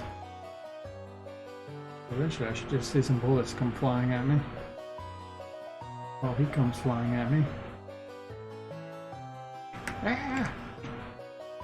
Okay. See some bullets. Oh. Kind of.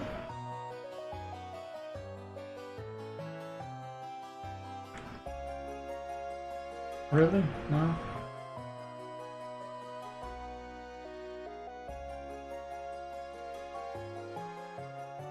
Almost looks like they were avoiding me.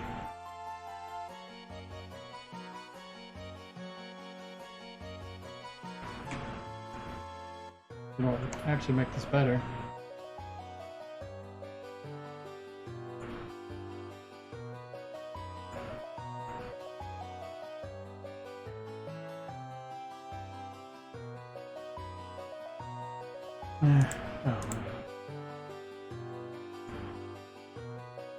Getting wore out again.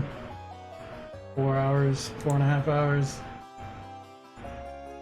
And this is a simple problem. I just hate relearning a problem. This is why it's so important to write things down. Alright. I think I kind of understand this. Direction is point direction. We're looking for his x, our x. Rotation speed is either 1 or 0. Whichever's bigger. Which is a weird thing to say, because it makes sense if this is adjustable, but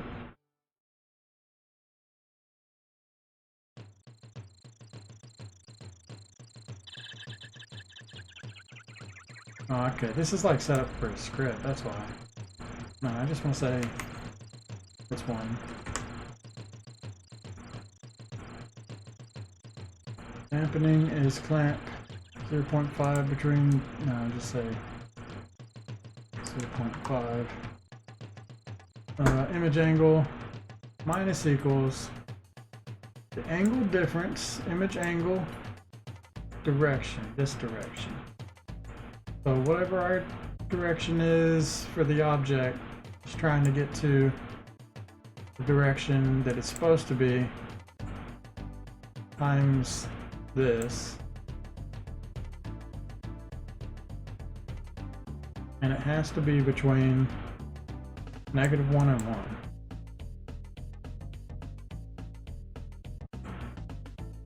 I think this is like, I mean, if anything's going wrong, it's in this, and this is the part that's hardest to understand because it's math. I wonder if this 90 is screwing it up. Let me just remove the 90. Honestly, I'll remove the 90 here too.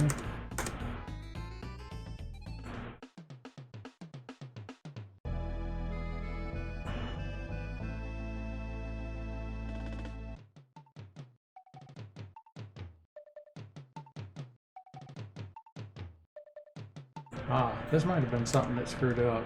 If I'd have had the 90 in this part, which I did not have. Okay, let's go back and add the 90 into everything again, because that may have affected what was going on. Alright, yeah, because it needs to have that 90 to actually go in the correct direction. Alright, let's try it again with that little fix, and all this fine. Honestly, all these variables are unnecessary. I could just do comments and figure it out, as long as it works.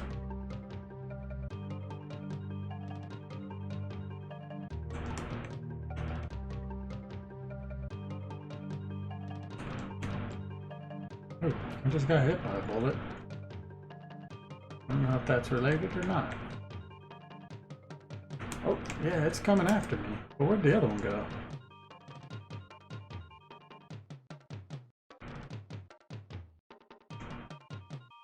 Okay, yeah, they are coming after me. They're just, the one that gets shot in the other direction. The turning radius is so slow, and it looks like it's actually going backwards to start with, right? They kind of look like they shot backwards and then they're turning all the way back around, like it's the wrong direction they're turning. Okay, at least we're getting there. So a few things. Okay, I'm starting to think, all this is kind of dumb. And really I need some... Like, okay, I get all these variables, they're kind of set up for a script, but I'm not going to use a script because that's unnecessary. But I will say...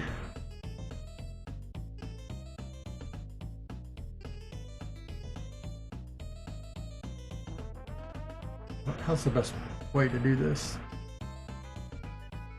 I guess I just write down what's here, right?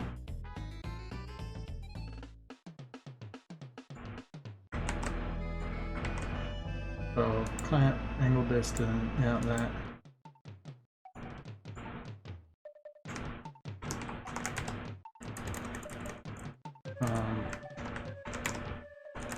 Okay.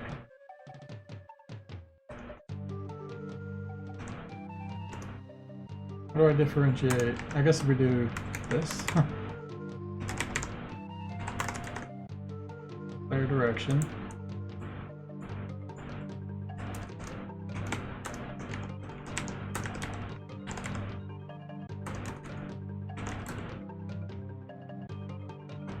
Damping.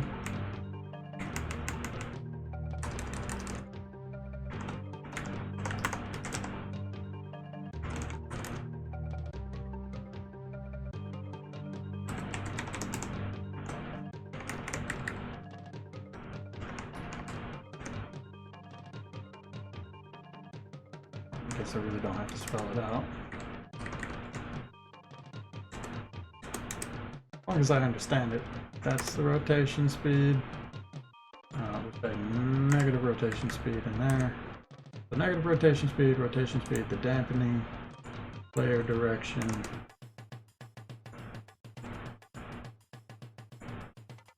Alright, so that's to explain to me what all these numbers are, because I will forget. I'm planning on saving this once I get it working. All this is done. Though this direction is important, so maybe we do keep that.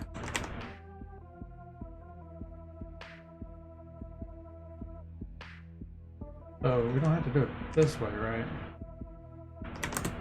We can just say variable dir equals that.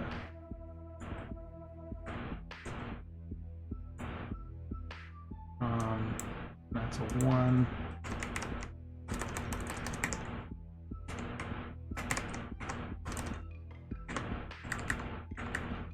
0.5. We are still using the direction, but I could just throw that in there too, instead of even working with the variable. Guess so.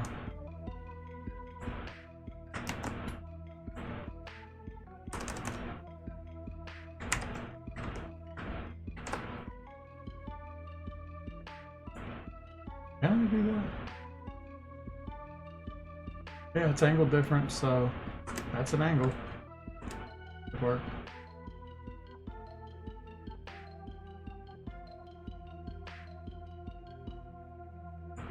Also, I wasn't even paying attention to the angle stuff before, but this goes way too far off the side. It's kind of annoying. Let's just do that. Do some carrots so I know that it's referring to the part that's above it.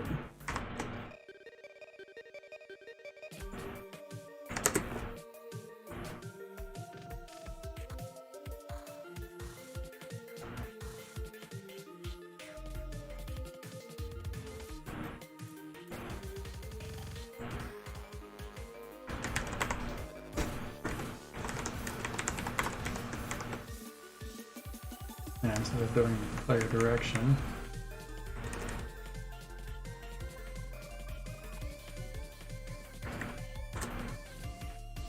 Really just throw all this in there.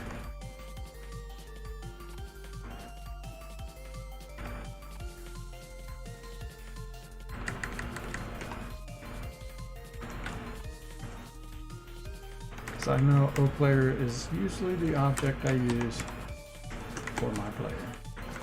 And I'll be able to figure it out from there.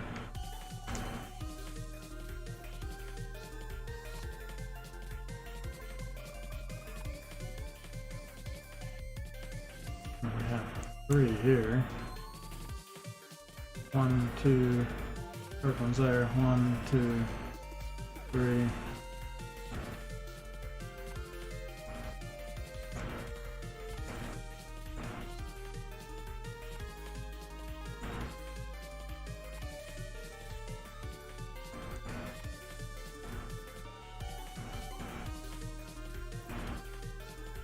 '90 will confuse me.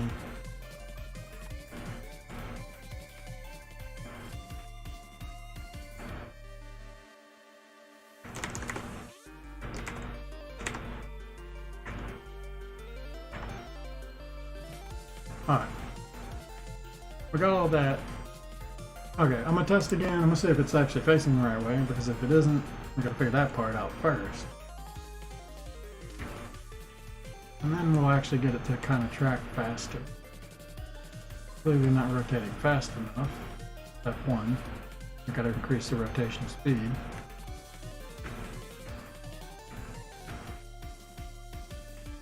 Came pretty hard there.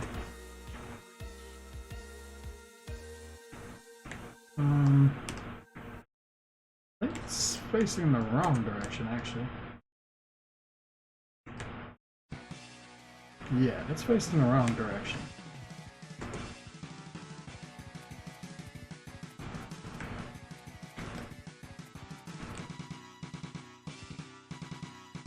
Alright. It's kind of weird, but okay. Why is it facing the wrong direction?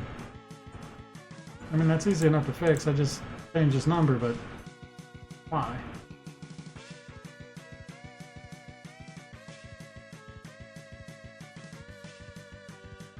Because I threw the 90 in here? One of these 90s probably adds up incorrectly. I'm going to try and remove this 90 without changing any other 90. Because if I'm doing it here, I think I'm doing it twice or 3 times, and that screws it up. Honestly, I might not need anything outside of the creation event now that I think about it. Because once I add that 90, it's kind of like hard baked in. That makes a lot of sense. It should be going sideways now. They're not even going in the right direction. Okay. Well, maybe I'm not right.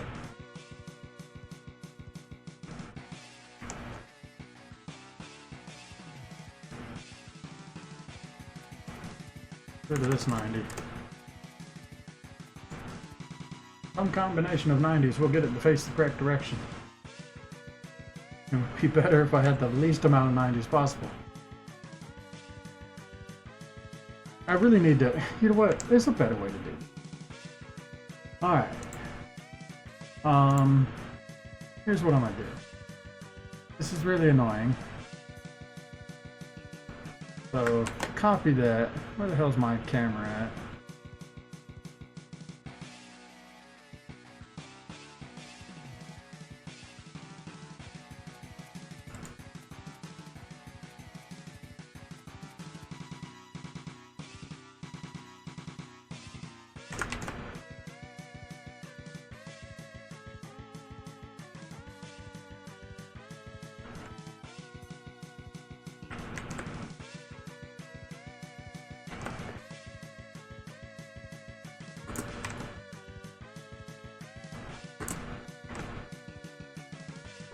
There. This will allow me to just press the mouse button and create these on the mouse. That'll be a lot better for testing. And then this guy, bit in the way right now.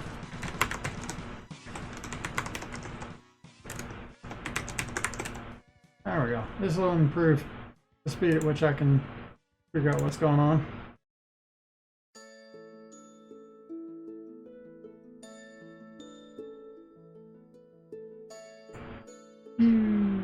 Whoa. Created a my X? Whoa, it created a whole bunch of them. Oh, it's the X of the camera. Alright, they're facing sideways, so that's not good. Hard to tell if they're even... They are kind of trying to come towards me, aren't they? Yeah, they're both curving in towards me, and if I got like here, they curve in to hit me. So it is tracking correctly. I should have made this mouse X and mouse Y. Also creating so many at once. Pretty nuts.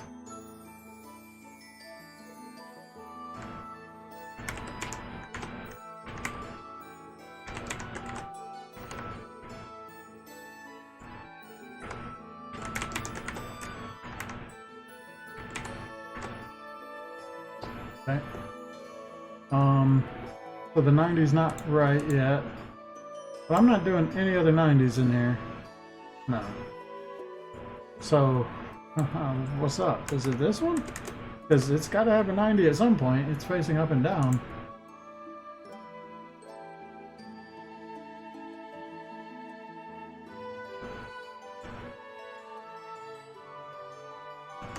Okay. Still sideways.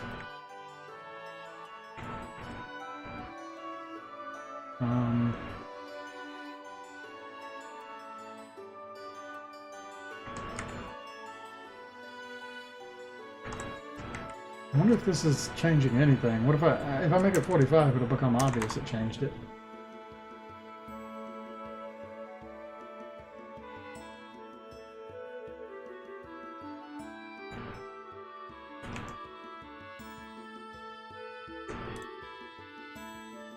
From the looks of it, okay, so it's fire facing straight down.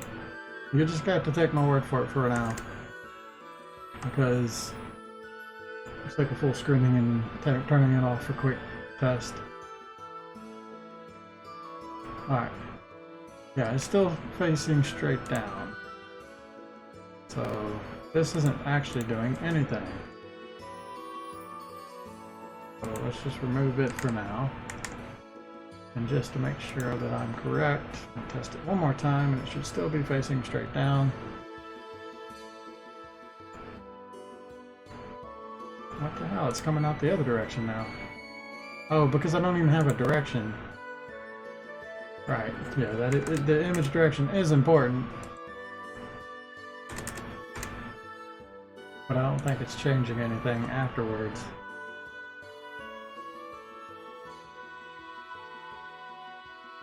Yeah, okay. So this is not where I change where it's supposed to be. I think it's just this last one here. Plus 90. Because this is when it actually mattered. Or maybe it's just this one. Oh, and it probably is just that one. I don't know. Let's try this one. We'll try that one. Instead of understanding it, you just keep trying things until it works. That's my philosophy. Alright, it is actually... It is technically working, it's just facing the wrong way now. But instead of going to like the other direction, let's just try this one.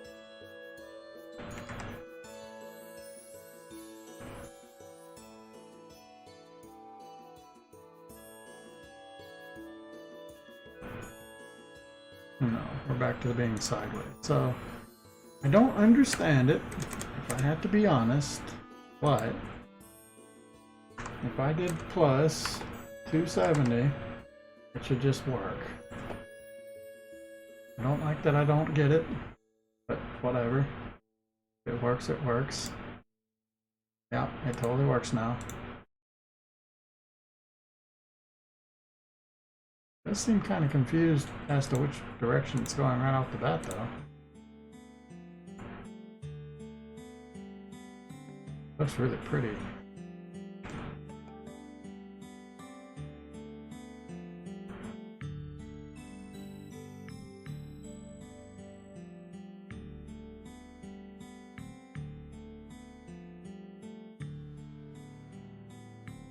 I just noticed this now. Let's look at it. I think I just noticed this, but this is actually how many things are being drawn. Right? 20 and 21. I don't know what the two different numbers are. But you see how it's like that? Watch when I start creating stuff. Now it's up to like 15,000. It might be how many things we're drawing, how many particles there are, maybe? I mean, technically there's a bunch of particles coming out here. I don't know, maybe one of them's objects and one of them's particles. They could just both be particles, and that's all that's really saying.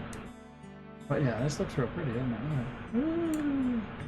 And look, I can create that many objects with that many bubbles, and we're still not really getting that much frame loss. That's why when I'm killing enemies, I feel like it's something completely different that's causing the frame loss. I need to figure it out. But that's another thing. That's another problem for another time. What worries me here is they seem to start at like a negative spacing right off the bat. So I need to figure out why that's happening. I think if I could set this to be, let's try the plus 90 and then let's try plus 270.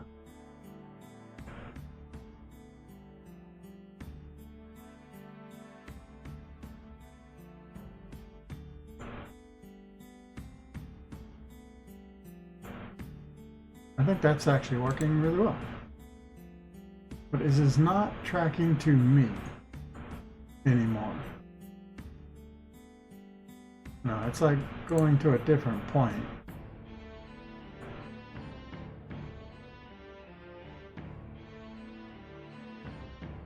Really weird. I wonder where it's going. Was it tracking to me before? I don't remember it hitting me.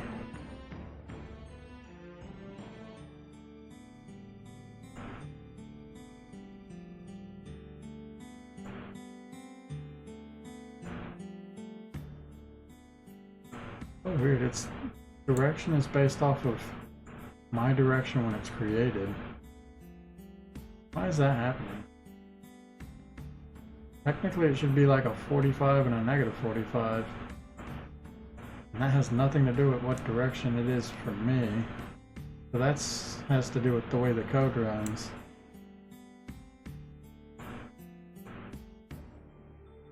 So it is moved towards player. Maybe this is screwing things up.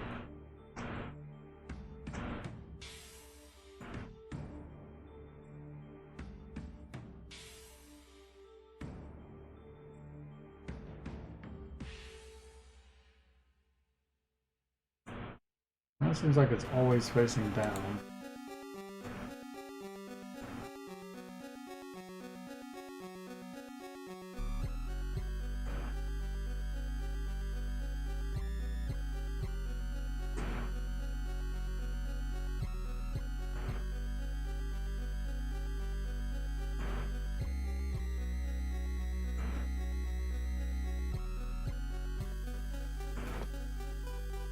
I think I've just made this whole damn thing harder for me because I wouldn't turn this damn sprite. Because I thought, oh yeah, I'll just add 90 to it, it'll be fine. Instead it makes everything so annoying.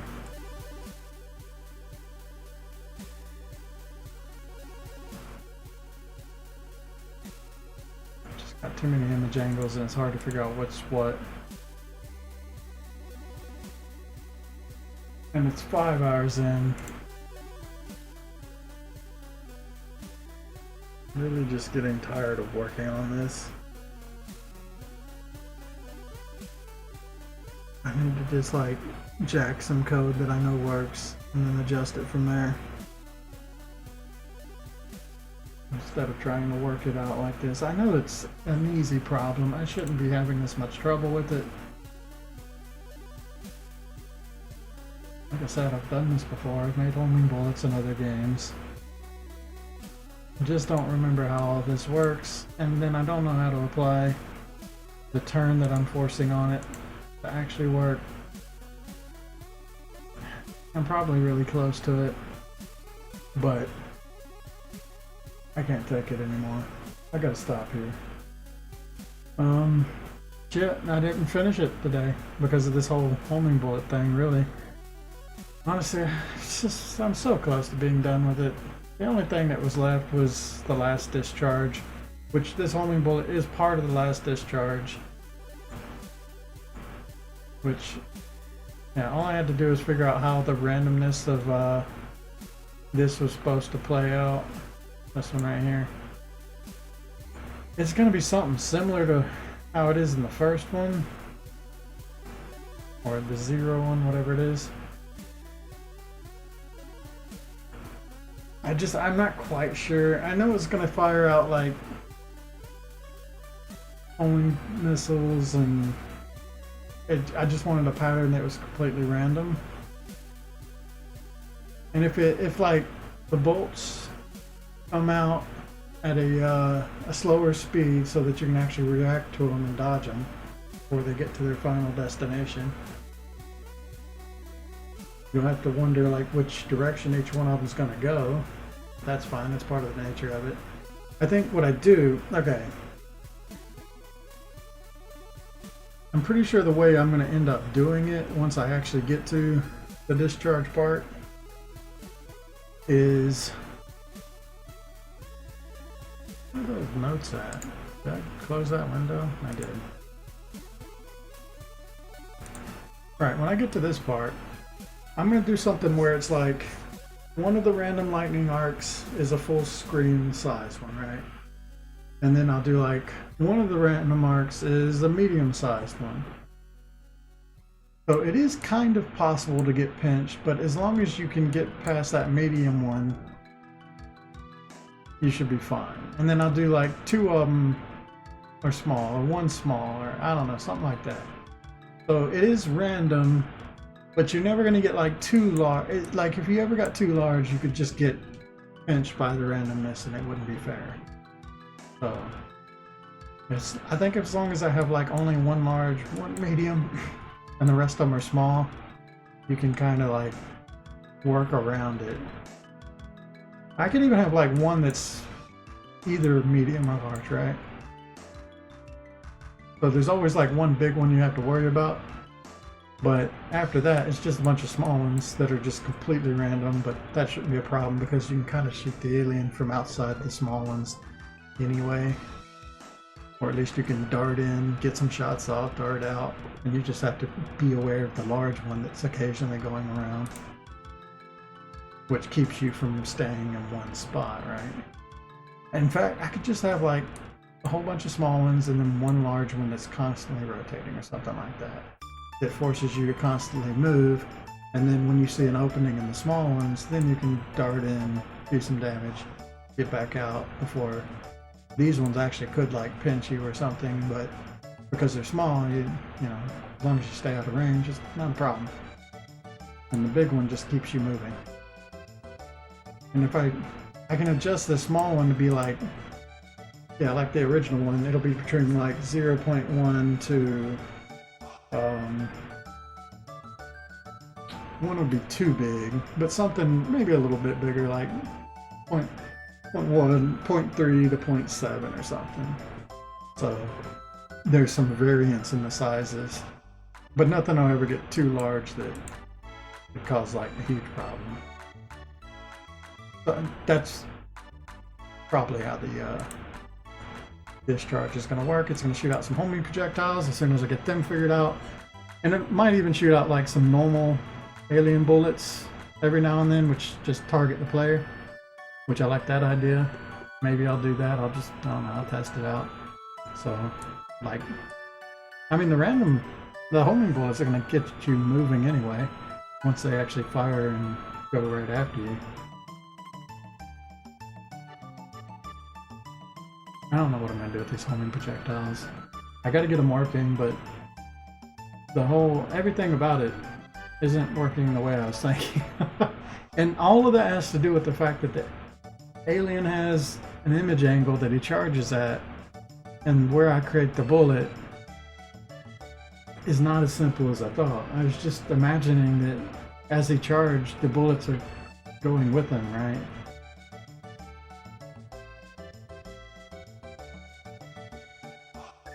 Honestly, maybe I'd go back to that idea. I've already erased everything because that was stupid.